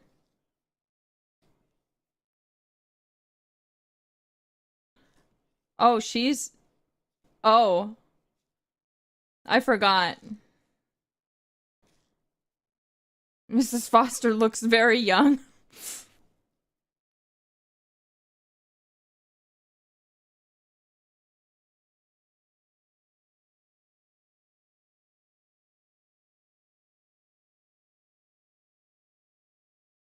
Yay, she's got another vacation up.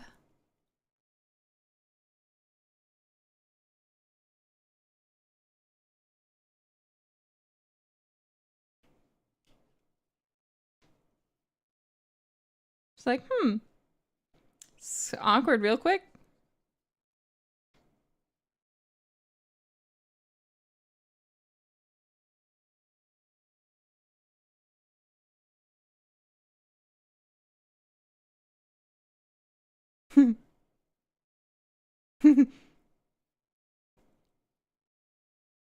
Indeed.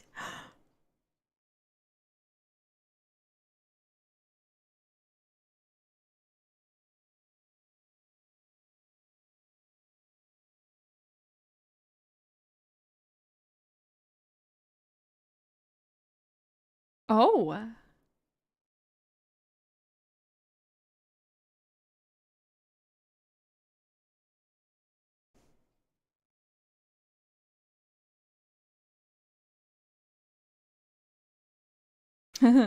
I see.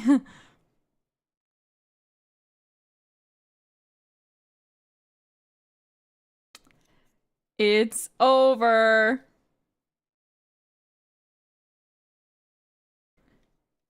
Yes. Yes, Elizabeth. Fuck that guy.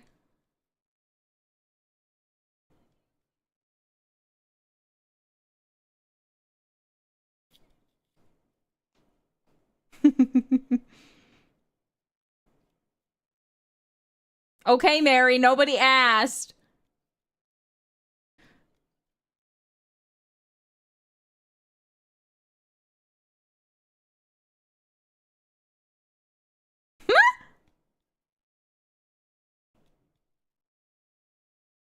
Don't. Don't do that. Please, Lydia.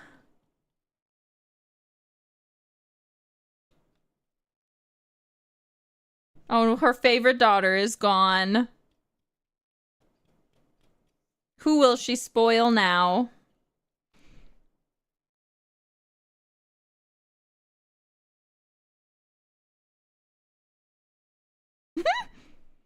He's so mean. Poor kitty. She's the forgotten daughter.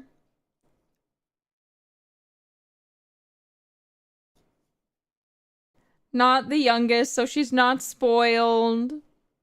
Doesn't really have anything. She's not the beauty like Jane or the wit like Lizzie is.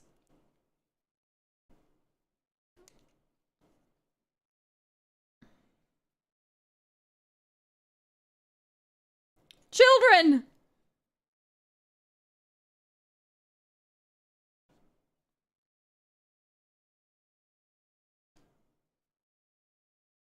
Yay, Miss Gardner's back. I love her.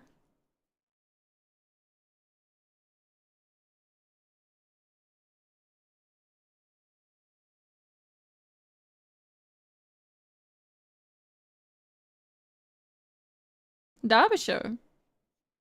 No problem.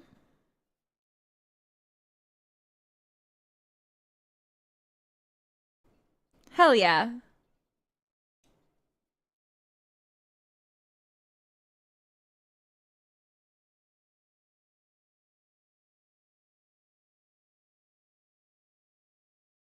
It is very pretty.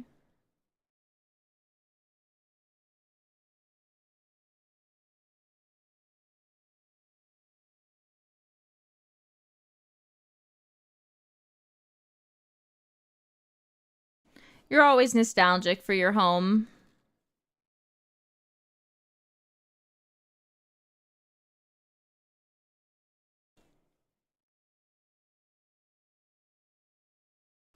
So agreeable.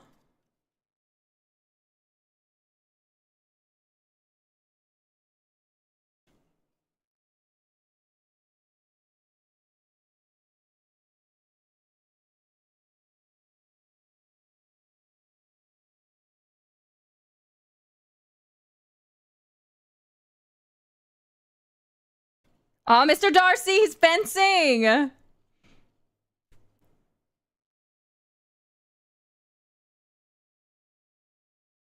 Very good, sir.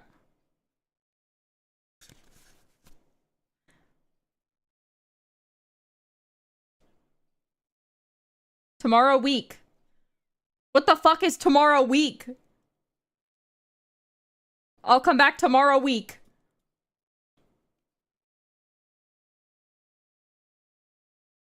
He shall conquer this.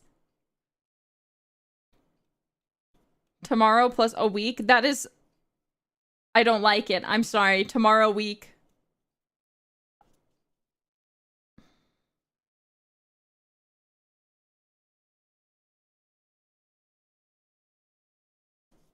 It's very valid. Just say 8 days, not tomorrow week.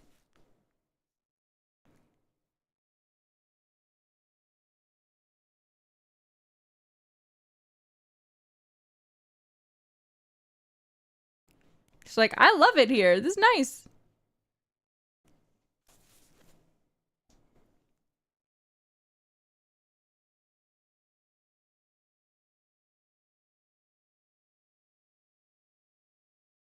I gotta go to Pemberley.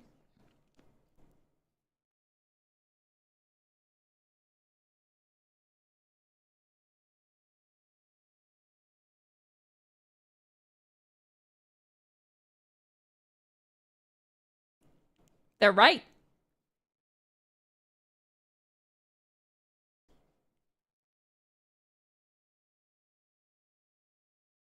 You gotta go.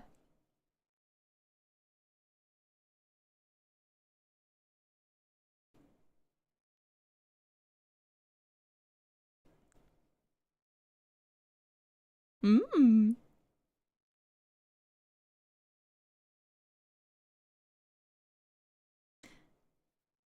Heading out. Then she's like, hell yeah, let's go. They're not here? On my way.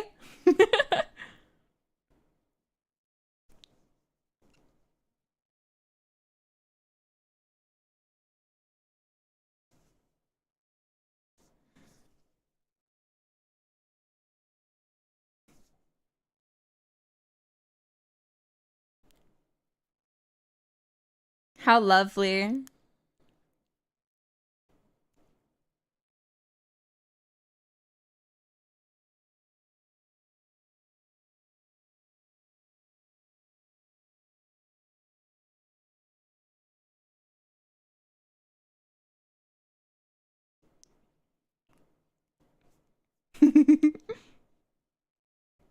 Miss Gardner looks so happy. Look at that beautiful house. Just gotta take in the view.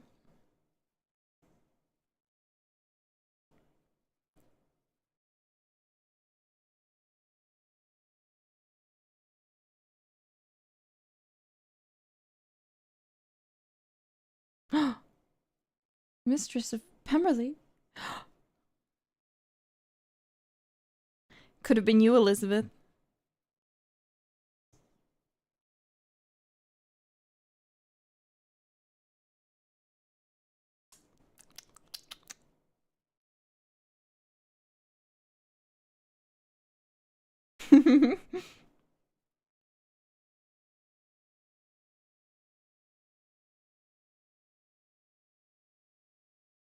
It's like, I guess I like him a little better. It's a nice house.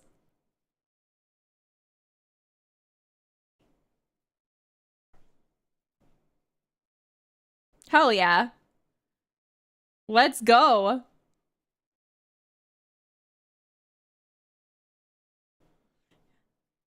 Yeah, there's no more drinking. Mr. Collins is gone. No more Catherine de Bourgh. No more Rosings Parks. No more the chimney at Rosing Park.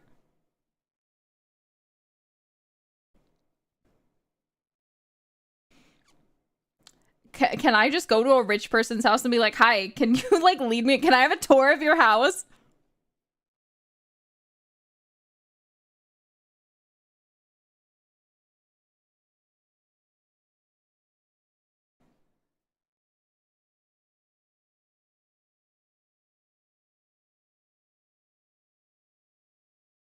And go take a look at the view. This could have been yours, Elizabeth Bennet.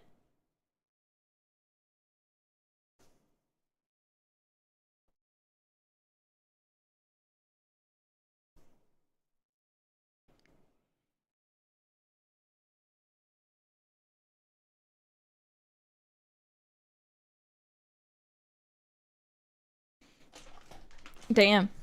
Just missing them.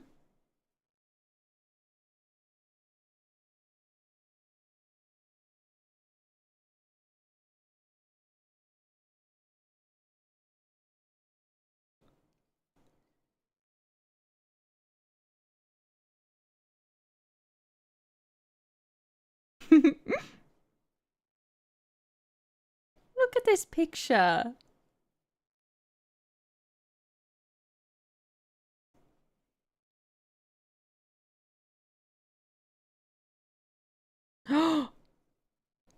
Mr. Wickham.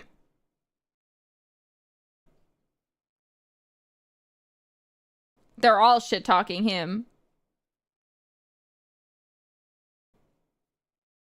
It does look like him.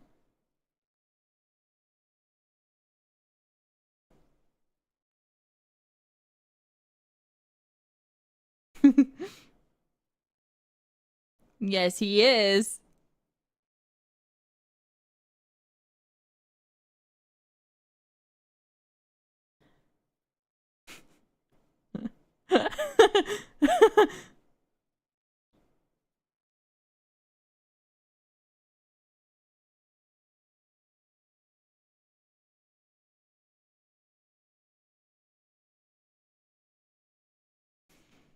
Oh. Miss Gardner's like, what the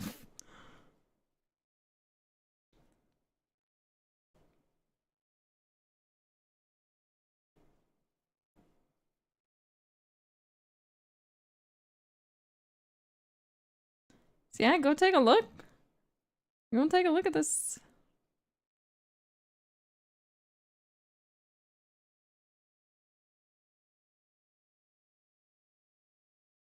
Ah, it is likely.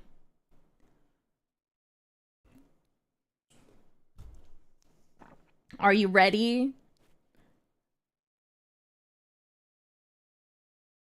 He's arriving home a day early, it seems. Unexpectedly.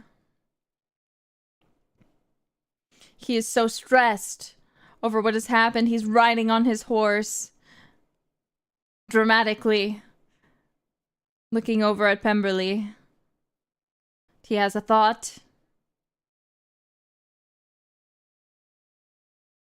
God, I want to ride horses.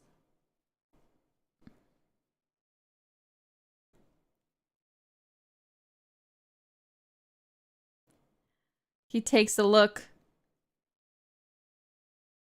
Puts down his hat.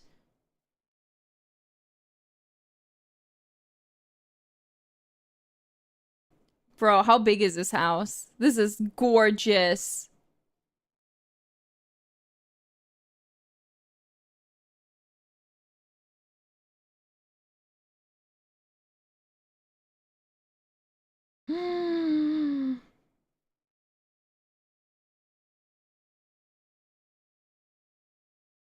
so cute. I want someone to make a painting of me in like that sort of style. Takes off his coat and sits down, unfastening his necktie. Throwing it to the side, taking off his vest.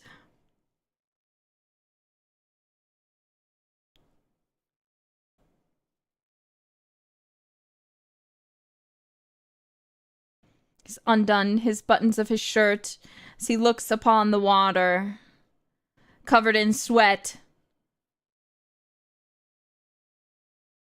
He jumps in, going for a swim on the waters.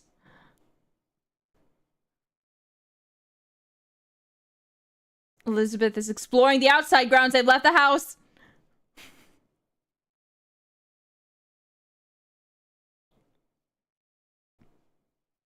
He's walking, sopping wet after swimming. He has retrieved his boots, his hat, his coat.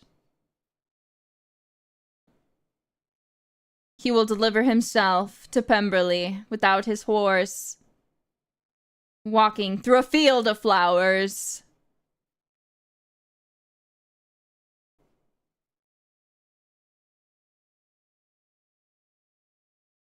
What, is he gonna swim again?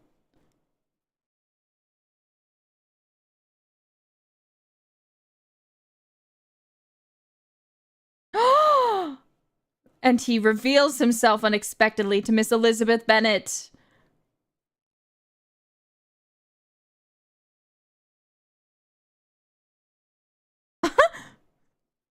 She looks down and back up.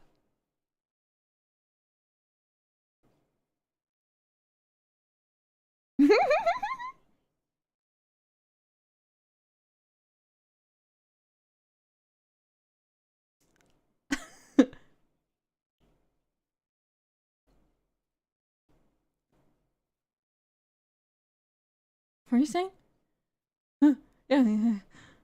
Yeah. That's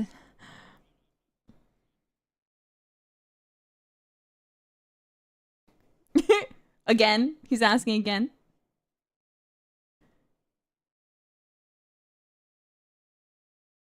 You can see his nipples. He's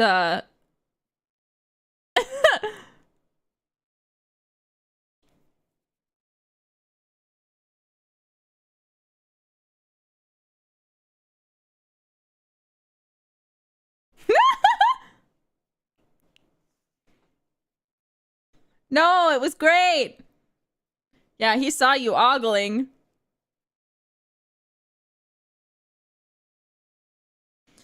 He got dressed fast. He said, "You guys better help me get clothed real fucking quick. Do my hair, fix me up. I've got a woman to find."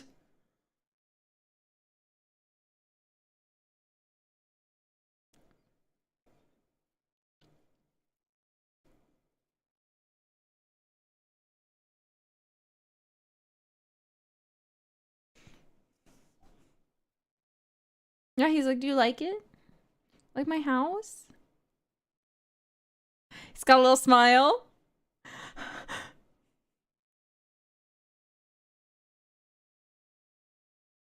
He's so cute.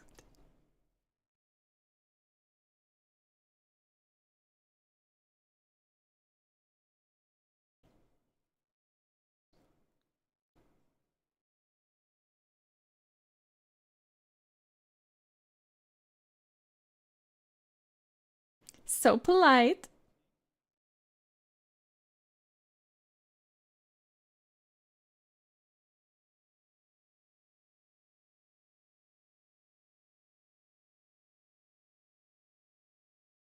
Bonding. Family bonding.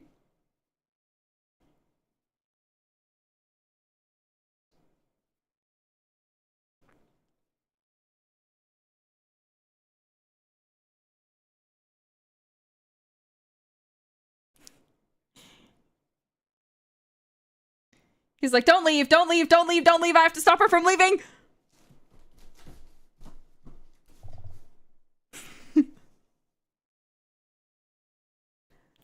right.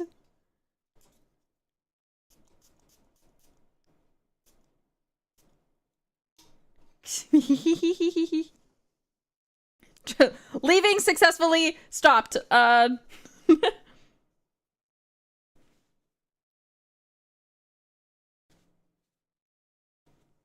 like, look at this lake. Hi, Miss Elizabeth Bennet. You want to walk with me for like a minute?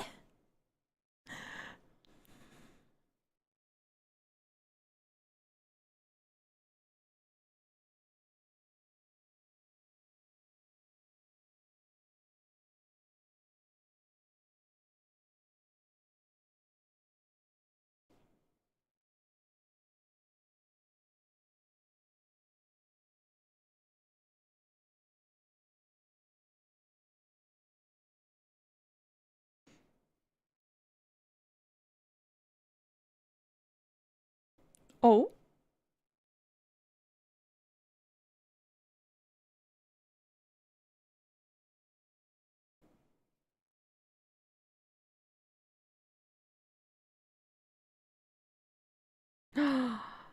Someone who wants to know her.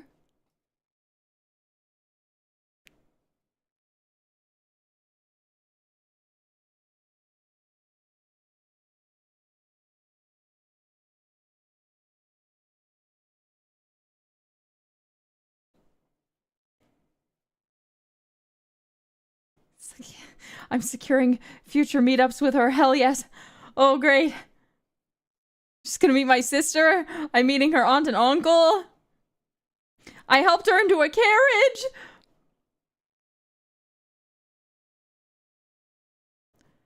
He's so earnest. I think Mrs. Gardner is also in love with Mr. Darcy. She understands me.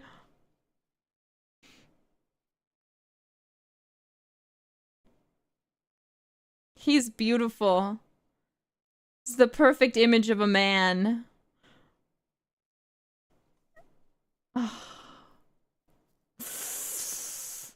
Okay. We have 2 episodes left. We are making progress. I'm gonna quick take a short break as we've been at this for 4 hours. We have 2 episodes left, so it's about time. If you need to get water, get a snack, anything, we'll start, let's say, I'll probably yap a bit when I get back. We'll start probably at 7:20, so I'll be back momentarily. Please wait.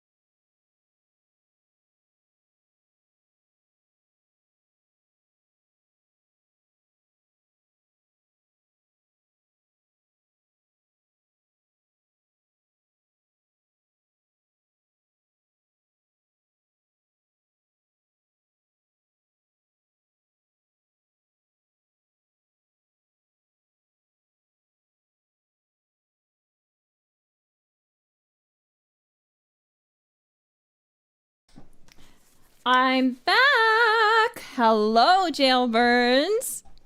So, we'll start in 5 minutes. We'll start in 5 minutes, so be back by 5 minutes if you plan to go get anything.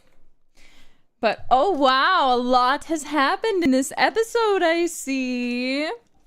We have had confirmed by not Mr. Darcy that Wickham is indeed very wild indeed.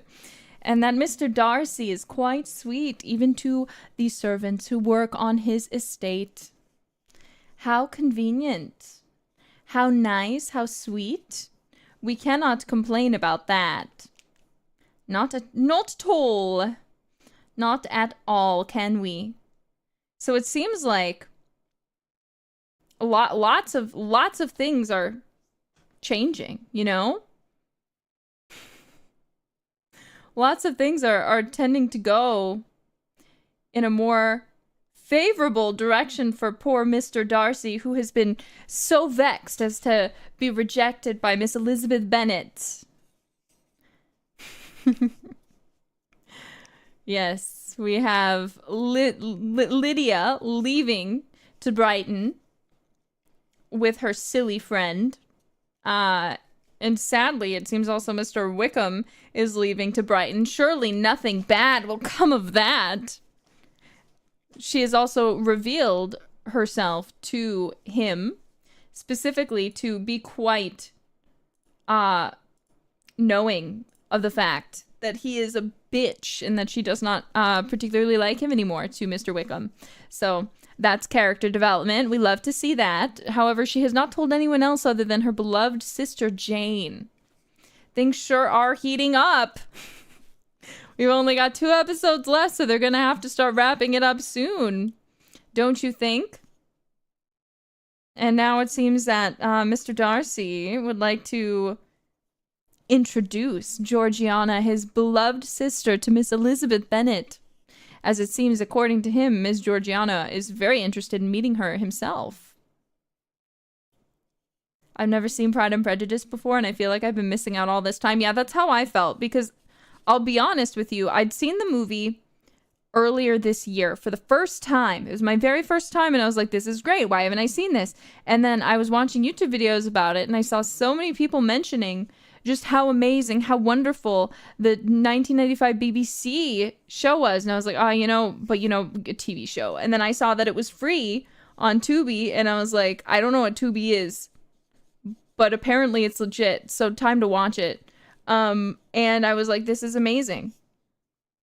This is incredible. Like, I love the movie. The movie has many great things about it. However, the 1995 adaptation just has so much more time. You get to really know Wickham a little bit more and see his connection with Elizabeth Bennet, instead of just kind of getting one scene of him looking very handsome and cute, and then he's gone forever, you know, until he does something bad, you know?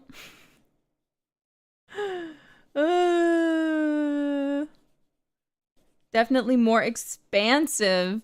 And I feel like, too, you can tell that there's a lot of interesting factors here in that some of the characters here are acted in a very similar way to the 2005. And this is definitely, I feel like, one of the most, if not the most beloved adaptation of Pride and Prejudice. So I think it is very interesting that a lot of decisions here seemed to have translated very well, or been, in a way, very maybe heavily inspired by this adaptation.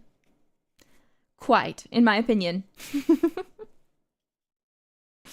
Yeah, the TV format is much better to adapt it because it is quite a long book. Do you have plans to do the Sense and Sensibility movie? Yes, absolutely. I think we'll just do all of them. All of the Jane Austen adaptations that I like. Because why not? I love Sense and Sensibility. Persuasion was nice too. I really like the 2020 Emma. Not zombies. We're not doing zombies. We're not doing that one. I refuse. But anyways, we have about a minute and then we will continue. If you are back, and please become ready very soon, as we will start very soon. Clueless watch along. I liked Clueless. I watched it for the first time this year as well, and it was good. It was good because it is also based on Jane Austen's Emma, which is why It's a little strange. I've been on the Pride and Prejudice and Zombies train all day waiting for you to say we'll watch it. Maybe we will. Maybe. If I run out of Jane Austen stuff to watch, maybe I'll give it a go. We still got Higurashi Kai though, right? Yeah, we still gotta watch that too. We've got a lot. We've got a lot on our plates, Jailbirds. Let's finish this one because we've got 2 episodes. Are we ready, Jailbirds? Per usual today, it will be on go that we hit the button. So, 1, 2, 3, go! BBC. Colin Firth and Jennifer L. Apparently, someone said I think it's L. David Bamber, Crispin Bonham Carter, Anna Chancellor, Susanna Harker, Adrian Lucas, Julia Sawala, Allison Steadman, Benjamin Whitrow. In Jane Austen's Pride and Prejudice. Screenplay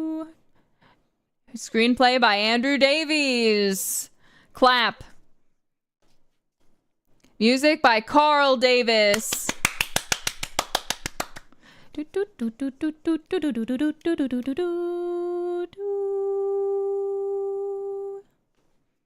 We're seeing that cliff again, the cliffside. We're looking at an open field with one single tree in frame, and now we see a sign that says The Bull. We see Elizabeth walking through an alleyway. Oh! She's being waited upon by Mr. Darcy.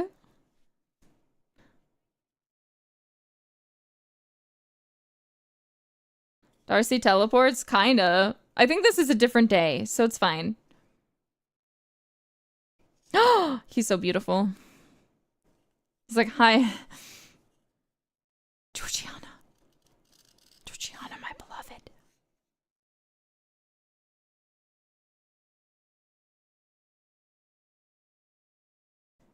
Yay!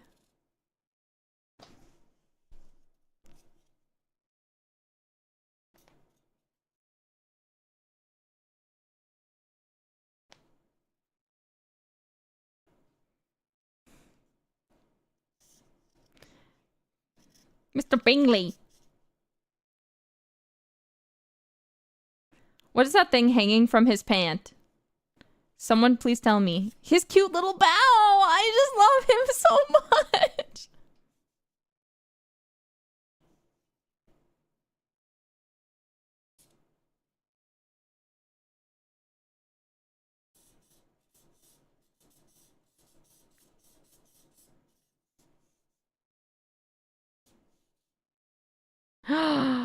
She's like, what the?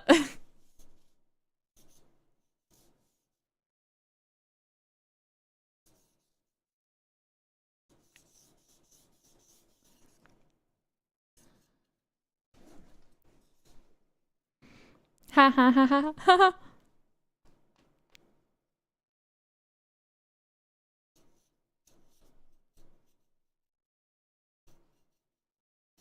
She's so cute.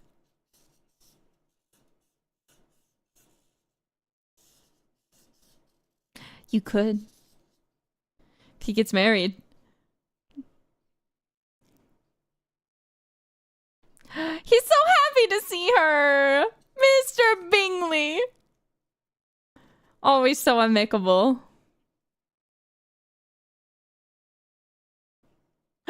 Yes.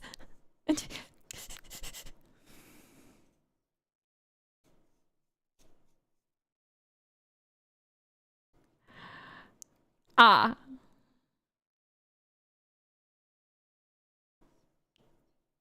Poor Georgiana.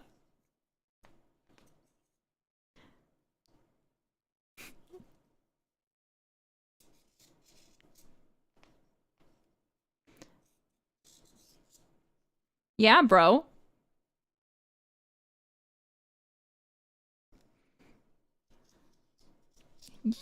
You should go back then. Exactly, he remembers the specific date.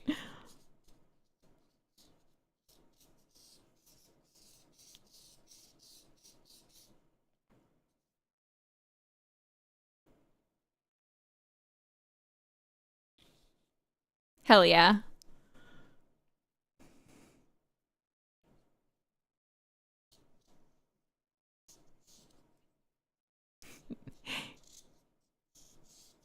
Poor Lizzie. Look at him!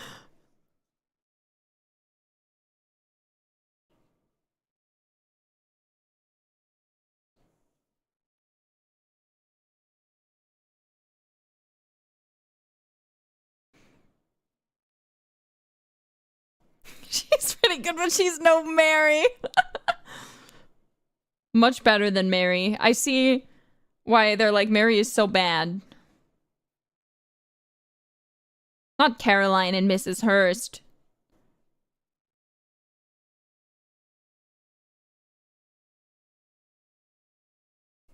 But Mr. Gardner's happy to be there.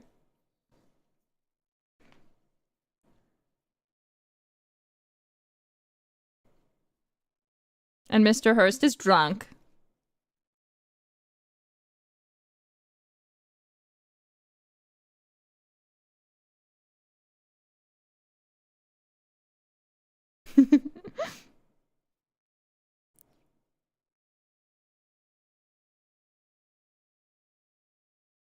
Oh.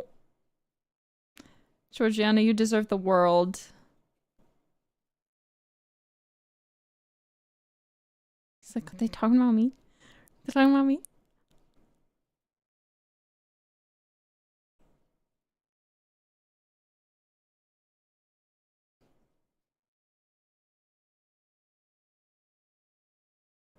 It's like, get to it, Georgiana.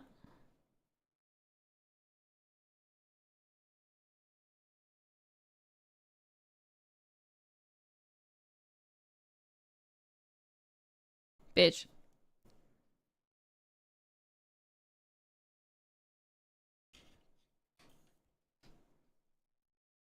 Darcy is...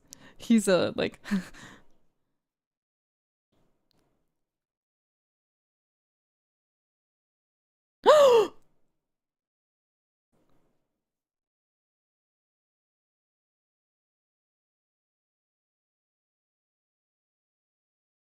Good save.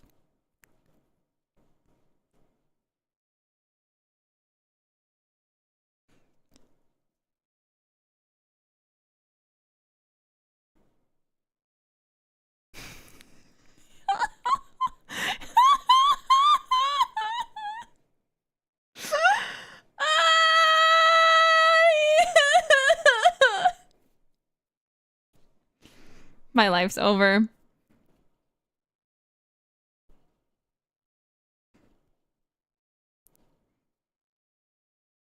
The way he looks at her is just so good.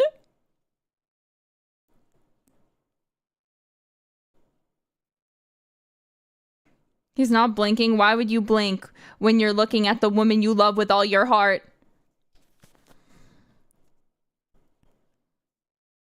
Bro.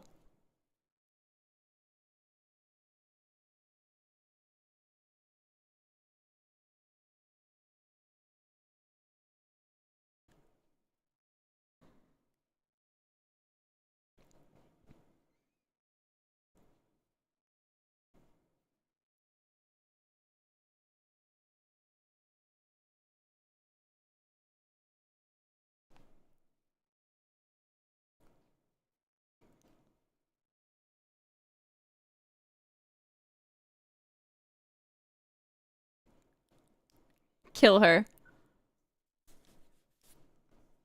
Kill her. Destroy her.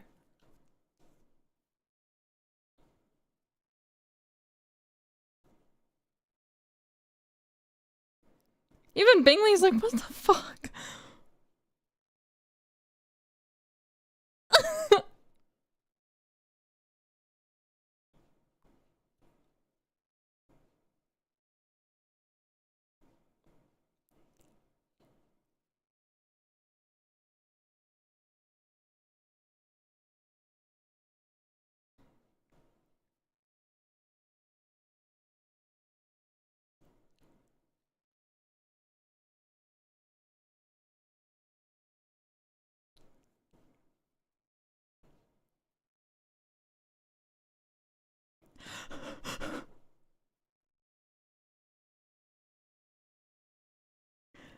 I love him so much. He said, "You don't just get to say that. You get them, Mr. Darcy. Mr. Darcy, my beloved. Standing up for the woman he loves, even when she's not there to see it. That is a good man."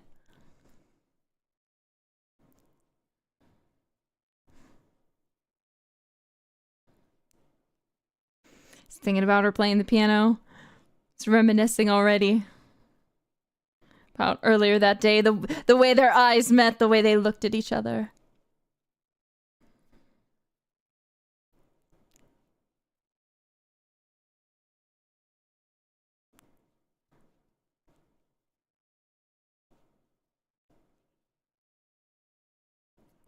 He looks good in green.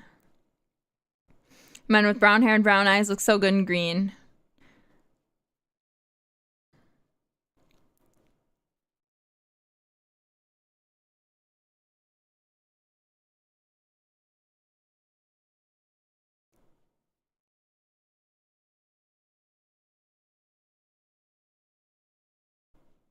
He's on his way.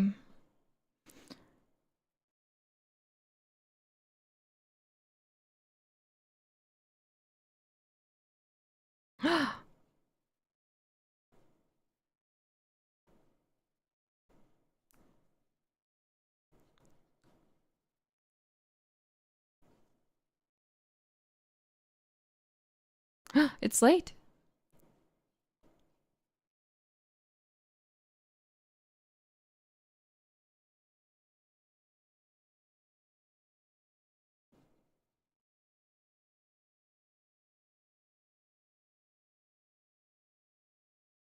Thank goodness. Stay and read your letters.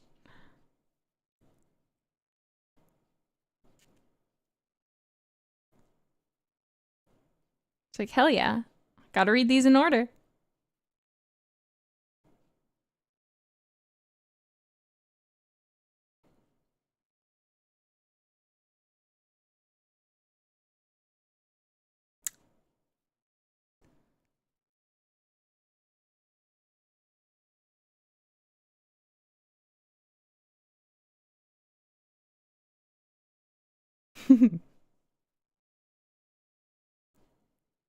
Mama.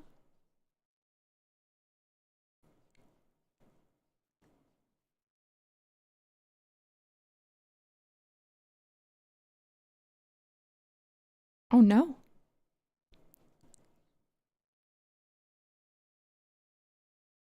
Poor Lydia.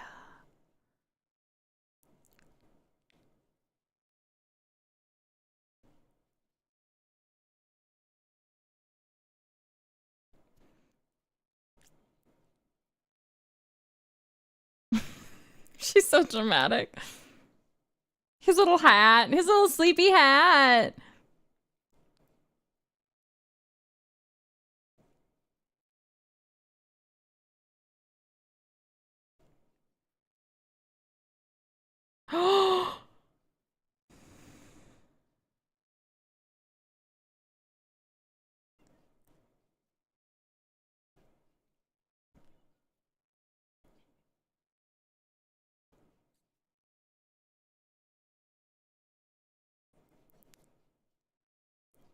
It's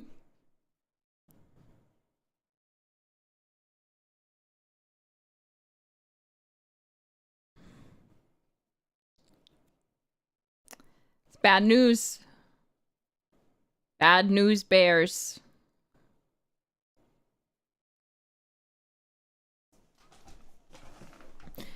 Yeah, I don't understand why Lydia.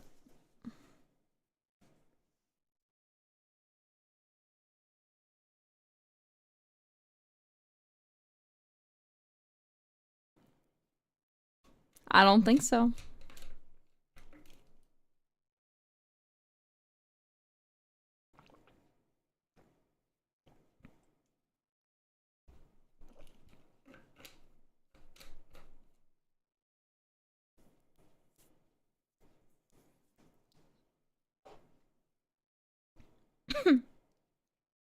Poor Lydia, nah.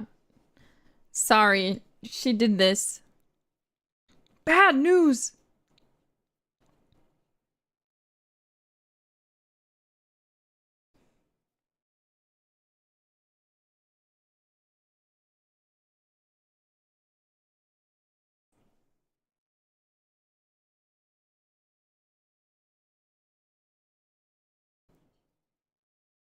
Poor stupid girl.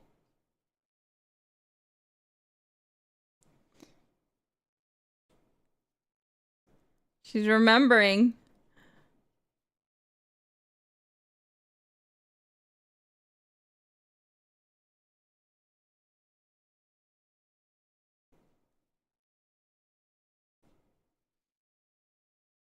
You gotta go. You gotta go. Mr. Darcy!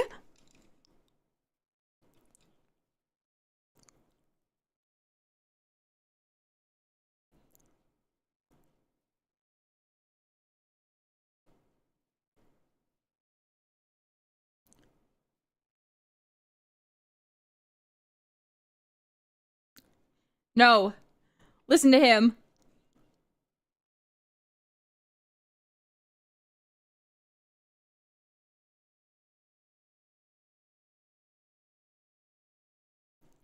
Very nice girl. It's like, tell me, grabbing her hand, tell me, what's wrong? He's worried.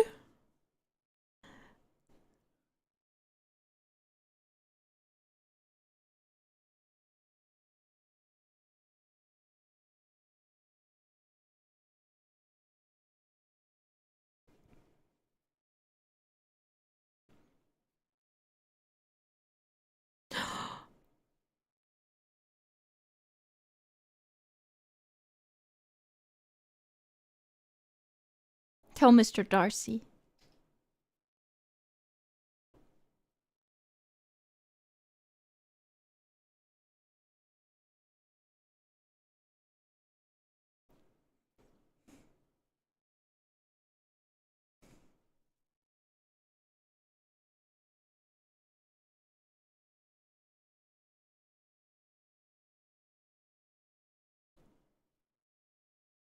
Shit.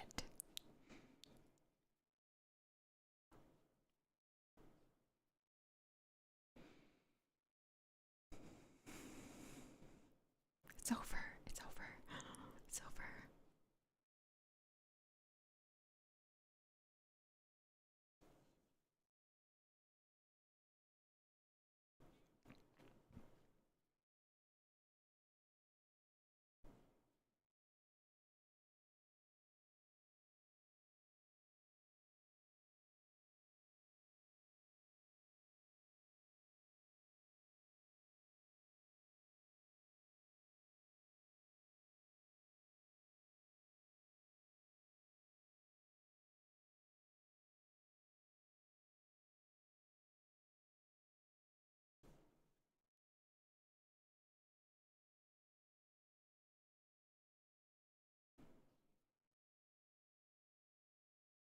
Oh.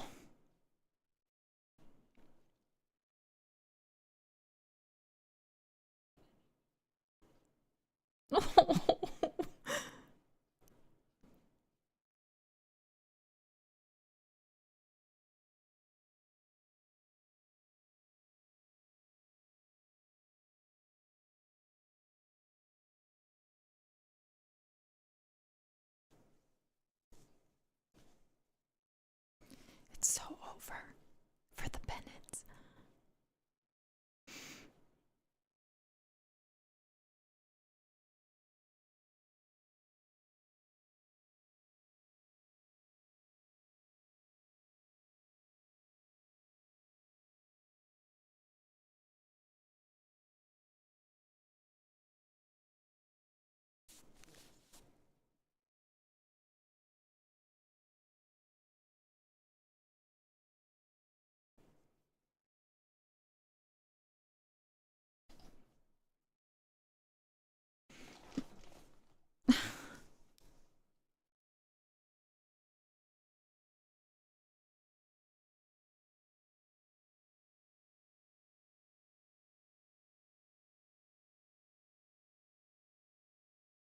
Oh.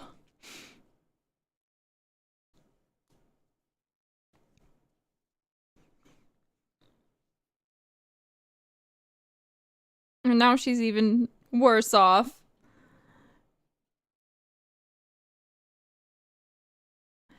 Oh, Elizabeth Bennet.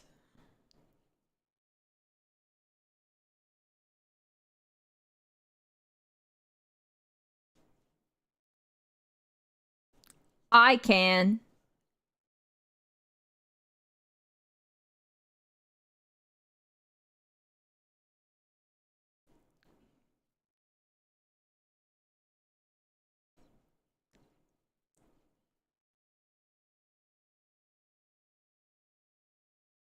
I don't think so.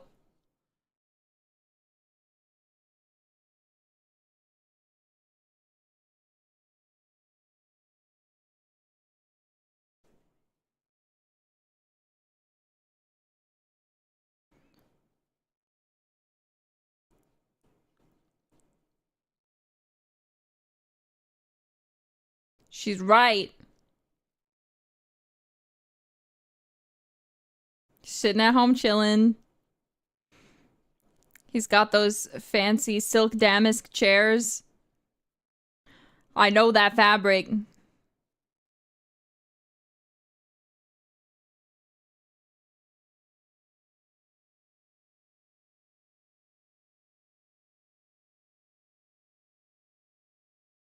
What?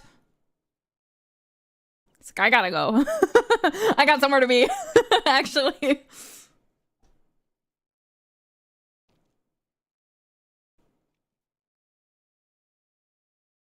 Sorry, Caroline. He is not interested in you and your shit talking.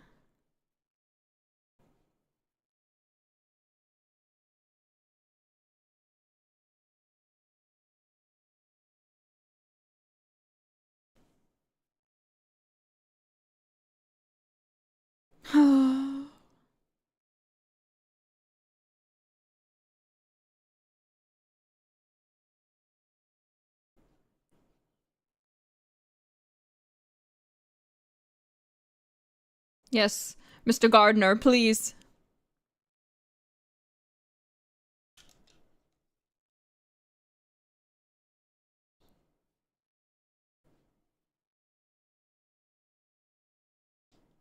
Oh.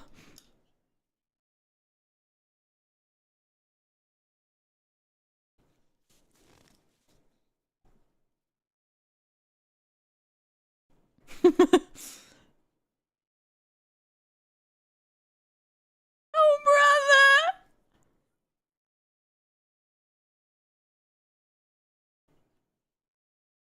brother! She's blaming her husband.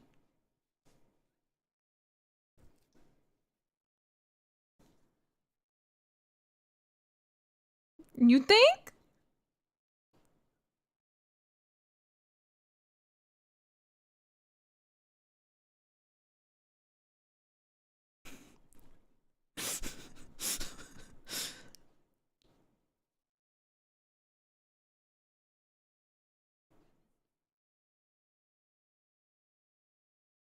Miss Forster's like, shit.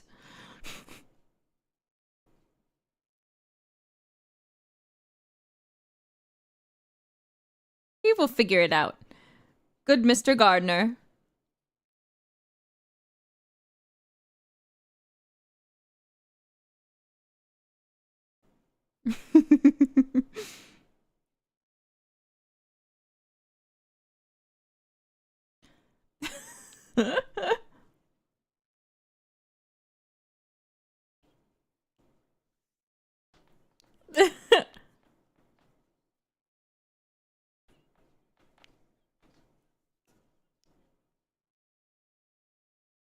She's she's dying.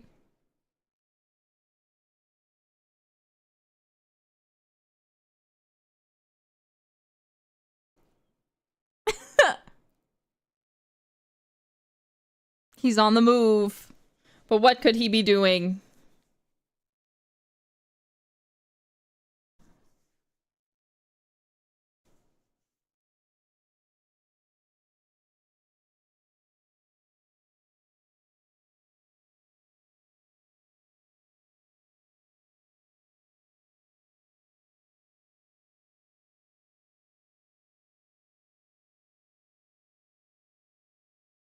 Mary.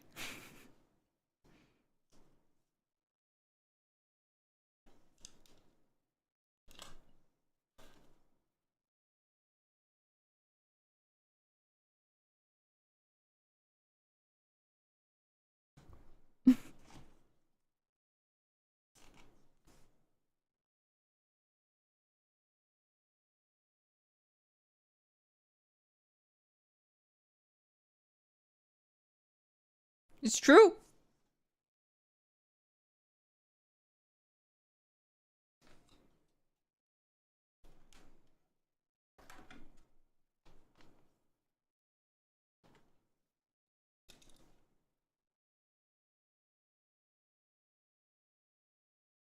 You're freaking everybody out, Mary.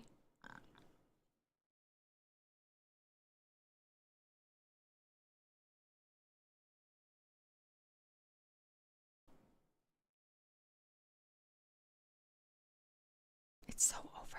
It's so over. They're ruined forever. None of them will ever be able to get married. They'll be destitute. It's all thanks to Lydia. I knew she was trouble.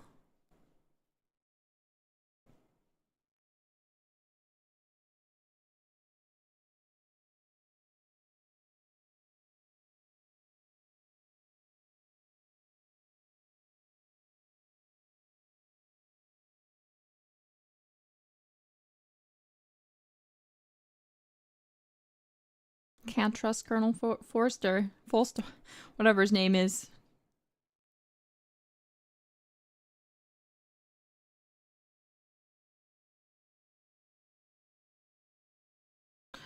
Oh, Jane.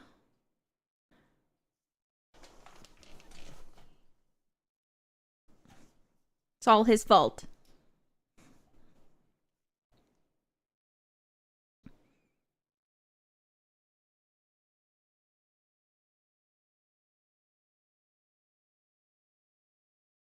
Glad they gave that to them.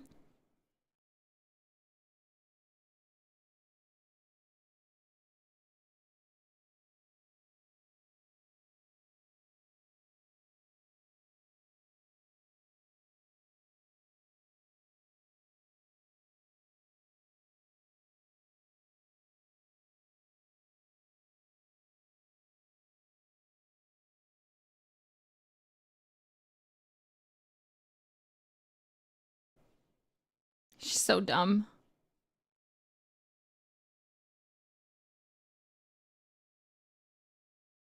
She's so dumb.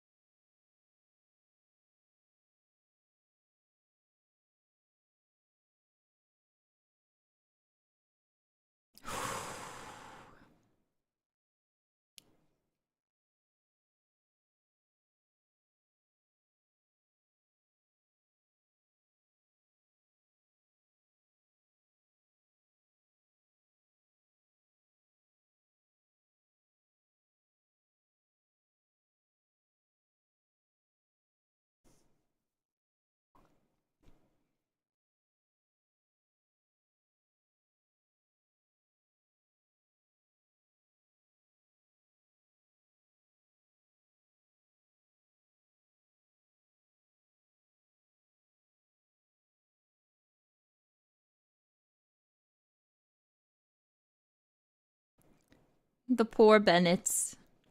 Whatever will they do? She's sad for so many reasons. But one of the things plaguing her most is that she believes that Mr. Darcy, due to her family being ruined, will not consider her again after she's realized she has been falling in love with him too.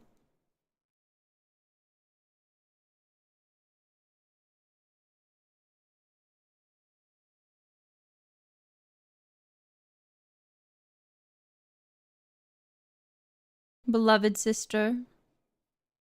Jane!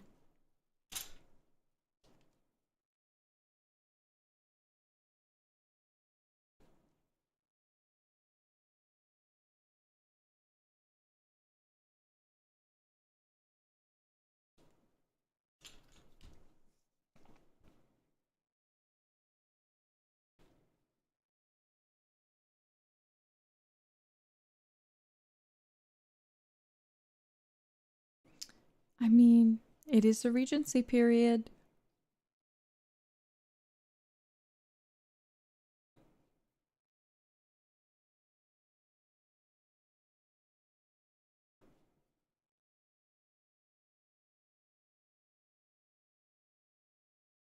It's so over.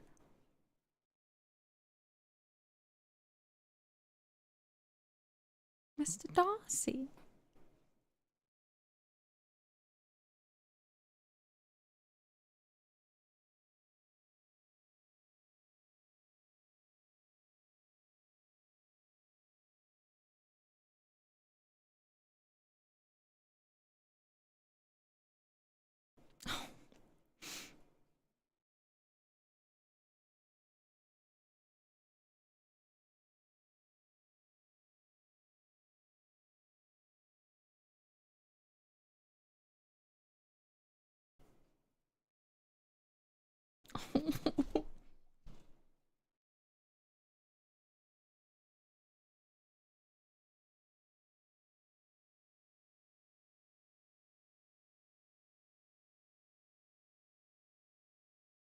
It's like, I hope.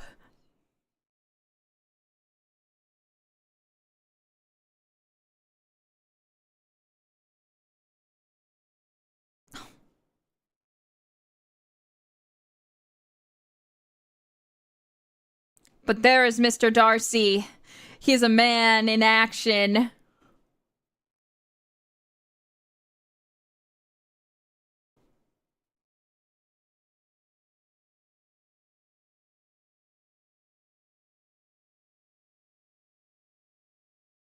Look who's coming! Not Mr. Collins.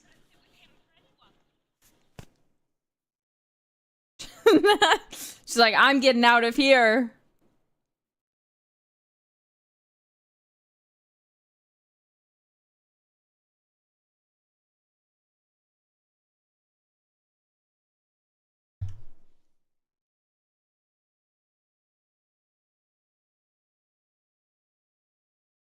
Ah.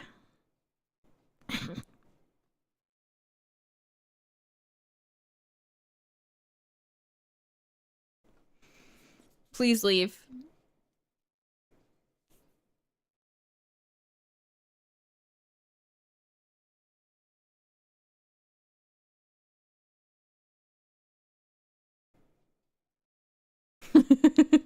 Mary.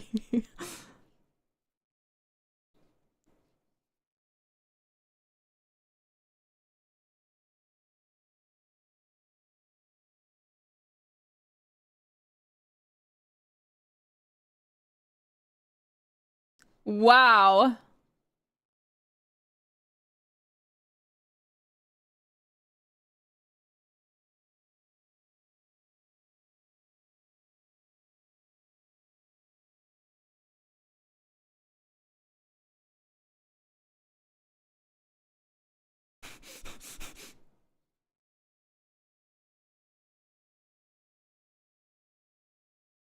They should kill him. I think they should kill Mr. Collins. Take a drink. It's time.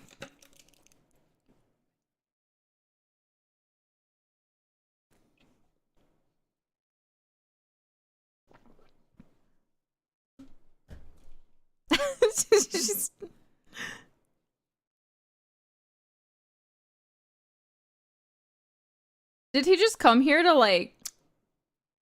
What's it? What? Why did he come here? You should leave.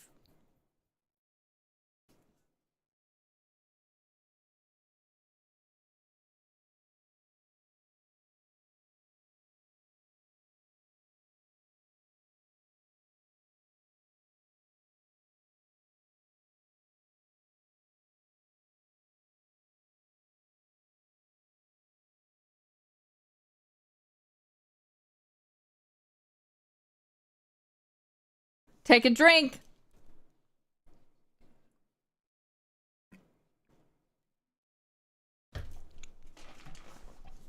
Please away. Please away.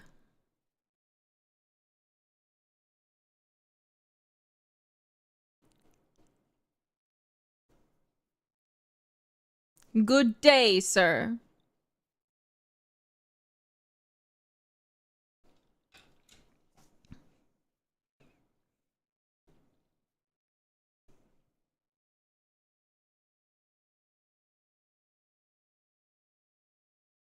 Mary, no one asked you.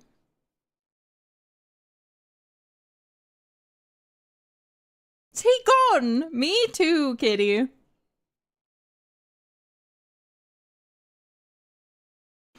Aunt Phillips.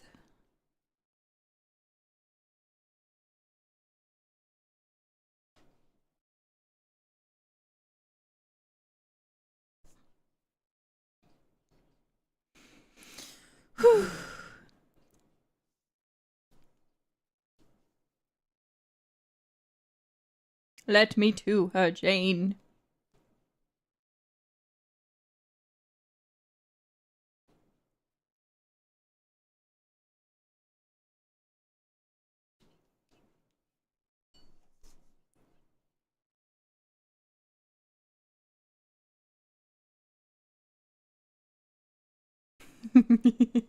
Oh, wait, I'm a demon from hell. We're not that bad.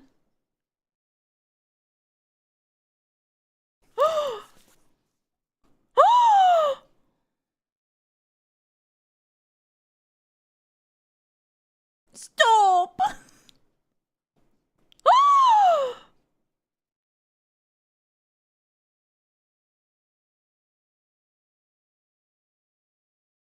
We should kill Wickham.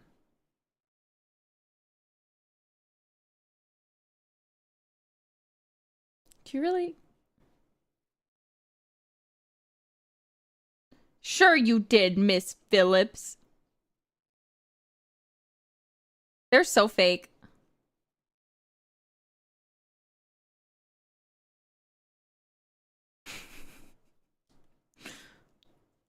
Ow, my poor gal.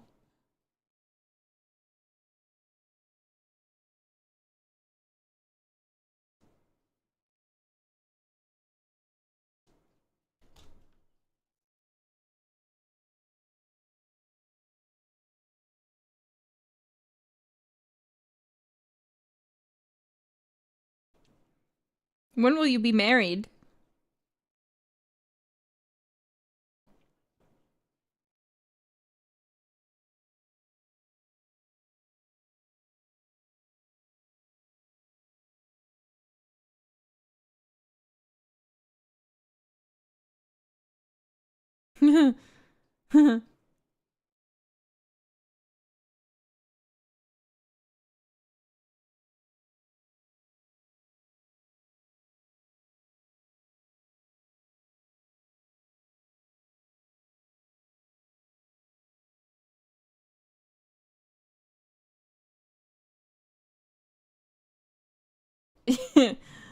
Wickham does not look particularly excited.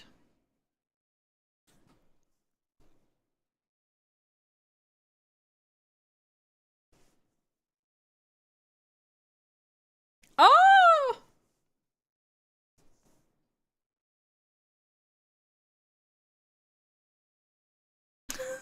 Why does he want them to fight so bad?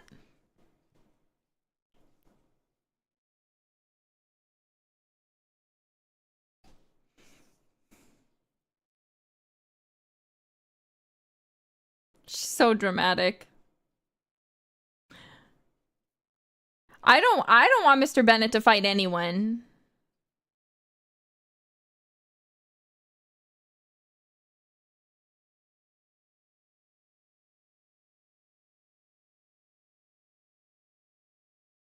Poor guy.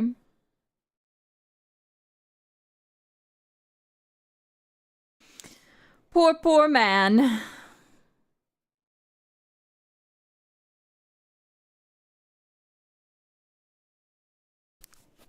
It's Mr. Darcy. Still hard at work. The man he is.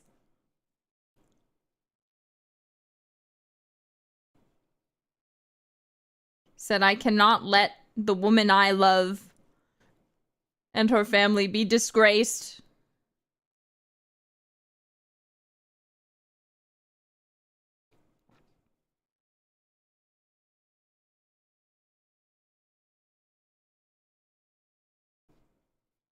He's like, hello.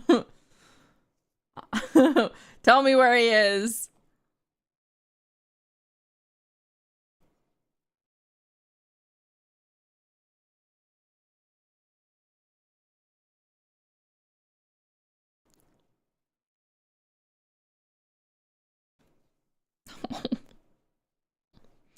It's not like Mr. Bennet to be so sad.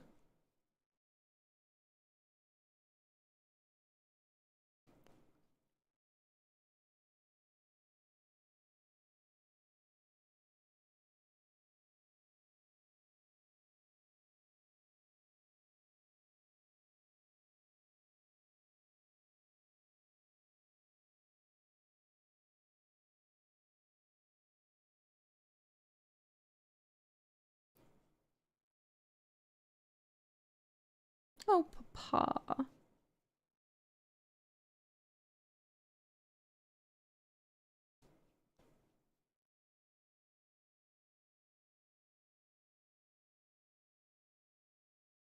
Oh. Yeah, this is very not capital.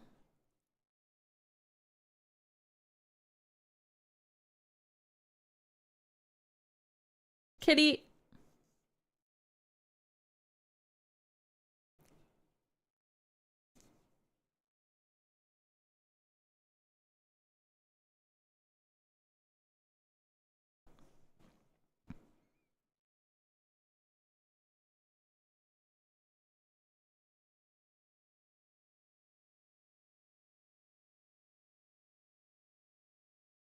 Mama. Mama.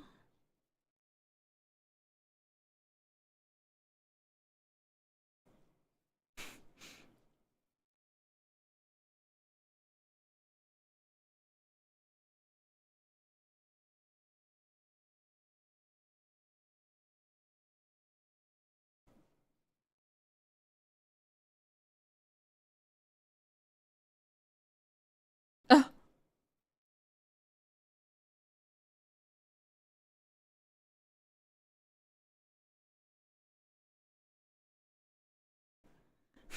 Sorry, Kitty. Thank God.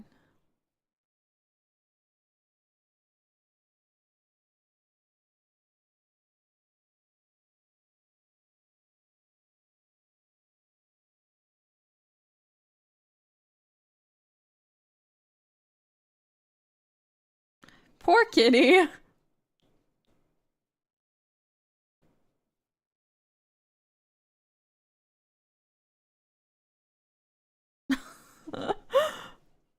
It's like, oh, well, I'm just gonna go.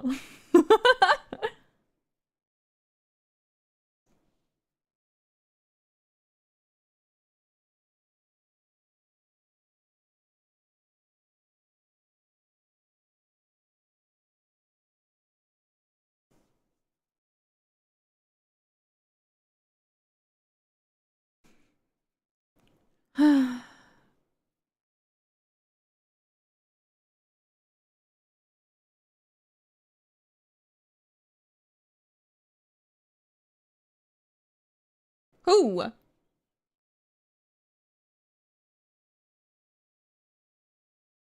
He's so angry. Mr. Darcy! They've been discovered.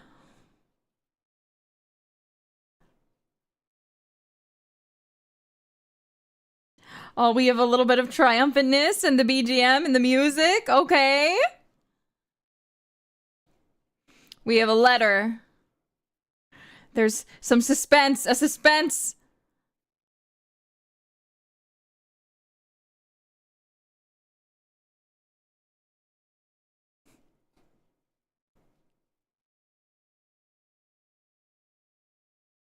Thank you, Hill.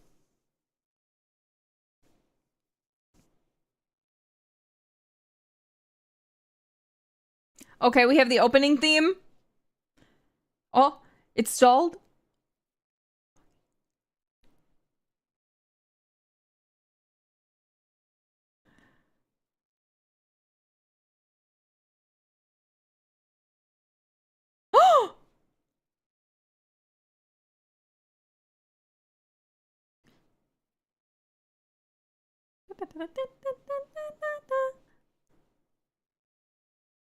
Okay, okay.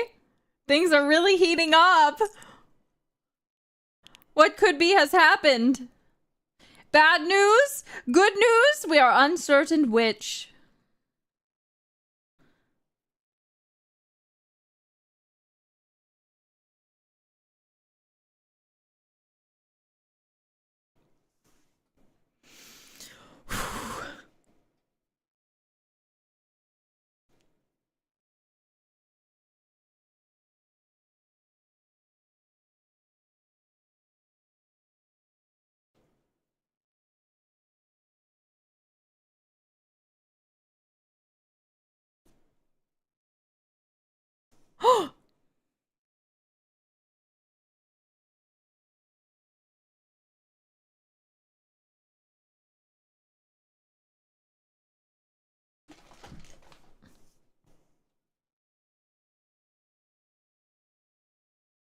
Right on.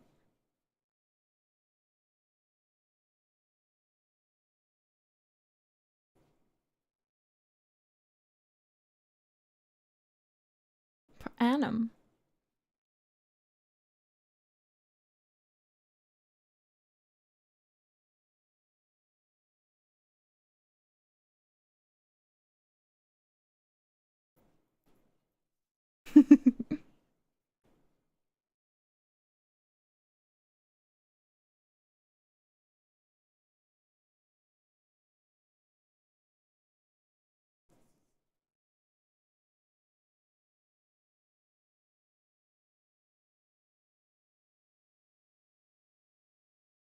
It's fine.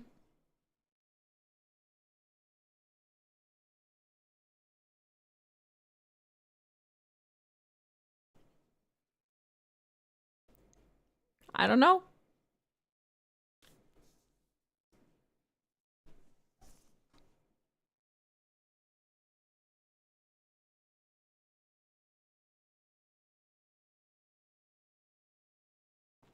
I don't trust that, Mr. Wickham.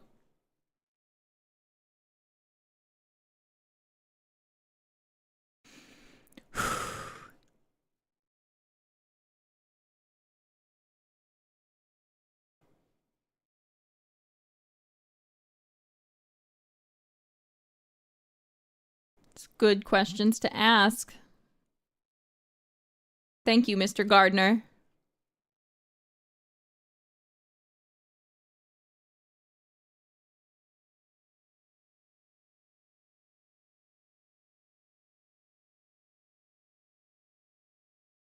She's like, I wish she didn't know.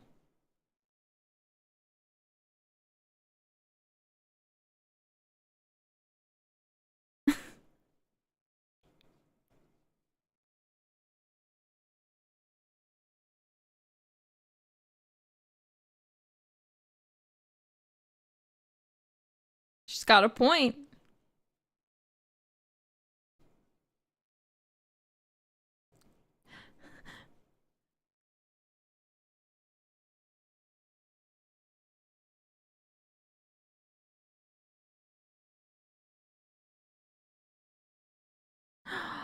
She's so cute. She's so valid.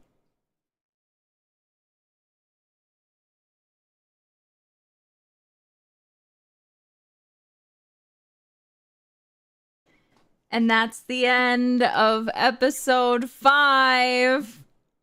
Meaning we have but one episode left. But one. Jailbirds! How are you doing? How are you doing? We're in the home stretch.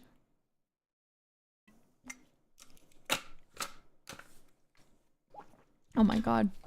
It's so thrilling. It's so thrilling. I'm sorry. I'm so excited. It's one of those things. I know what happens, but it doesn't matter. My heart's like, you know, like, it's very a doki doki moment. Ugh. Jeez.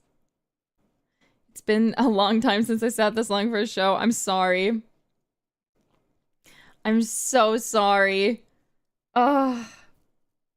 I love this so. Okay.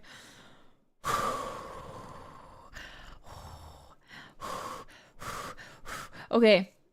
I don't want to wait. Let's just watch it. Obviously, we've had a lot happen this episode. A lot has happened this episode. A lot. And it's so over, is all there is for me to say. Let's finish it off. Let's go. On go. We will hit the play button. Are we ready, jailbirds? Are we ready to watch the last episode? 1, 2, 3, go.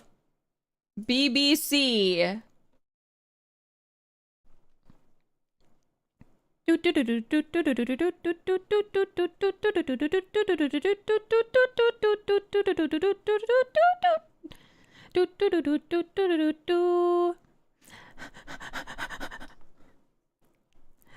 Adrian Lucas, Julia Sawala, Allison Steadman, Benjamin Whitrow. And Jane Austen's Pride and Prejudice. Screenplay by Andrew Davies. Thank you, Andrew Davies. You did very well. Music by Carl Davis.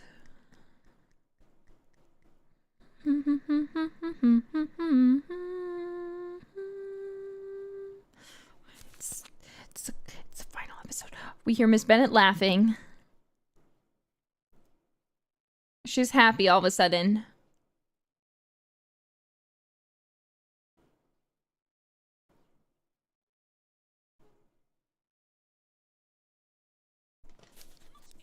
No.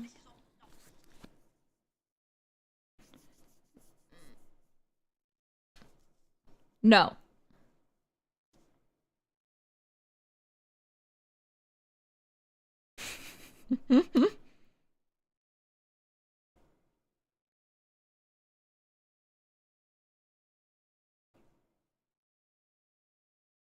Very vexing.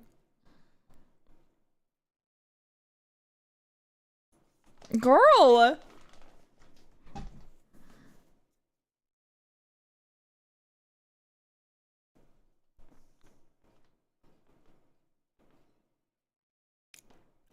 Girl.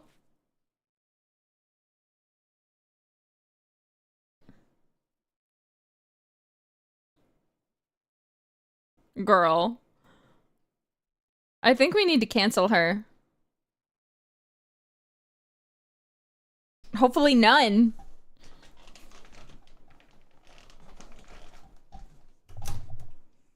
My sister Phillips.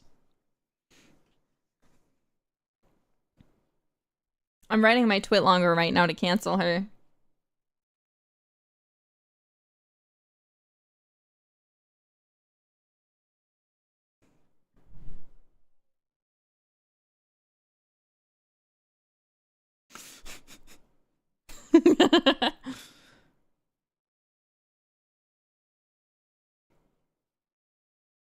She's got a voice that carries.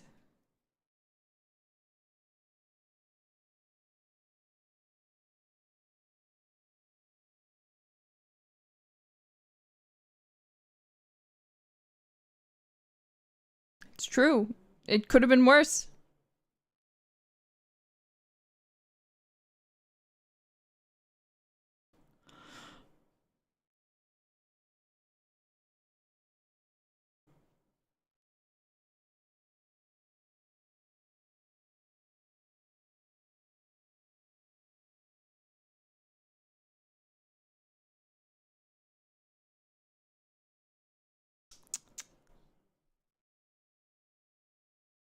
You had a lot of daughters.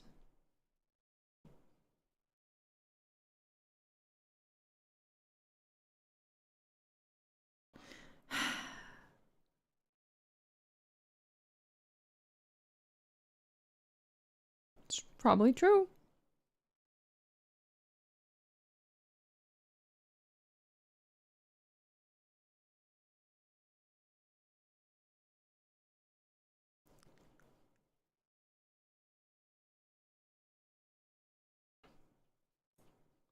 Yeah, you can't really complain.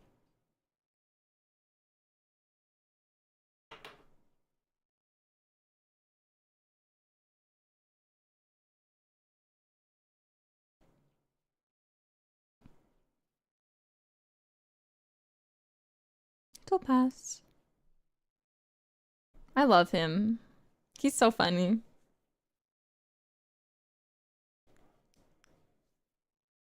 Puppies.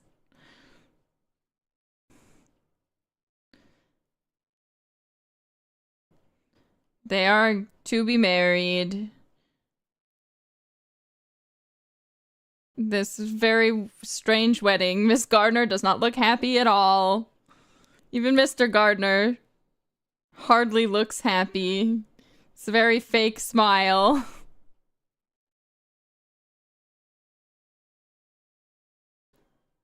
Darcy, I think you should kill him.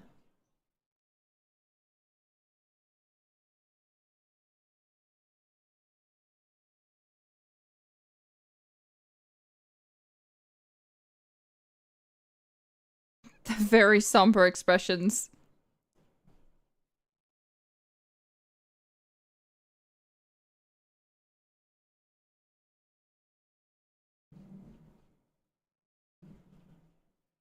Very beautiful man.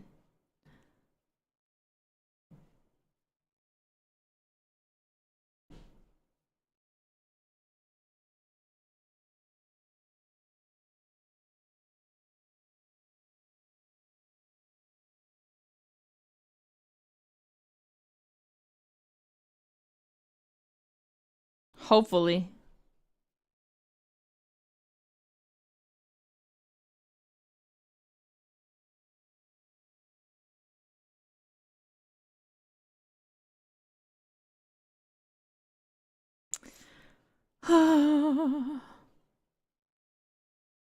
Dear Wickham.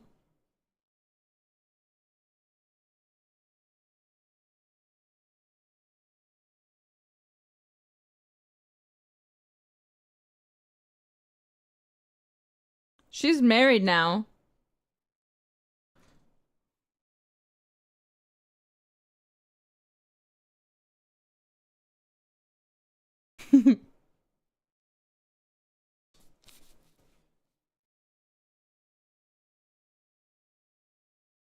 No.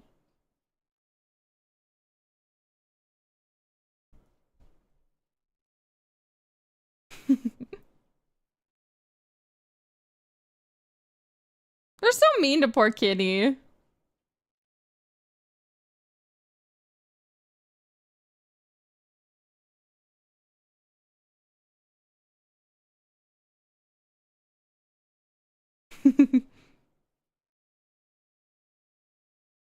But here they are.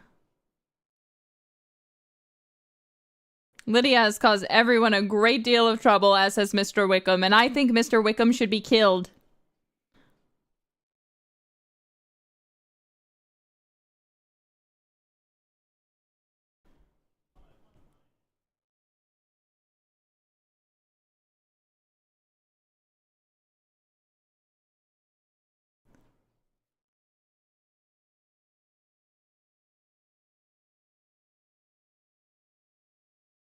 Bitch.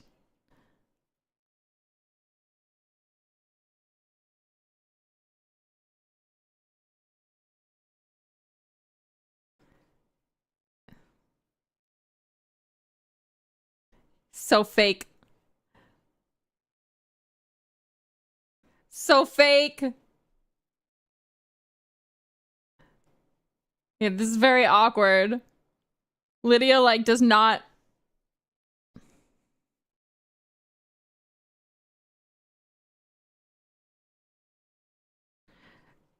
You have to walk in order of your birth.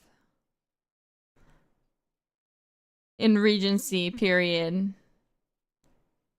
Which is why you always see them walking in birth order. But as she said, because she is married now, she goes first, despite being the youngest.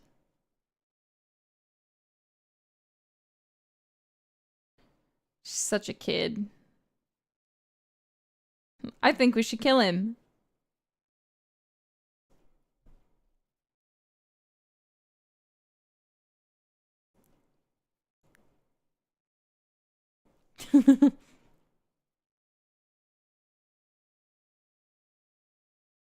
We should kill him. Now he's just being annoying.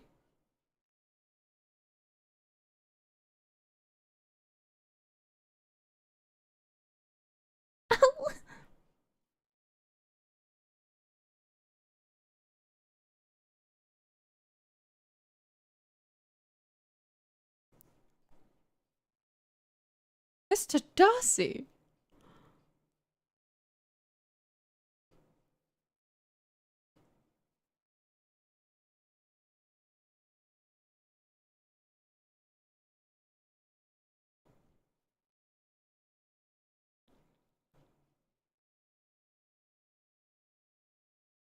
She's so dumb.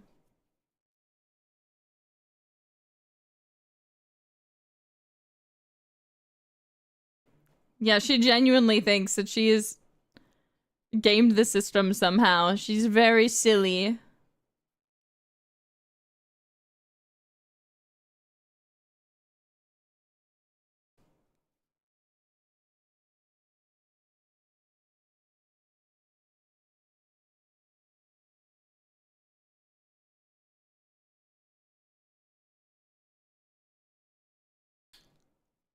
Thank you, Miss Gardner.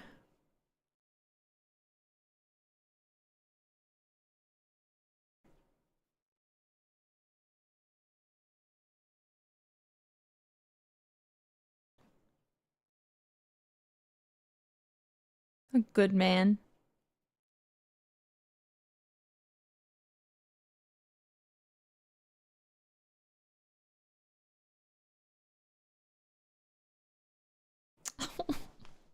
Darcy.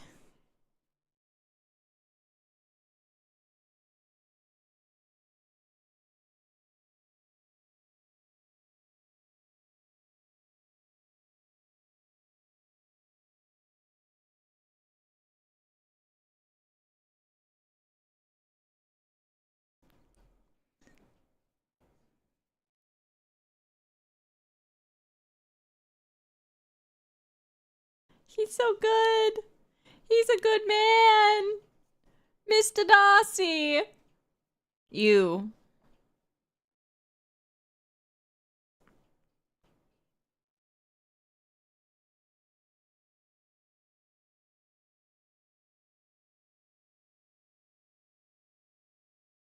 Good friends.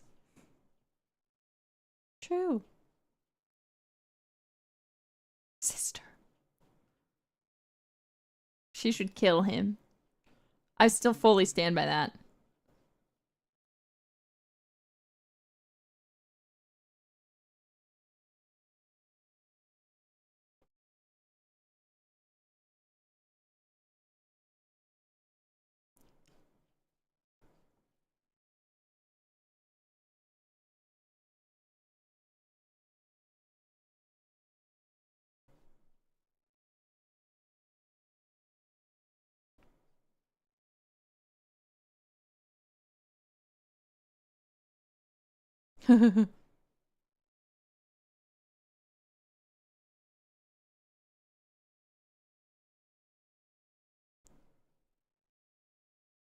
Excuse me.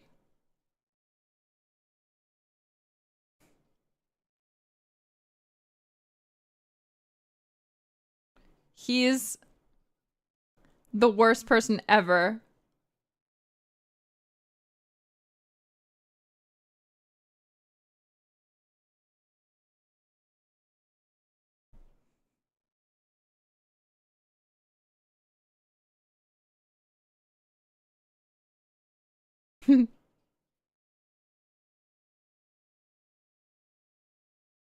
Oh, she knows.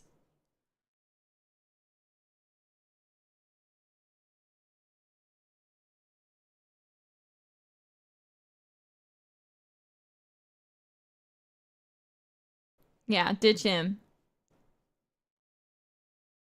Lying little bitch.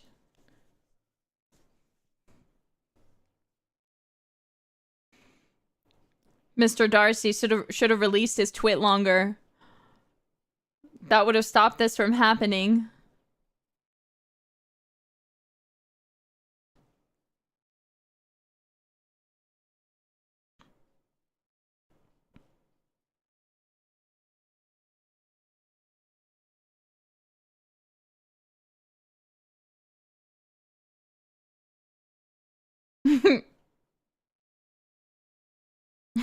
Mary, please shut up.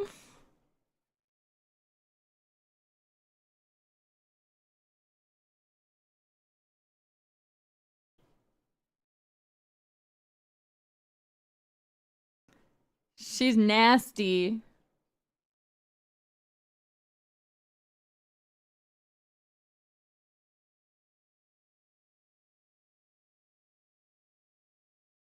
Sisters-in-law.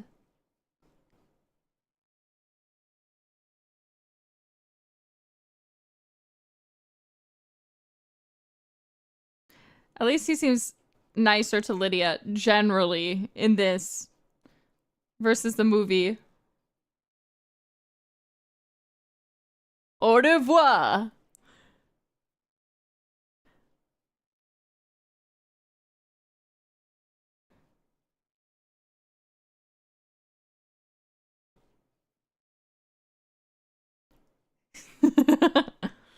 He makes love to them all.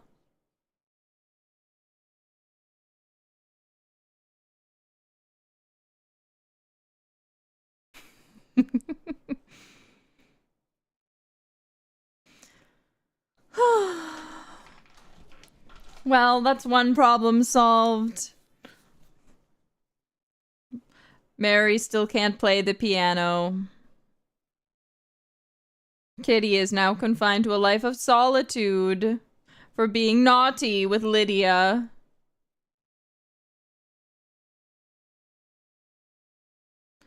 Miss Bennet is still dramatic as ever.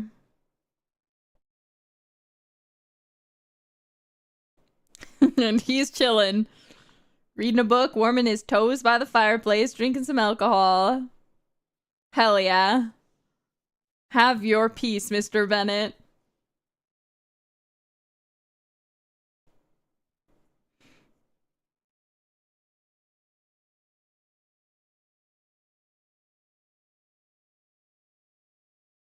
Aw, Miss Phillips. Not a face I like to see. Mr. Bingley!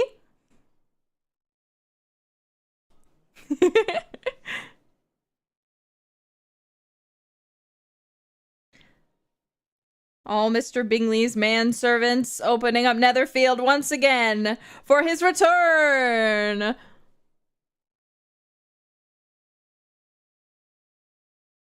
The name Bingley sounds made up. I know what you mean.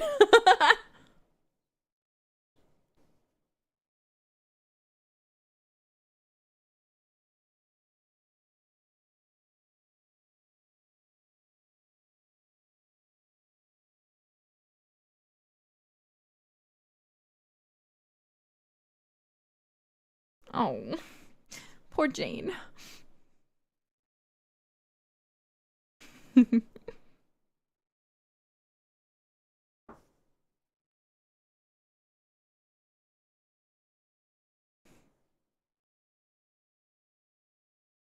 Yes, leave him to himself.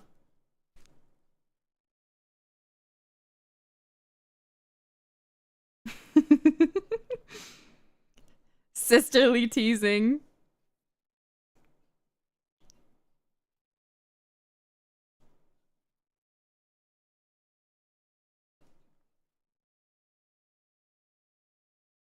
Girl.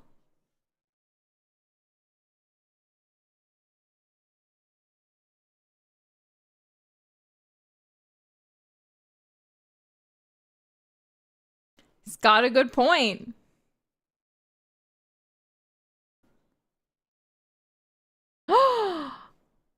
He's coming!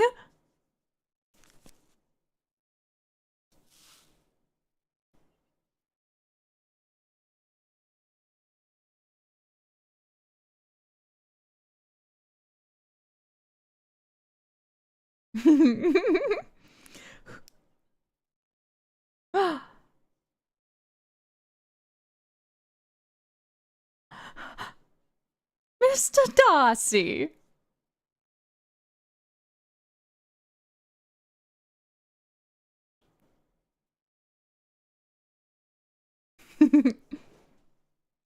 Are you?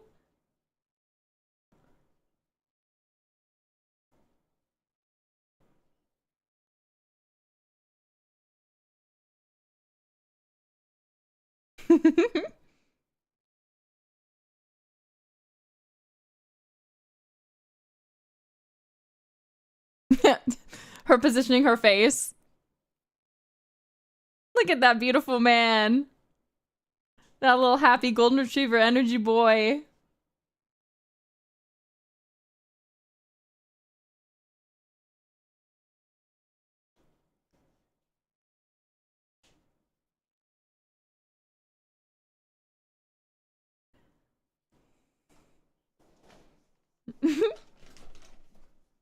Mr. Darcy?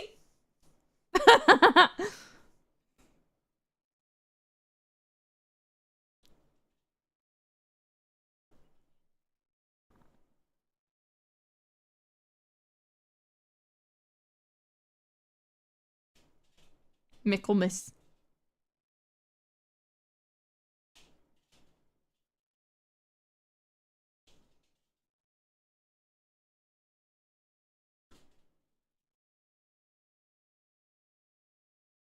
Yeah, yes, yes.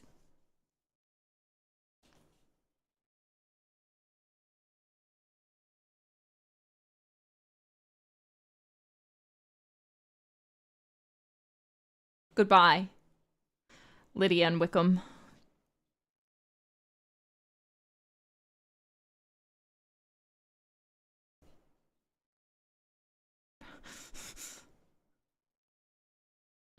Yes.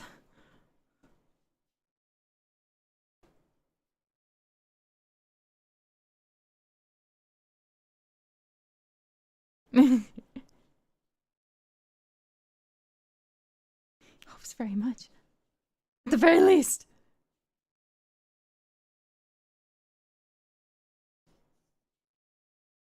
Just like, God, Mom, please shut up.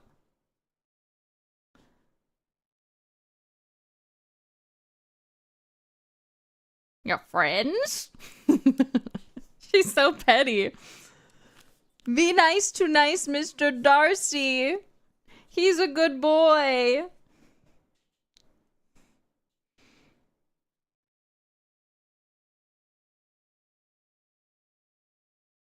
Do you, Jane?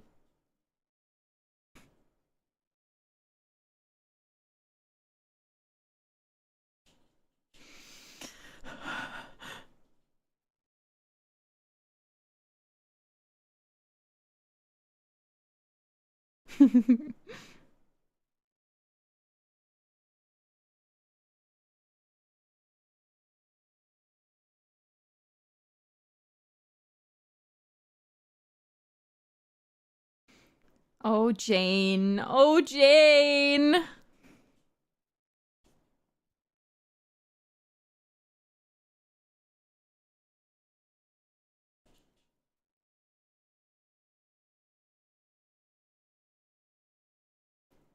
Yeah, let's go. Be real.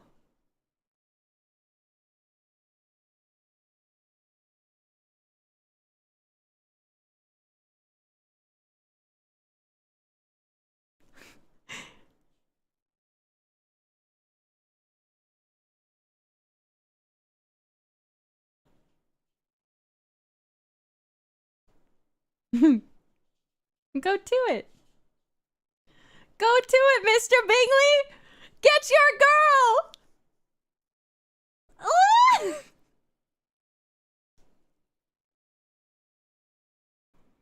Go get her! What are you waiting for?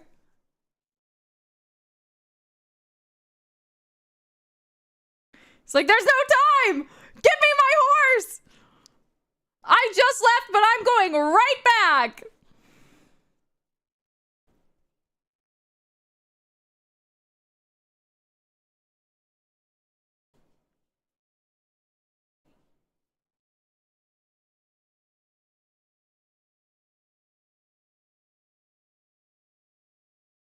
Good luck, Jane. Hurry up, you have no time! He came too early in the morning.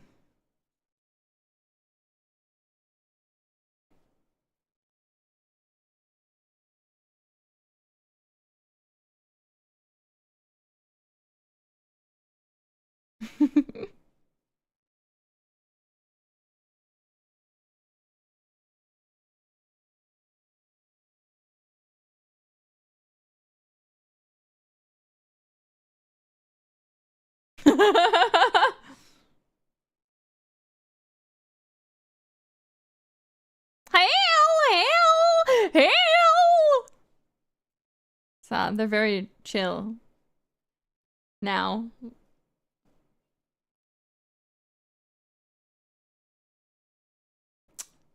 Goodbye, Mr. Darcy.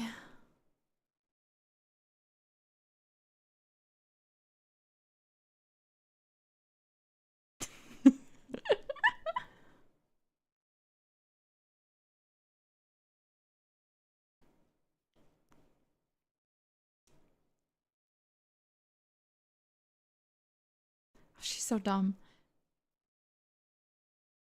She's so dumb.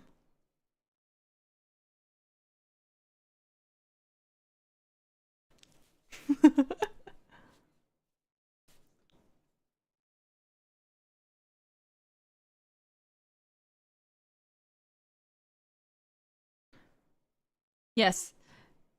Get these idiots out of the room. Please.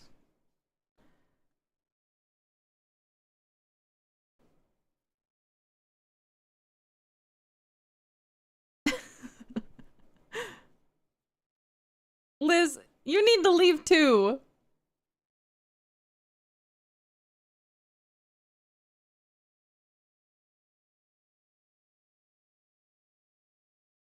Yeah, get out.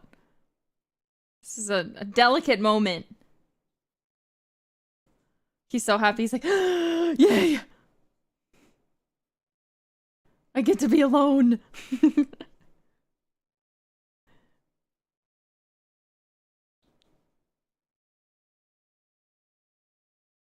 They're all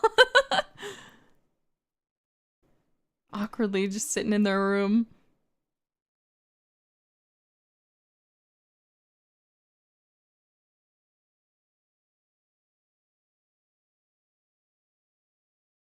"5 more minutes will do the trick." She's iconic.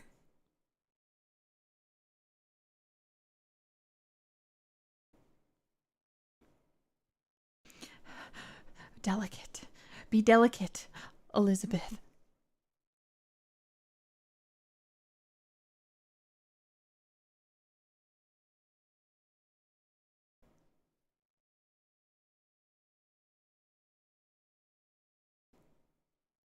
He's so smiley. He's so happy.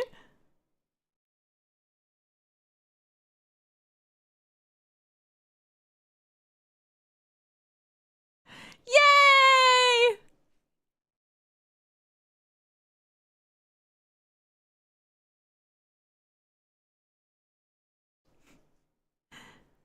Yay!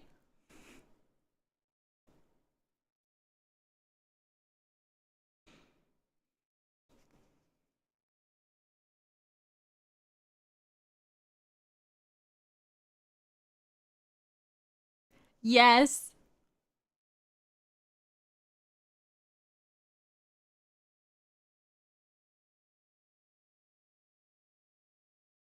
Yes. So, yay! Jane's getting her happy ending! Marrying for not only love, but riches too? Her family won't be destitute.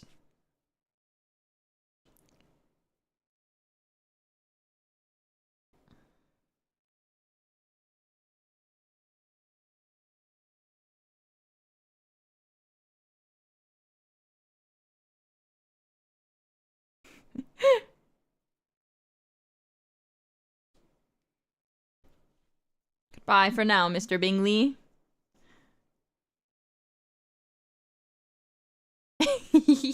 Her face, she's so happy. I'm so happy. It's like, well, I married off 2 of my 5 daughters.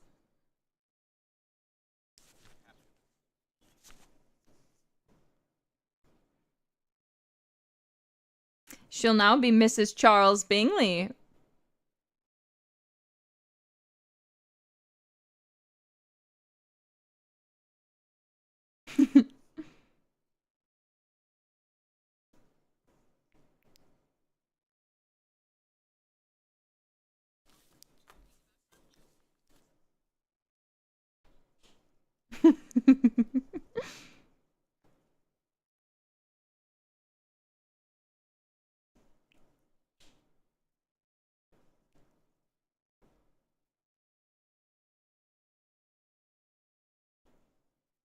Hell yeah. So proud of you, Jane. So happy for you.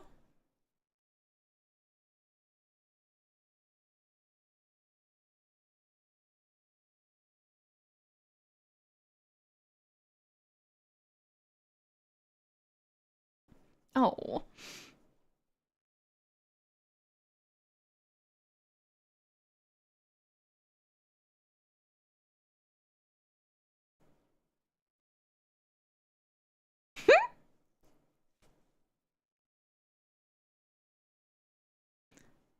Having sisters is great. Another carriage. Is that Lady Catherine de Bourgh of Rosings Park? With her daughter Anne de Bourgh.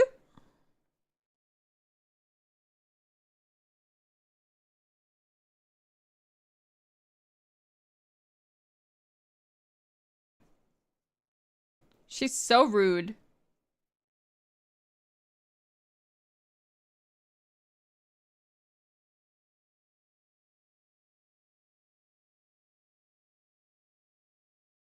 Take a drink.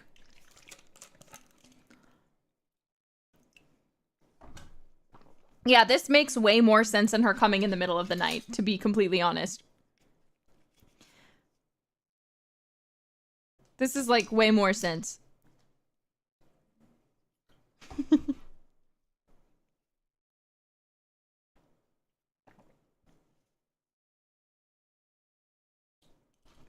Take a drink.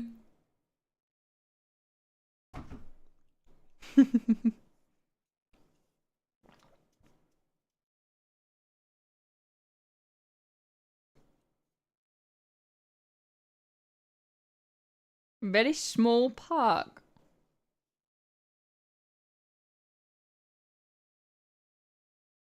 She's so rude.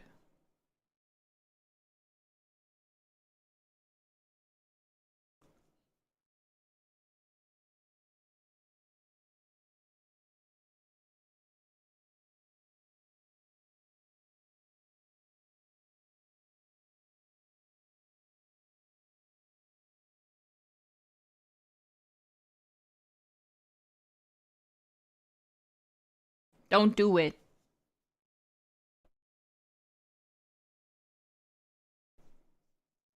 Don't go with her. She's a bitch.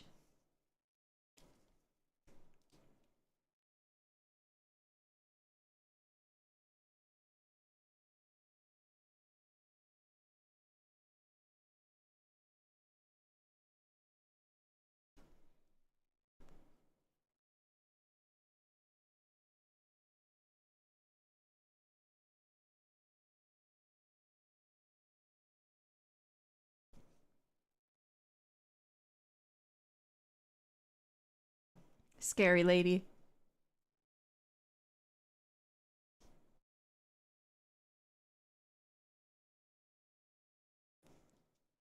From who, I wonder?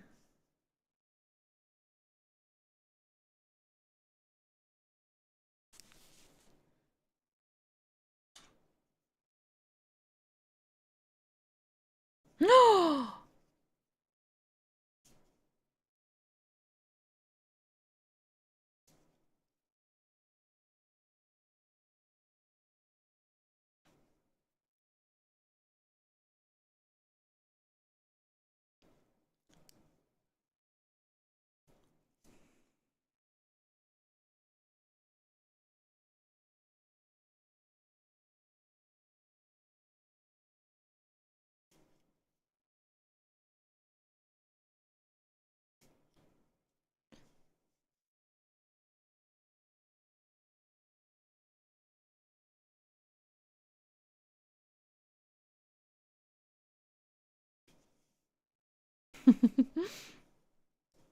Miss Bennett. She does not care.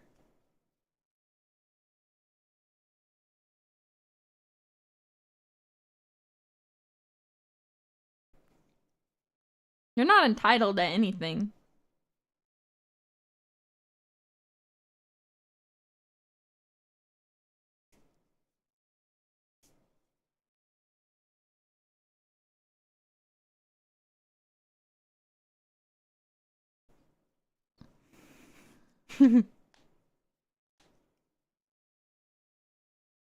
Yeah, because he's not that kind of guy.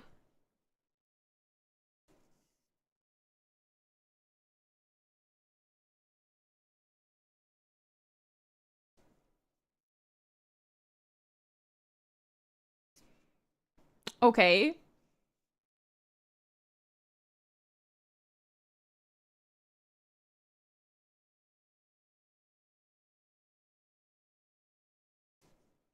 Girl.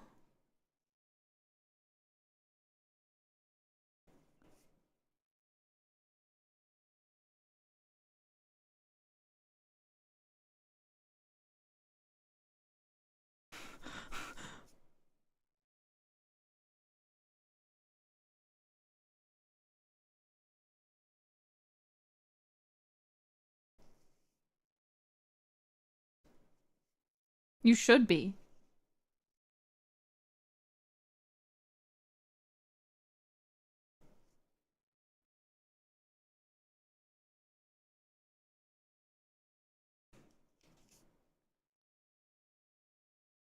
She's got a point. Shut the fuck up, Lady Catherine de Bourgh.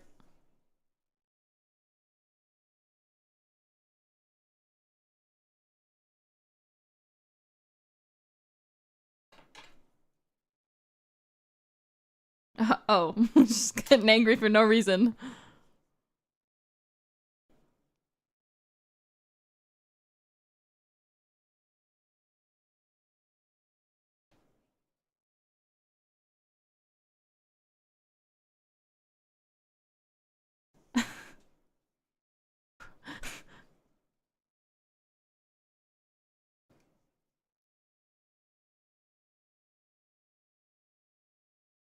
Bro.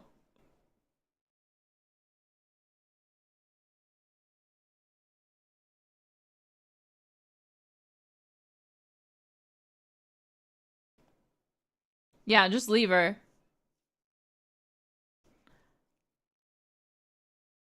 Ditch her.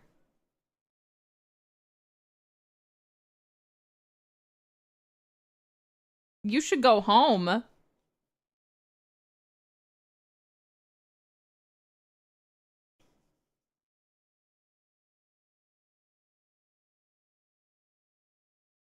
She's crazy.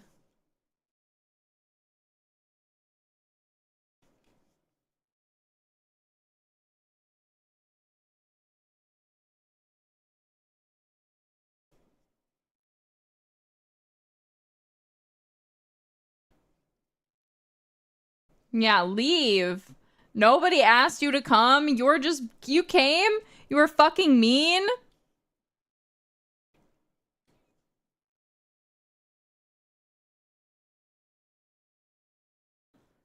Good riddance.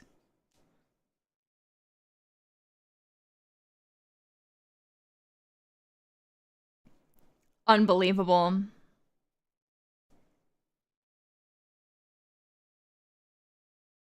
Absolutely unbelievable. She should marry Mr. Darcy out of spite now, right? You come to my house. You offend me. I'm not even engaged. Lizzie, come here.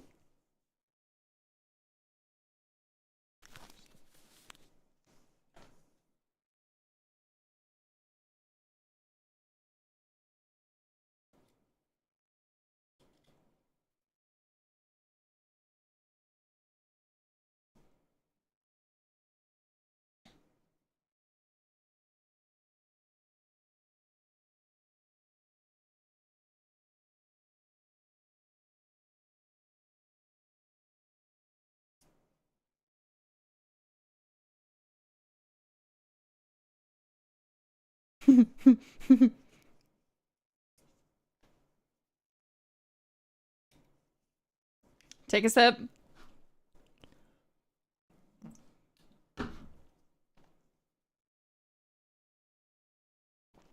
Mr. Darcy.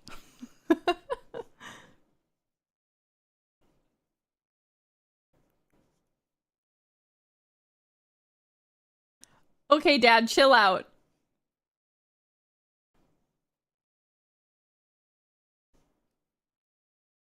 Mishish? What does that word mean? Mishish.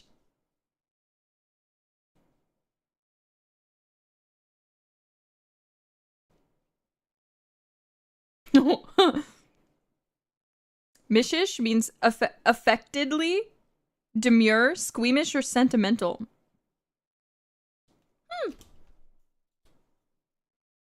Very mishish. Missish. Very demure. Mr. Darcy!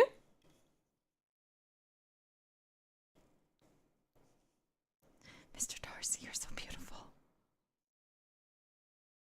Yes.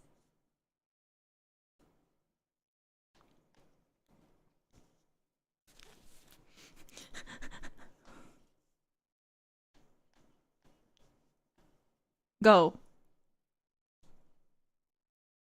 Mary was just like, I'm not going.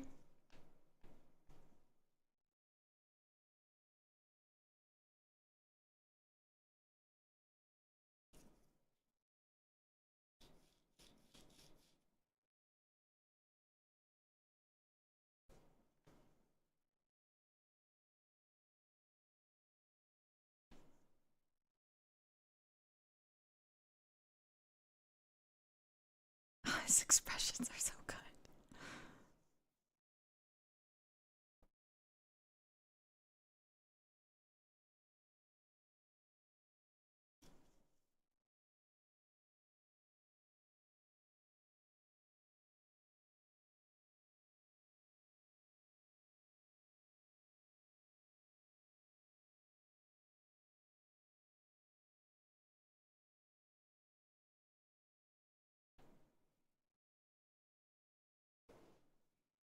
He's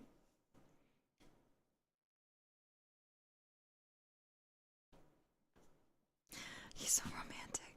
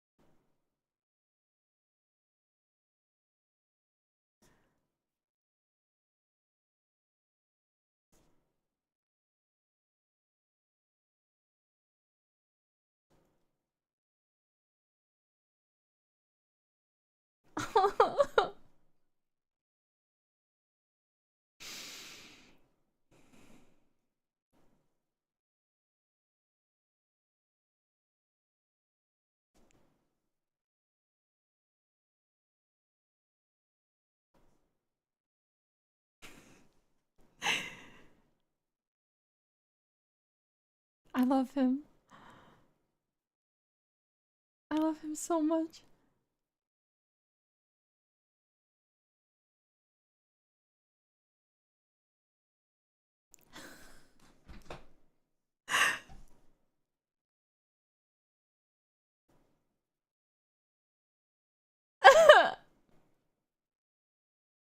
Woo!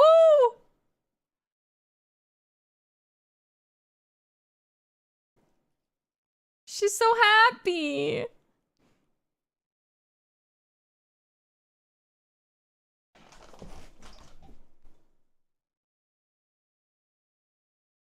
They're engaged.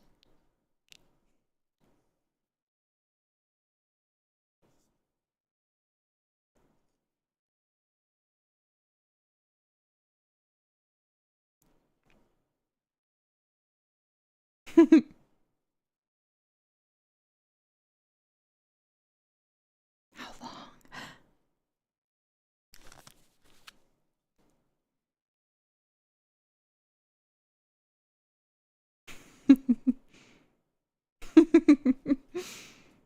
Just like he had a really gorgeous house.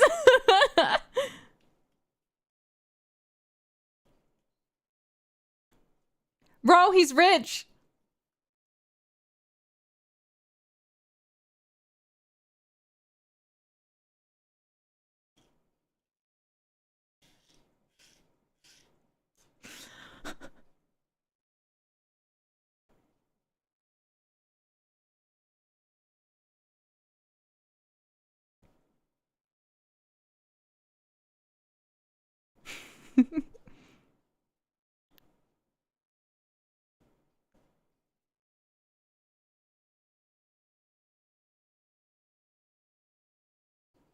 No, it's not so, Papa.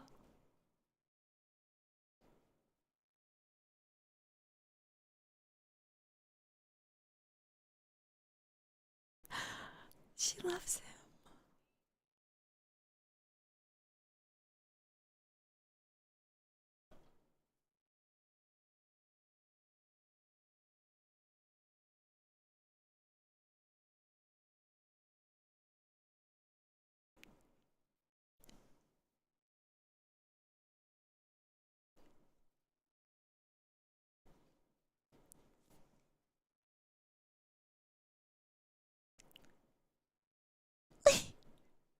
I'm weak.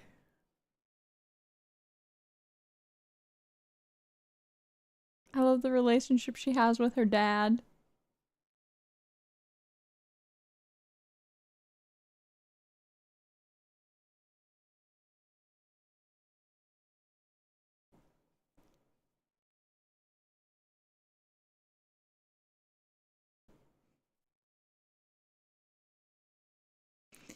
Double wedding, let's go.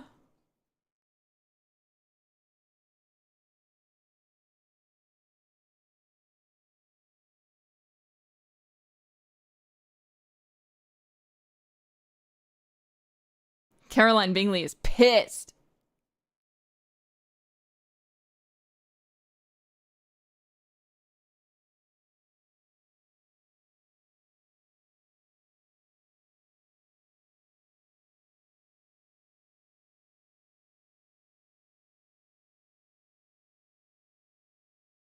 Hell yeah.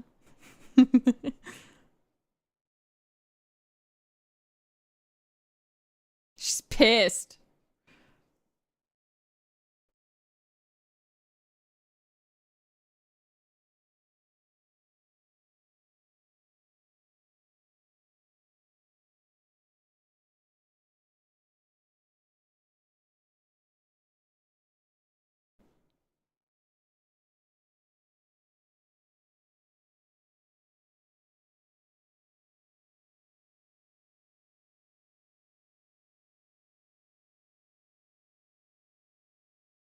He's so happy! Charles Bingley is so cute. It's a cold day. There's frost. A light frosting everywhere.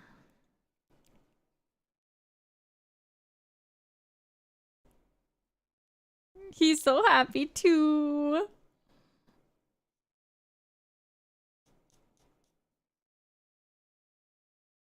His smile! Ah!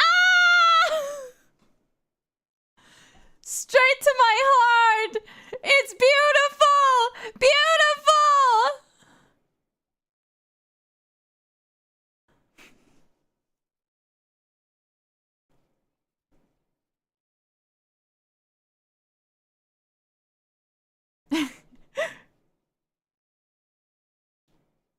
Kiss, kiss, kiss, please, I'm begging you.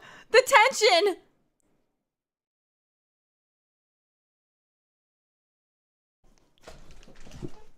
Yay! Choo choo choo. And there you have it.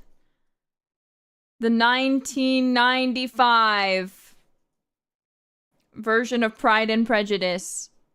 All 6 hours of it. All 6 hours.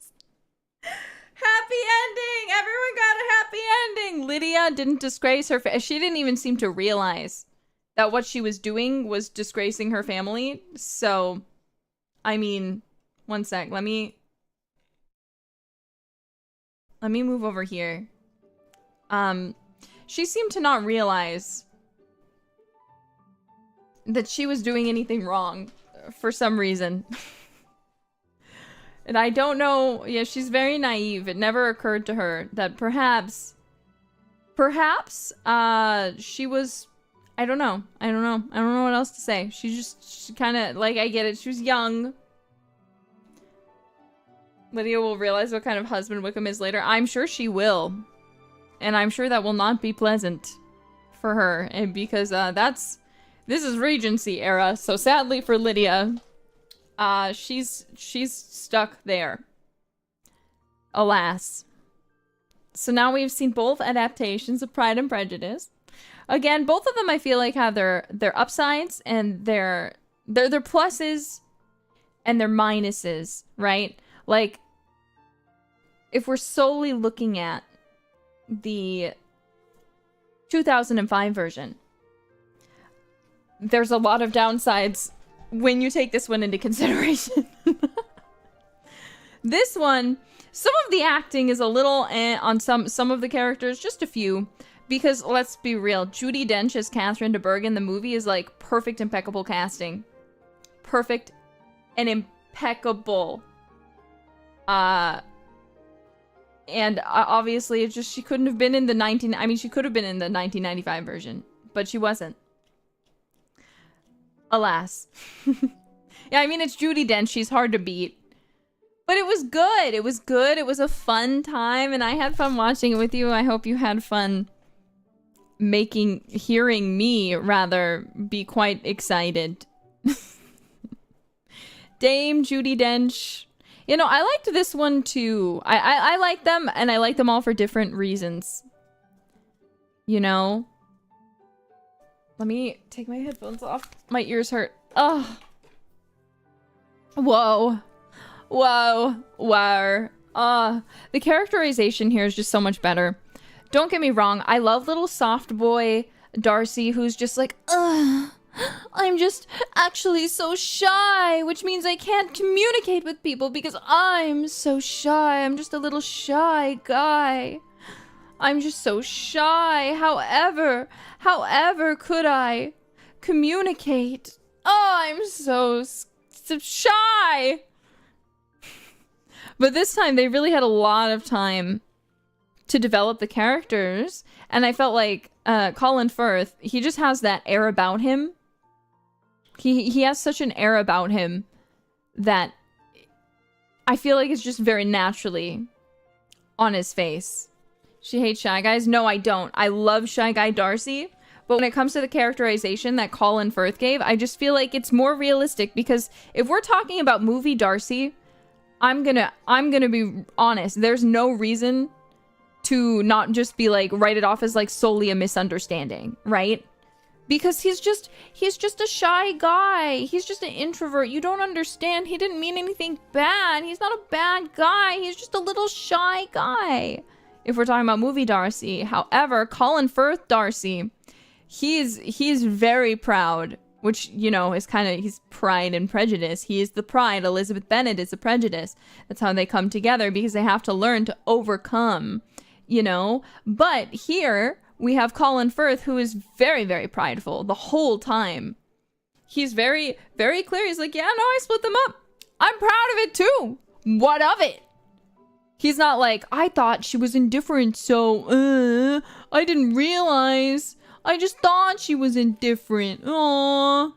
Oops. Oopsie, my mistake. Oh, God. You know, like, he was like, hell yeah. Yeah, I separated them. I thought he should marry my sister instead. That's what I wanted.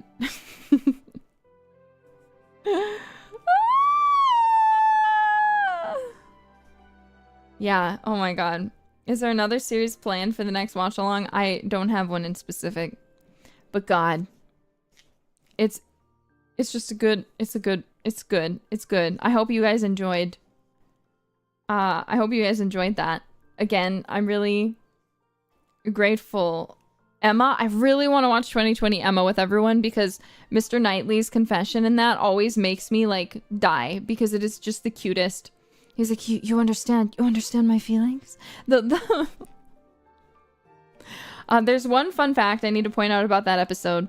I was watching interviews with the cast from the 1995 version, and it had Mr. Bingley's actor, and he was talking about and recounting how in that last scene, the wedding scene, where they're all standing, there, apparently, because of something, you know, because of Mr. Bingley's pants fittings, they had to keep stopping the scene and reposition it. And apparently he was like, I remember that kept happening because the pants were so tight. And Colin Firth kept getting angry because he did not need to be asked to do that once. So he kept being kind of jealous, apparently, and moody. Because apparently Mr. Bingley was packing it. Oh, goodness. Yeah, it's I told you, forget those pants. No, that's the best part. Wear the pants.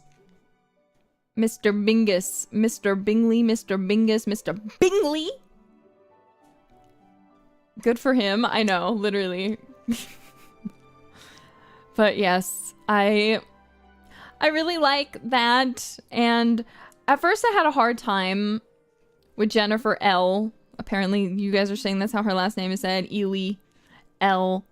I really like her Elizabeth. It took me a minute to get like really adjusted to it.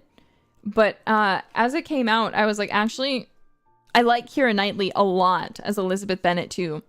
But I really, really like this portrayal too of Elizabeth. It's just really good. It's just super duper solid. The costumes are amazing. The set is amazing because it's all, you know, they're just using actual houses, you know. She nailed it. And I heard too, she was saying her hair's not brown naturally. So apparently what happened is when she went in to do the audition, she dyed her eyebrows brown. So they would, when they put the wig on her, they would be like, oh yeah, this looks really natural. This looks really great. This looks really wonderful. So yeah, everyone just did great. Colin Firth was great. She was great. Everyone was great. There's like a few, again, my only complaint is I feel like Anne Berg, the very sickly daughter, she doesn't have any lines, but she's in a lot of scenes. And I don't know if it's just because like the makeup was done really poorly, that like it's really obvious that like she's not actually sickly, but made up, you know, to look sickly. She just has this face that I'm like, she doesn't look like she's Regency era. She just doesn't look Regency to me. I don't know. And the pacing, of course, having so much more time to go over everything. It's always going to be good. And see what you mean. It looks off, but it's not too bad. Just don't look at it. Yeah, exactly. So, woo! Okay, shout out to the drunken guy. Leave Mr. Hurst alone. Yeah. So that was fun. As always, I had fun with you, jailbirds. I'm so glad we could watch all of this together.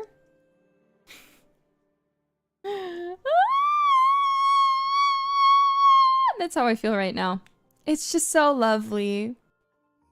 It's just so lovely, and I'm really glad I could watch it again. And for those of you who decided to come, sorry, I know this is kind of a weird stream. I know it's not something that most of you are probably particularly interested in, but it's my recent, very deep obsession.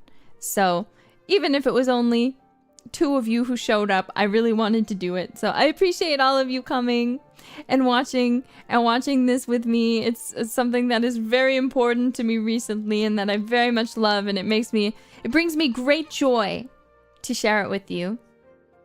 So I'm looking forward to reading your comments and seeing what you guys thought of it. If you're a VOD gang and you sat through all of this and watched this as a VOD gang, hello. Lovely to see you. Thank you for watching. Please leave a comment with a peacock in the comments. Don't forget to like, hit that subscribe button, and leave a comment below. Hi, VOD gang. But yes, I'm very pleased. I'm very pleased with how this went. I hope you guys are as well. Regency outfit, Nerissa, for the... I wish. I kind of am thinking about it now. But I think I mean, I guess they're actually perfect for Regency era because they did quite like a curvaceous figure. I might be a little bit skinny, but I've got the tits to back it up, so it's probably fine. Yeah, we're really close to 777,000 subscribers. I'm quite pleased with that. I don't have everything written out yet. I haven't released my schedule. I need to make it. I might actually release it tomorrow, so I appreciate your patience. I should be over on, I think, it might be my channel. I need to check. But we're going to be playing Liar's Game tomorrow with me, Mori, Bijou, and Rauda, I believe. So please look forward to that. I'm quite excited. Capital. So it's going to be a very fun group, and I hope you will be as excited as I am. But yeah, I'll probably next week, yes. And then after that, I don't think I'm streaming on the 12th because I have something to do in the evening. And then Wednesday, we will finish Silent Hill. I've still continued to avoid spoilers. I've done my best. It's horrid. I can't help it. I don't want to. I need to know what happens, but I've been avoiding everything just for you guys. So we'll find out together how Silent Hill 2 ends. So please do look forward to it. Mary or Maria? If we're talking about... Technically, Pride and Prejudice had someone named Mary and Mariah. But we're looking for our wife, Mary, and we will find her. We gotta find Mary. I will be using the same thumbnail. It's just too funny at this point. I can't stop. I can't be stopped. So... We're gonna raid into Iris today because she is doing a karaoke, and I'm sure you would all like to go see that. So thank you guys again for spending this very long day with me. I hope you had a good time and that you enjoyed it. And I will look forward to seeing you guys all tomorrow for Liar's Game. Me, for some reason, I forgot the name. I like half remembered it, and I was like, wait. Liars what? Liars what? What is it? Just Liar's Game. So look forward to it. And again, I'm looking forward to reading all your comments and going through my live tag and seeing what you all thought of the series. I hope you all enjoyed it. I'll see you all next time. Bye, darlings.